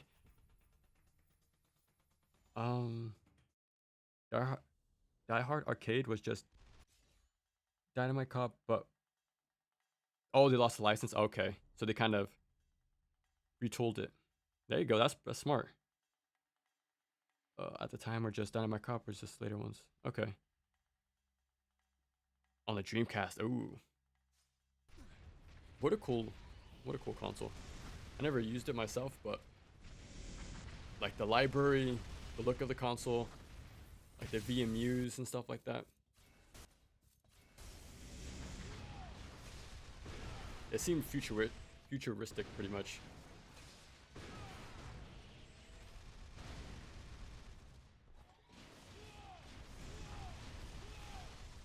I do want to play Gunbird on the Dreamcast because Marion is exclusive to that version. And I think Morrigan is on Gunbird 2 on Dreamcast. There's some cool like exclusives on that version. I gotta play that sometime. Die.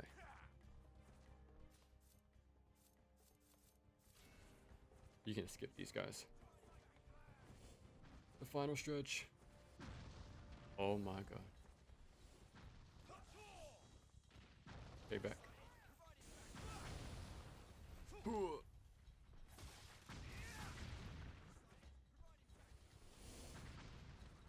Yeah.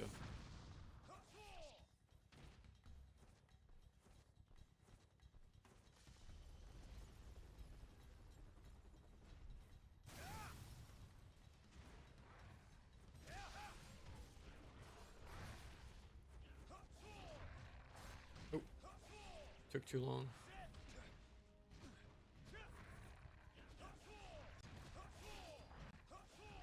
I was gonna play it very safe by spamming Flying Swallow.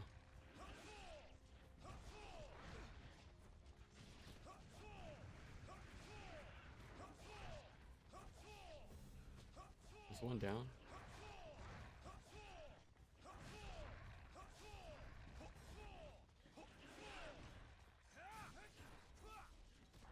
Oh, I thought he was doomed.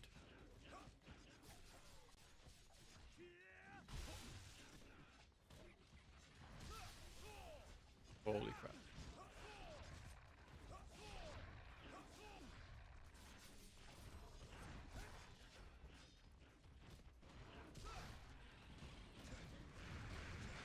Oh my god.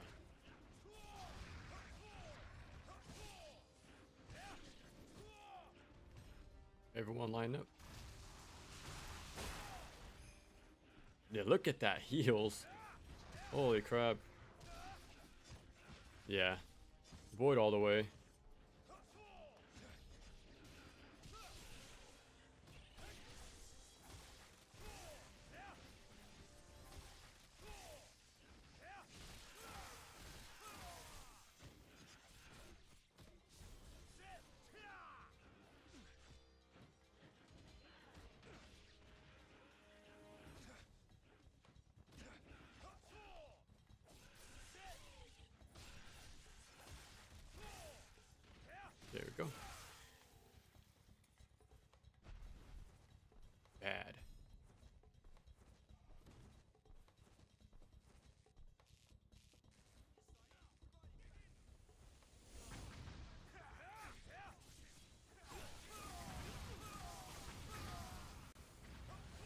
Oh, I just speaking of beat 'em ups, I'm really looking forward to Cosmic Invasion, the Marvel one.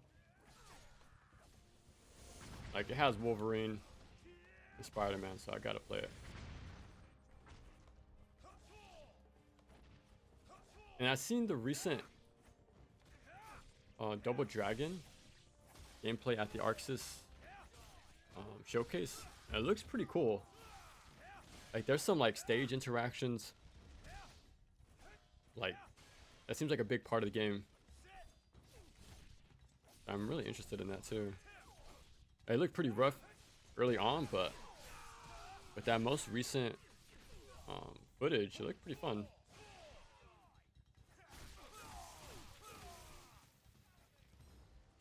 Yeah, I think after finishing with Ninja Gaiden, I'm going back to my roots and playing more simpler games. I think it's gonna be a long time before we look at the heavy hitters, because that's what we did like at the end of last year and all of this year. Like God Hand was a huge thing. Ninja Gaiden right after, yeah, it's kind of a lot. Yeah, I'm gonna play like Solstice. There's a game called Omen Sight I've had for a long time, so I'm excited to play that. Yeah, I just want to get more into my any of those smaller action games I haven't got to yet. We play like gory, play gory too. I want to use Void to get it over with, but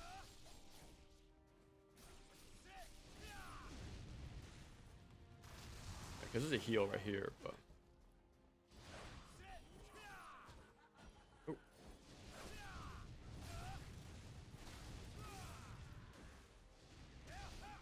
oh no. Oh. Already halfway filled. Just 2 OTs.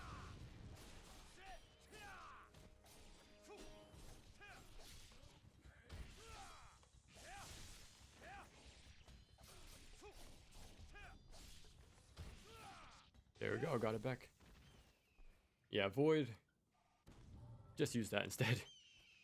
Everything else, it's hard to compete with. Oh, let me catch up. Okay.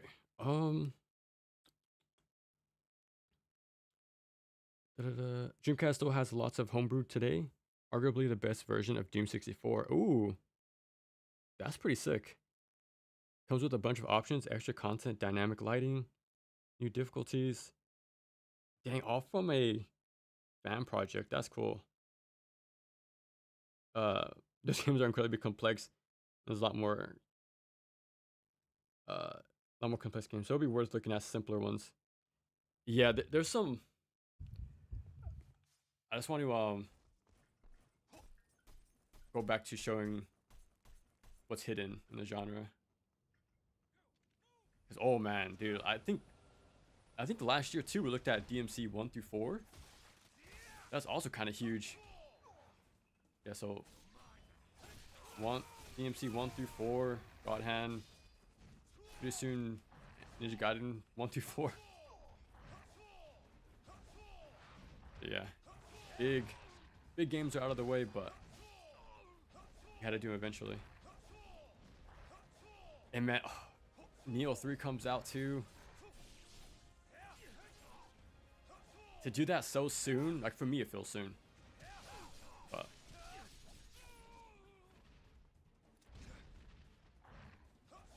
like holy crap. There's a lot of games coming out. Or like to look over, pretty much. There's no shortage of them. Oh crap.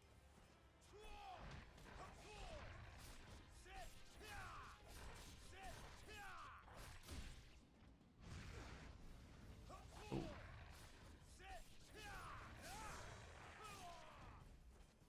Get some health back. Oh, this guy was just hanging out in the back the whole time. Oh, is he stuck? Oh, no, he's not. Yeah, light, light, forward, light, heavy. Speaking of retooling a game after losing the license, isn't that what happened with Prototype 1 and 2? Like, wasn't Prototype 1 supposed to be like a symbiote type of game? And I heard 2 was supposed to be like Incredible Hulk. That's what I heard anyway, so. And look how like cool those games came out. Like, even though they repurposed like the super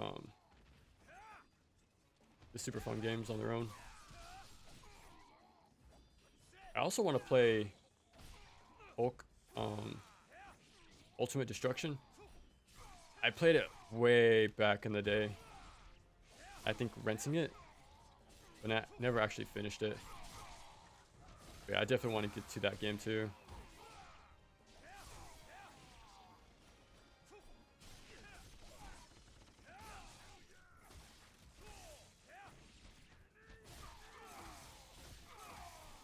Whoa.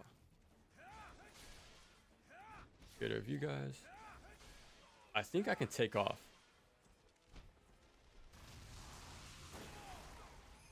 See ya.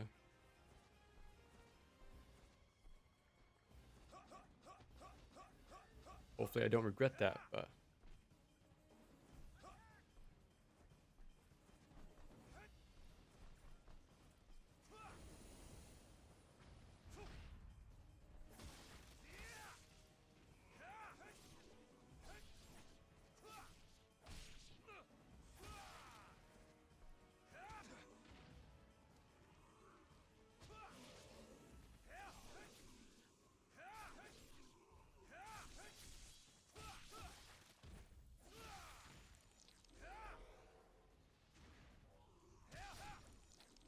Bro.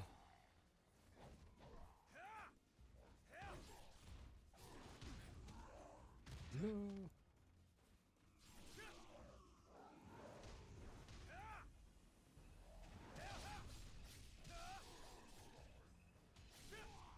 Oh, I should have surged.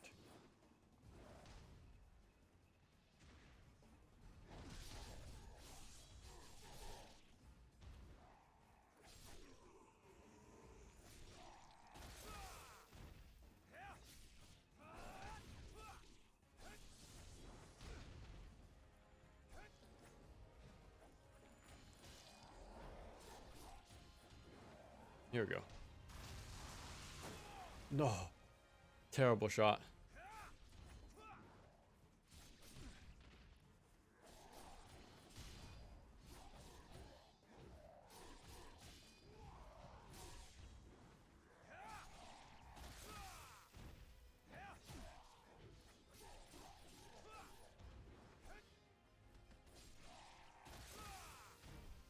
Okay. We got 2 forms of healing.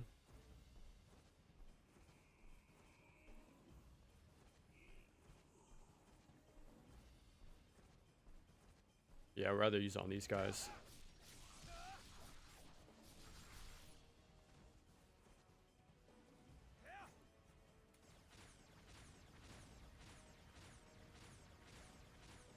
I don't think there's Alchemist on this mode.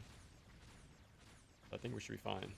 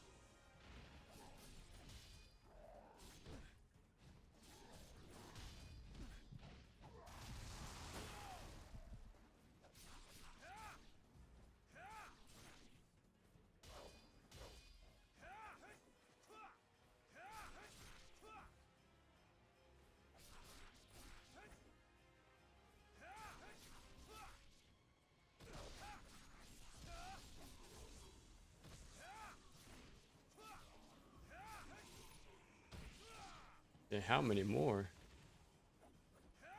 What the hell? Oh crap. Why is there so many? Because we fight Cliff, and that's pretty much it. You can skip the rest of the fights coming up and go straight into the to Theodore.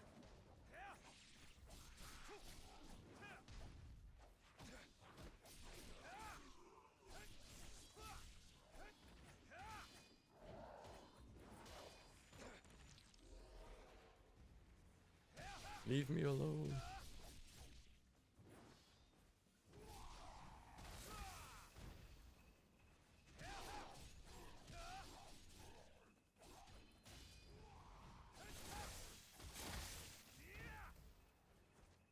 Oh my god, there's still more.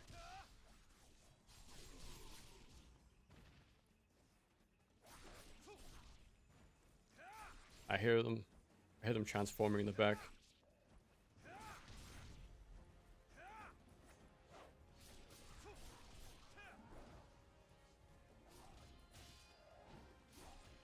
Please be the last one.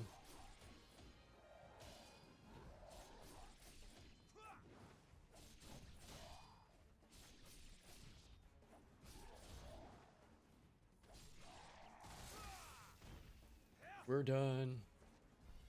Holy. Jeez. Okay. Prototype 1 was interesting in that it was both conceived as a Hulk game, as well as having nearly been a Web of Shadows sequel. Ooh. With co-op play? Dude. Imagine that.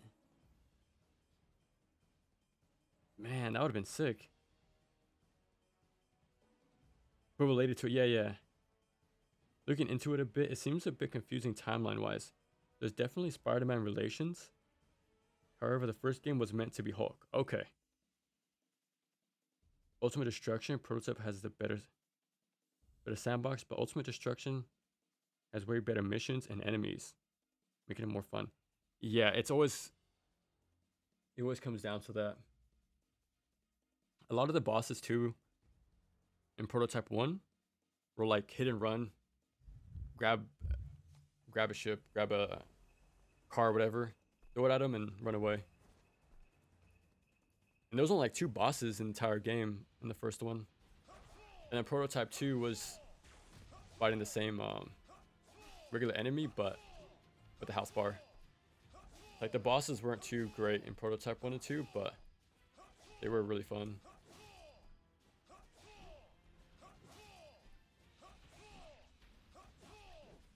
And yeah, the first game had like some crazy OTG stuff, like air combos, but it all comes down to the enemies. Like if they're not fun or put up much of a fight, it's not satisfying pretty much. So that sounds pretty promising. The Ultimate Destruction has some more stuff going on there. And yeah, you can just flying swallow spam this guy.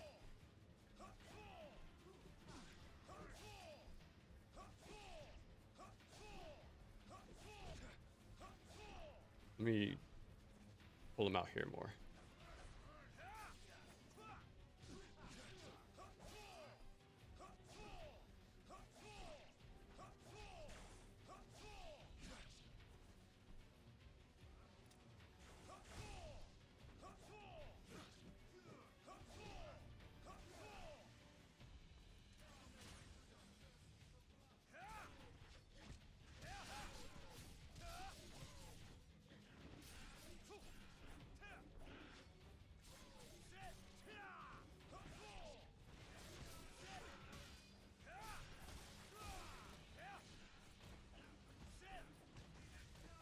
Oh crap. I just realized what was happening.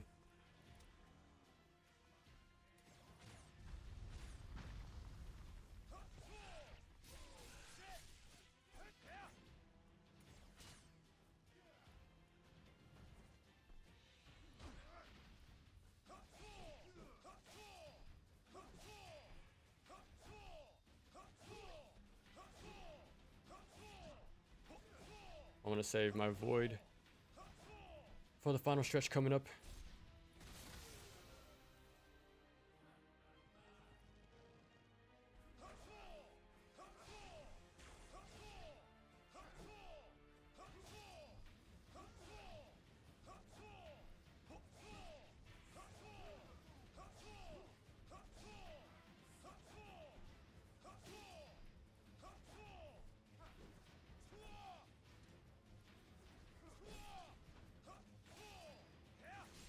No. Oh my god. The shuriken cancel came in clutch.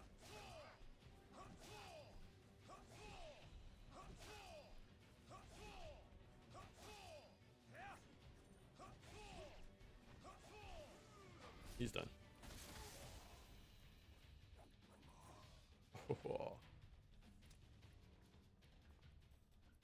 Now, where is my falcon?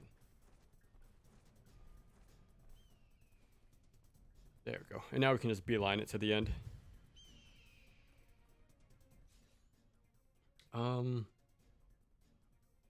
Okay, I looked into something just now. Apparently, it's Assassin's Creed Armored Core 6 was meant to be the first person. Was meant to have first person, but was scrapped. There's still leftovers that can be found in game and can't be used. This was only found. That's crazy. That it was there the entire time, but just never came to fruition. Also, Destruction has some very tough missions too. They very much push the player. Oh, that's pretty cool. That is not just some, casual game. That they actually, push the envelope. Cool. So many fun games to play. So many. It could be better, but I appreciate that they did it. Especially in context Prototype 1 and 2. We covered DMC5 eventually. It's going to be a long time. A very long time. Because after doing Ninja Gaiden 1, 2, and 3, and then 4 coming up soon, I need to take a break on the heavy hitters. So we're just going to appreciate the smaller titles for a while. Maybe we do some more beat 'em ups and some more shorter. Yeah, definitely play some more like indie stuff and maybe more beat 'em ups.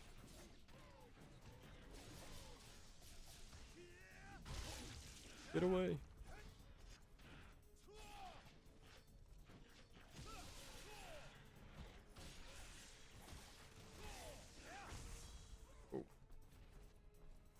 Oh, I'm so dumb. I could have just ran past.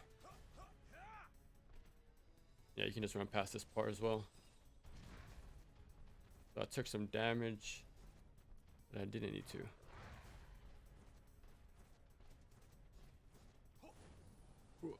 Yeah, this fight you have to do. They won't let you do the kunai climb otherwise. Oh my god.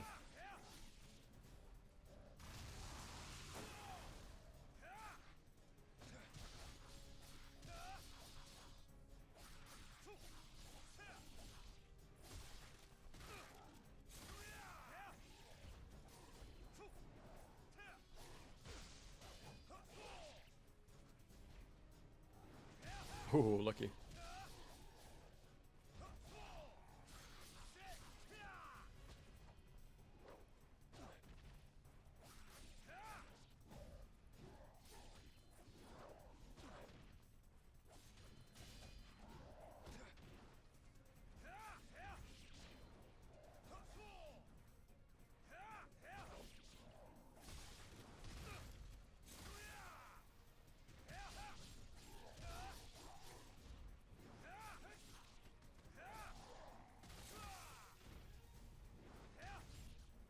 Where's my bloody rage? No. Why, Dragon Sword? Why? Oh my god.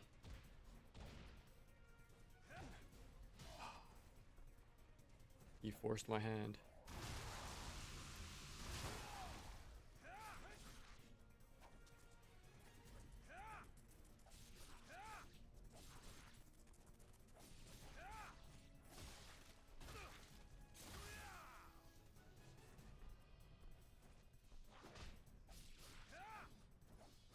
Oh crap.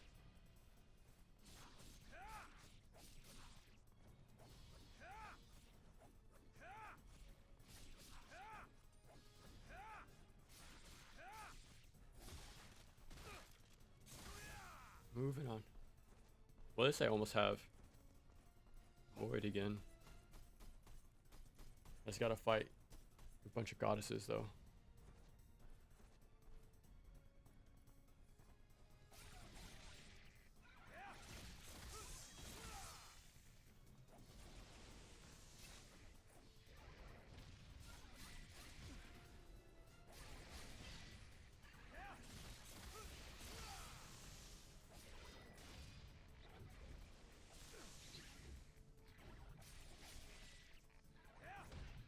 Oh yeah. Every time you try to do that against the wall, it's always finicky. Oh, I did it too early.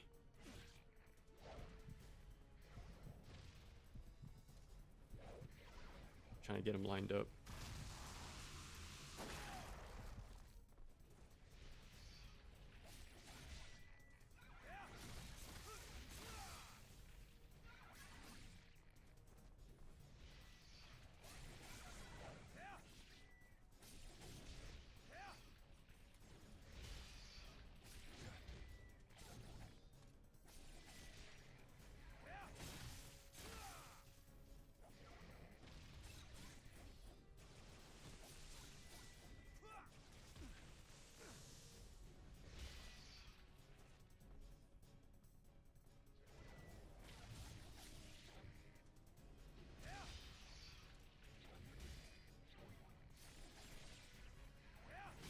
That should be it.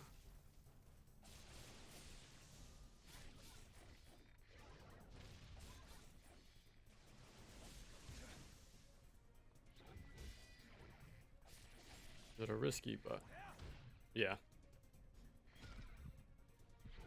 It's a death trap to be next to a wall.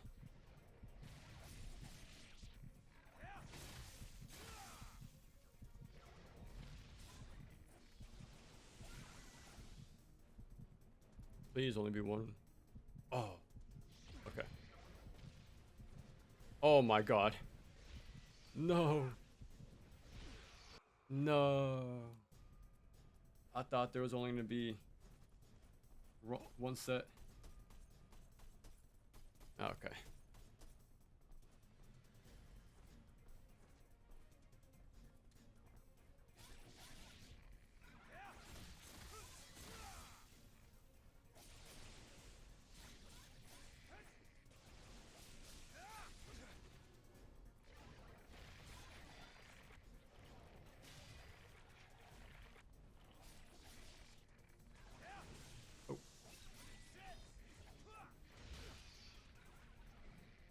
Oh, nice. Oh yeah, I might as well do that instead.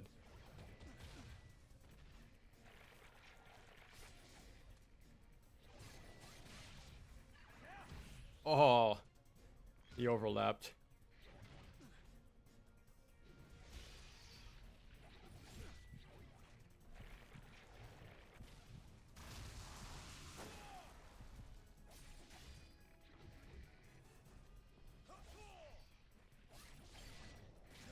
No.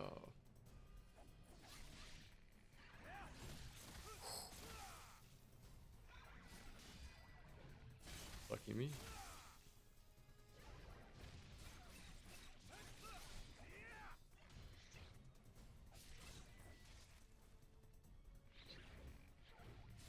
Nah.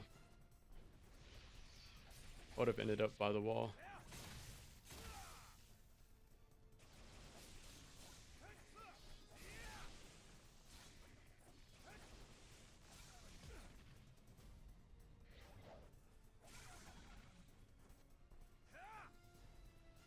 think they block. Oh.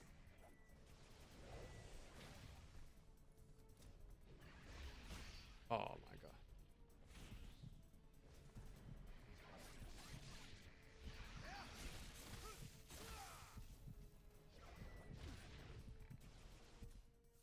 We need to do it.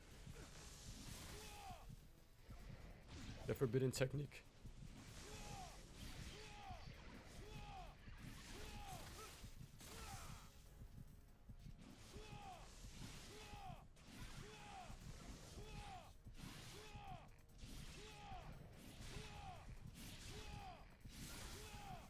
Give me void.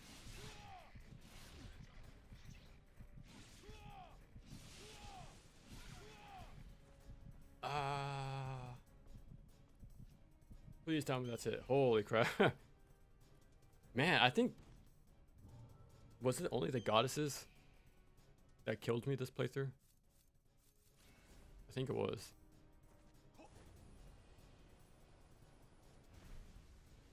Okay, here we go.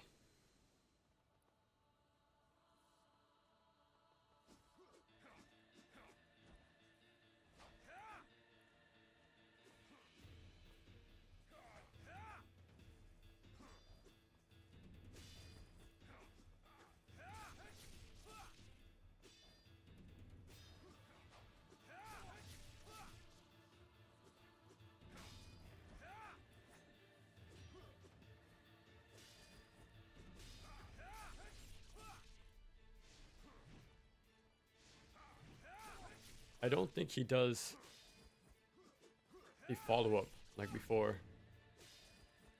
So I think you can just straight up punish the grab. Yeah, I think so.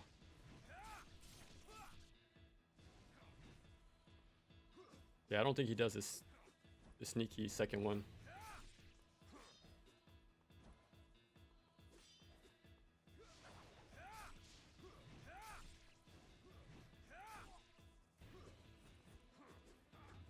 I'm gonna wait for something.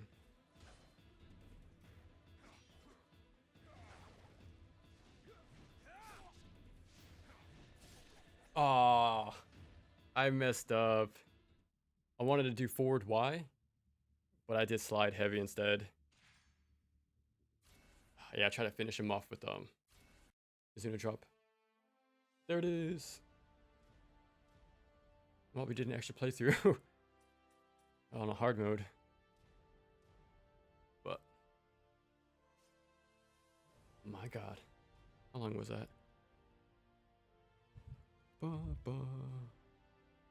That was 5 hours. That was pretty much the same amount of time normal was. Okay. A lot of smaller and simpler games deserve love too, especially after so many games of the scale. Yeah, that's why I'm excited to go back and go to those type of games again.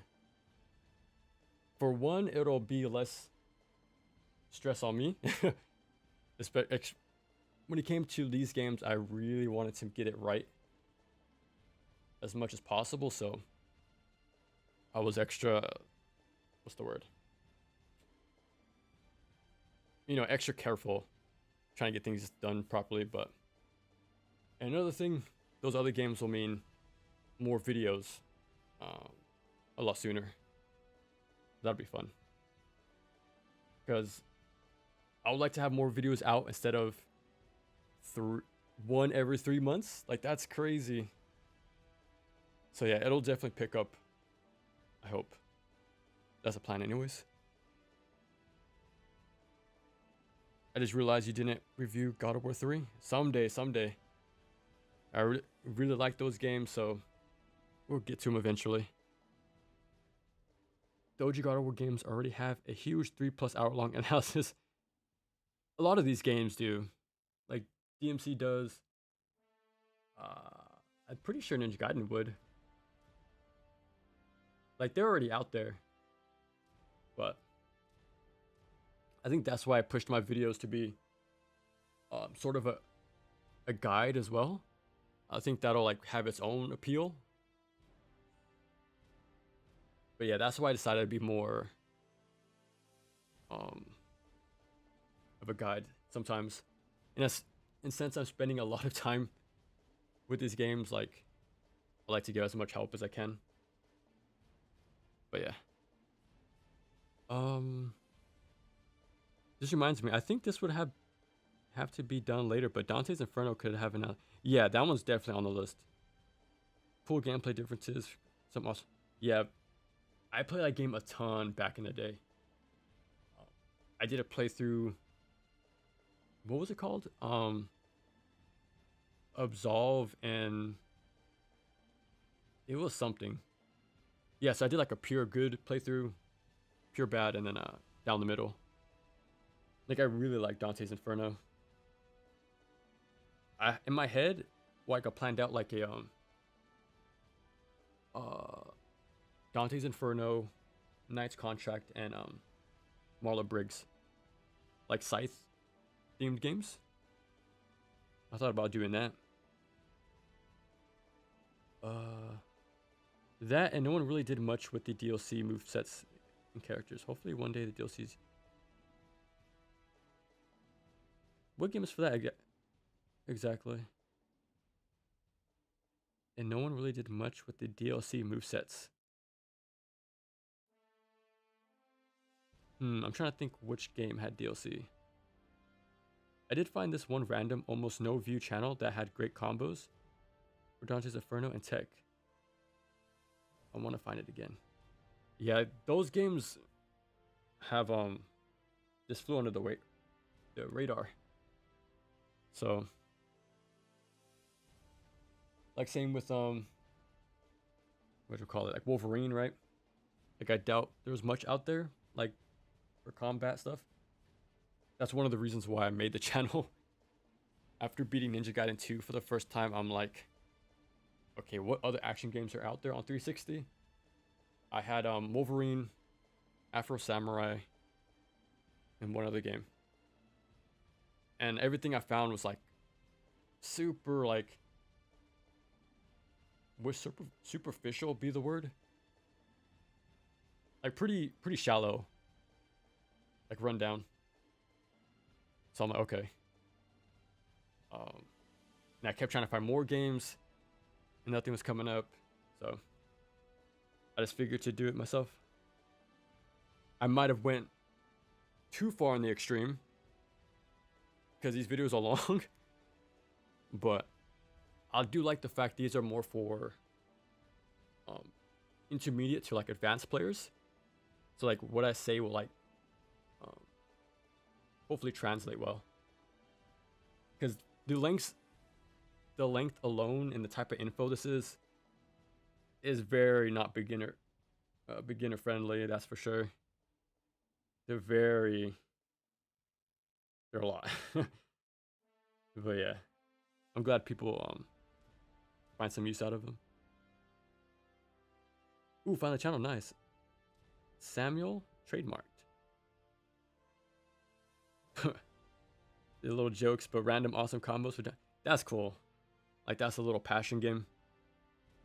Yeah, that game's fun. Yeah, it's a really fun game. Ninja Gaiden doesn't have one as good as. There's a lot. I know of JTB, the legend, but yeah, I stand on the shoulders of giants. So I'm not the first, and I won't be the last one either. So I'm just helping pass on the info. The God of War videos would definitely take a lot of effort. It's got a lot of depth. Yeah, I think those games are underrated for sure. I already had like my idea for what my intro would be. Like, go mention that's my first experience with like sort of elitism. Like trying to compare games and put some stuff down. Like, no, all these games are pretty damn fun. So yeah, I really like the original trilogy. So yeah, this is gonna be fun going through those again. Marla Briggs would be a funny one. Always surprised at how much I enjoyed their combat. I've only seen like I think you were there during the Neo stream about two best friends or super best friends play. Like they did one off. No, they did a full playthrough, I think. Yeah, I think I seen it back in the day, but it's been so long. But yeah, I want to play it again because it has a lot of character, like charm. Dante Inferno had a DLC. What? Damn, I never knew that. I only knew about the PSP port, which was kind of impressive. It reminded me of when you brought up the Armored Core PSP port. It reminded me of Onichimbata. They had a PSP game, but there's no translation. It's all Japanese. So when I was really getting into those games back a few years back, that's where my journey ended. Because I beat everything else, but I had no way to play that game, like understand it. But yeah, that's crazy. Level editor too. Also had co-op. Damn. The 7th generation, right? A lot of co-op going on at that time. Even God of War Ascension. You can see, yeah. Yes, it will take time, but patience. Yeah. Yeah, that was, dude, that Neo 3 stream was fun. But it is a long stream, and we're gonna have to call it here. But GG's, that was a fun playthrough. There's a gladiator game. To snack beer covered. I think you also enjoyed a cover Coliseum Road to Freedom. Yeah, I remember. There's also a Capcom Coliseum game. I remember having a theme. It was that one you mentioned. Yeah, it was that. Capcom, and I think Rise, like on Xbox. Like have like what would you call it? A gladiator type of action game. Yeah, I'll check the email right now as soon as I hop off. But yeah, GG's everyone. Appreciate you guys stopping by and watching this. Yeah, that was a lot of fun. Shadow of Rome, there it is. Yeah. Thanks for hanging out, man. Appreciate it. To everyone else, good night. And until next time.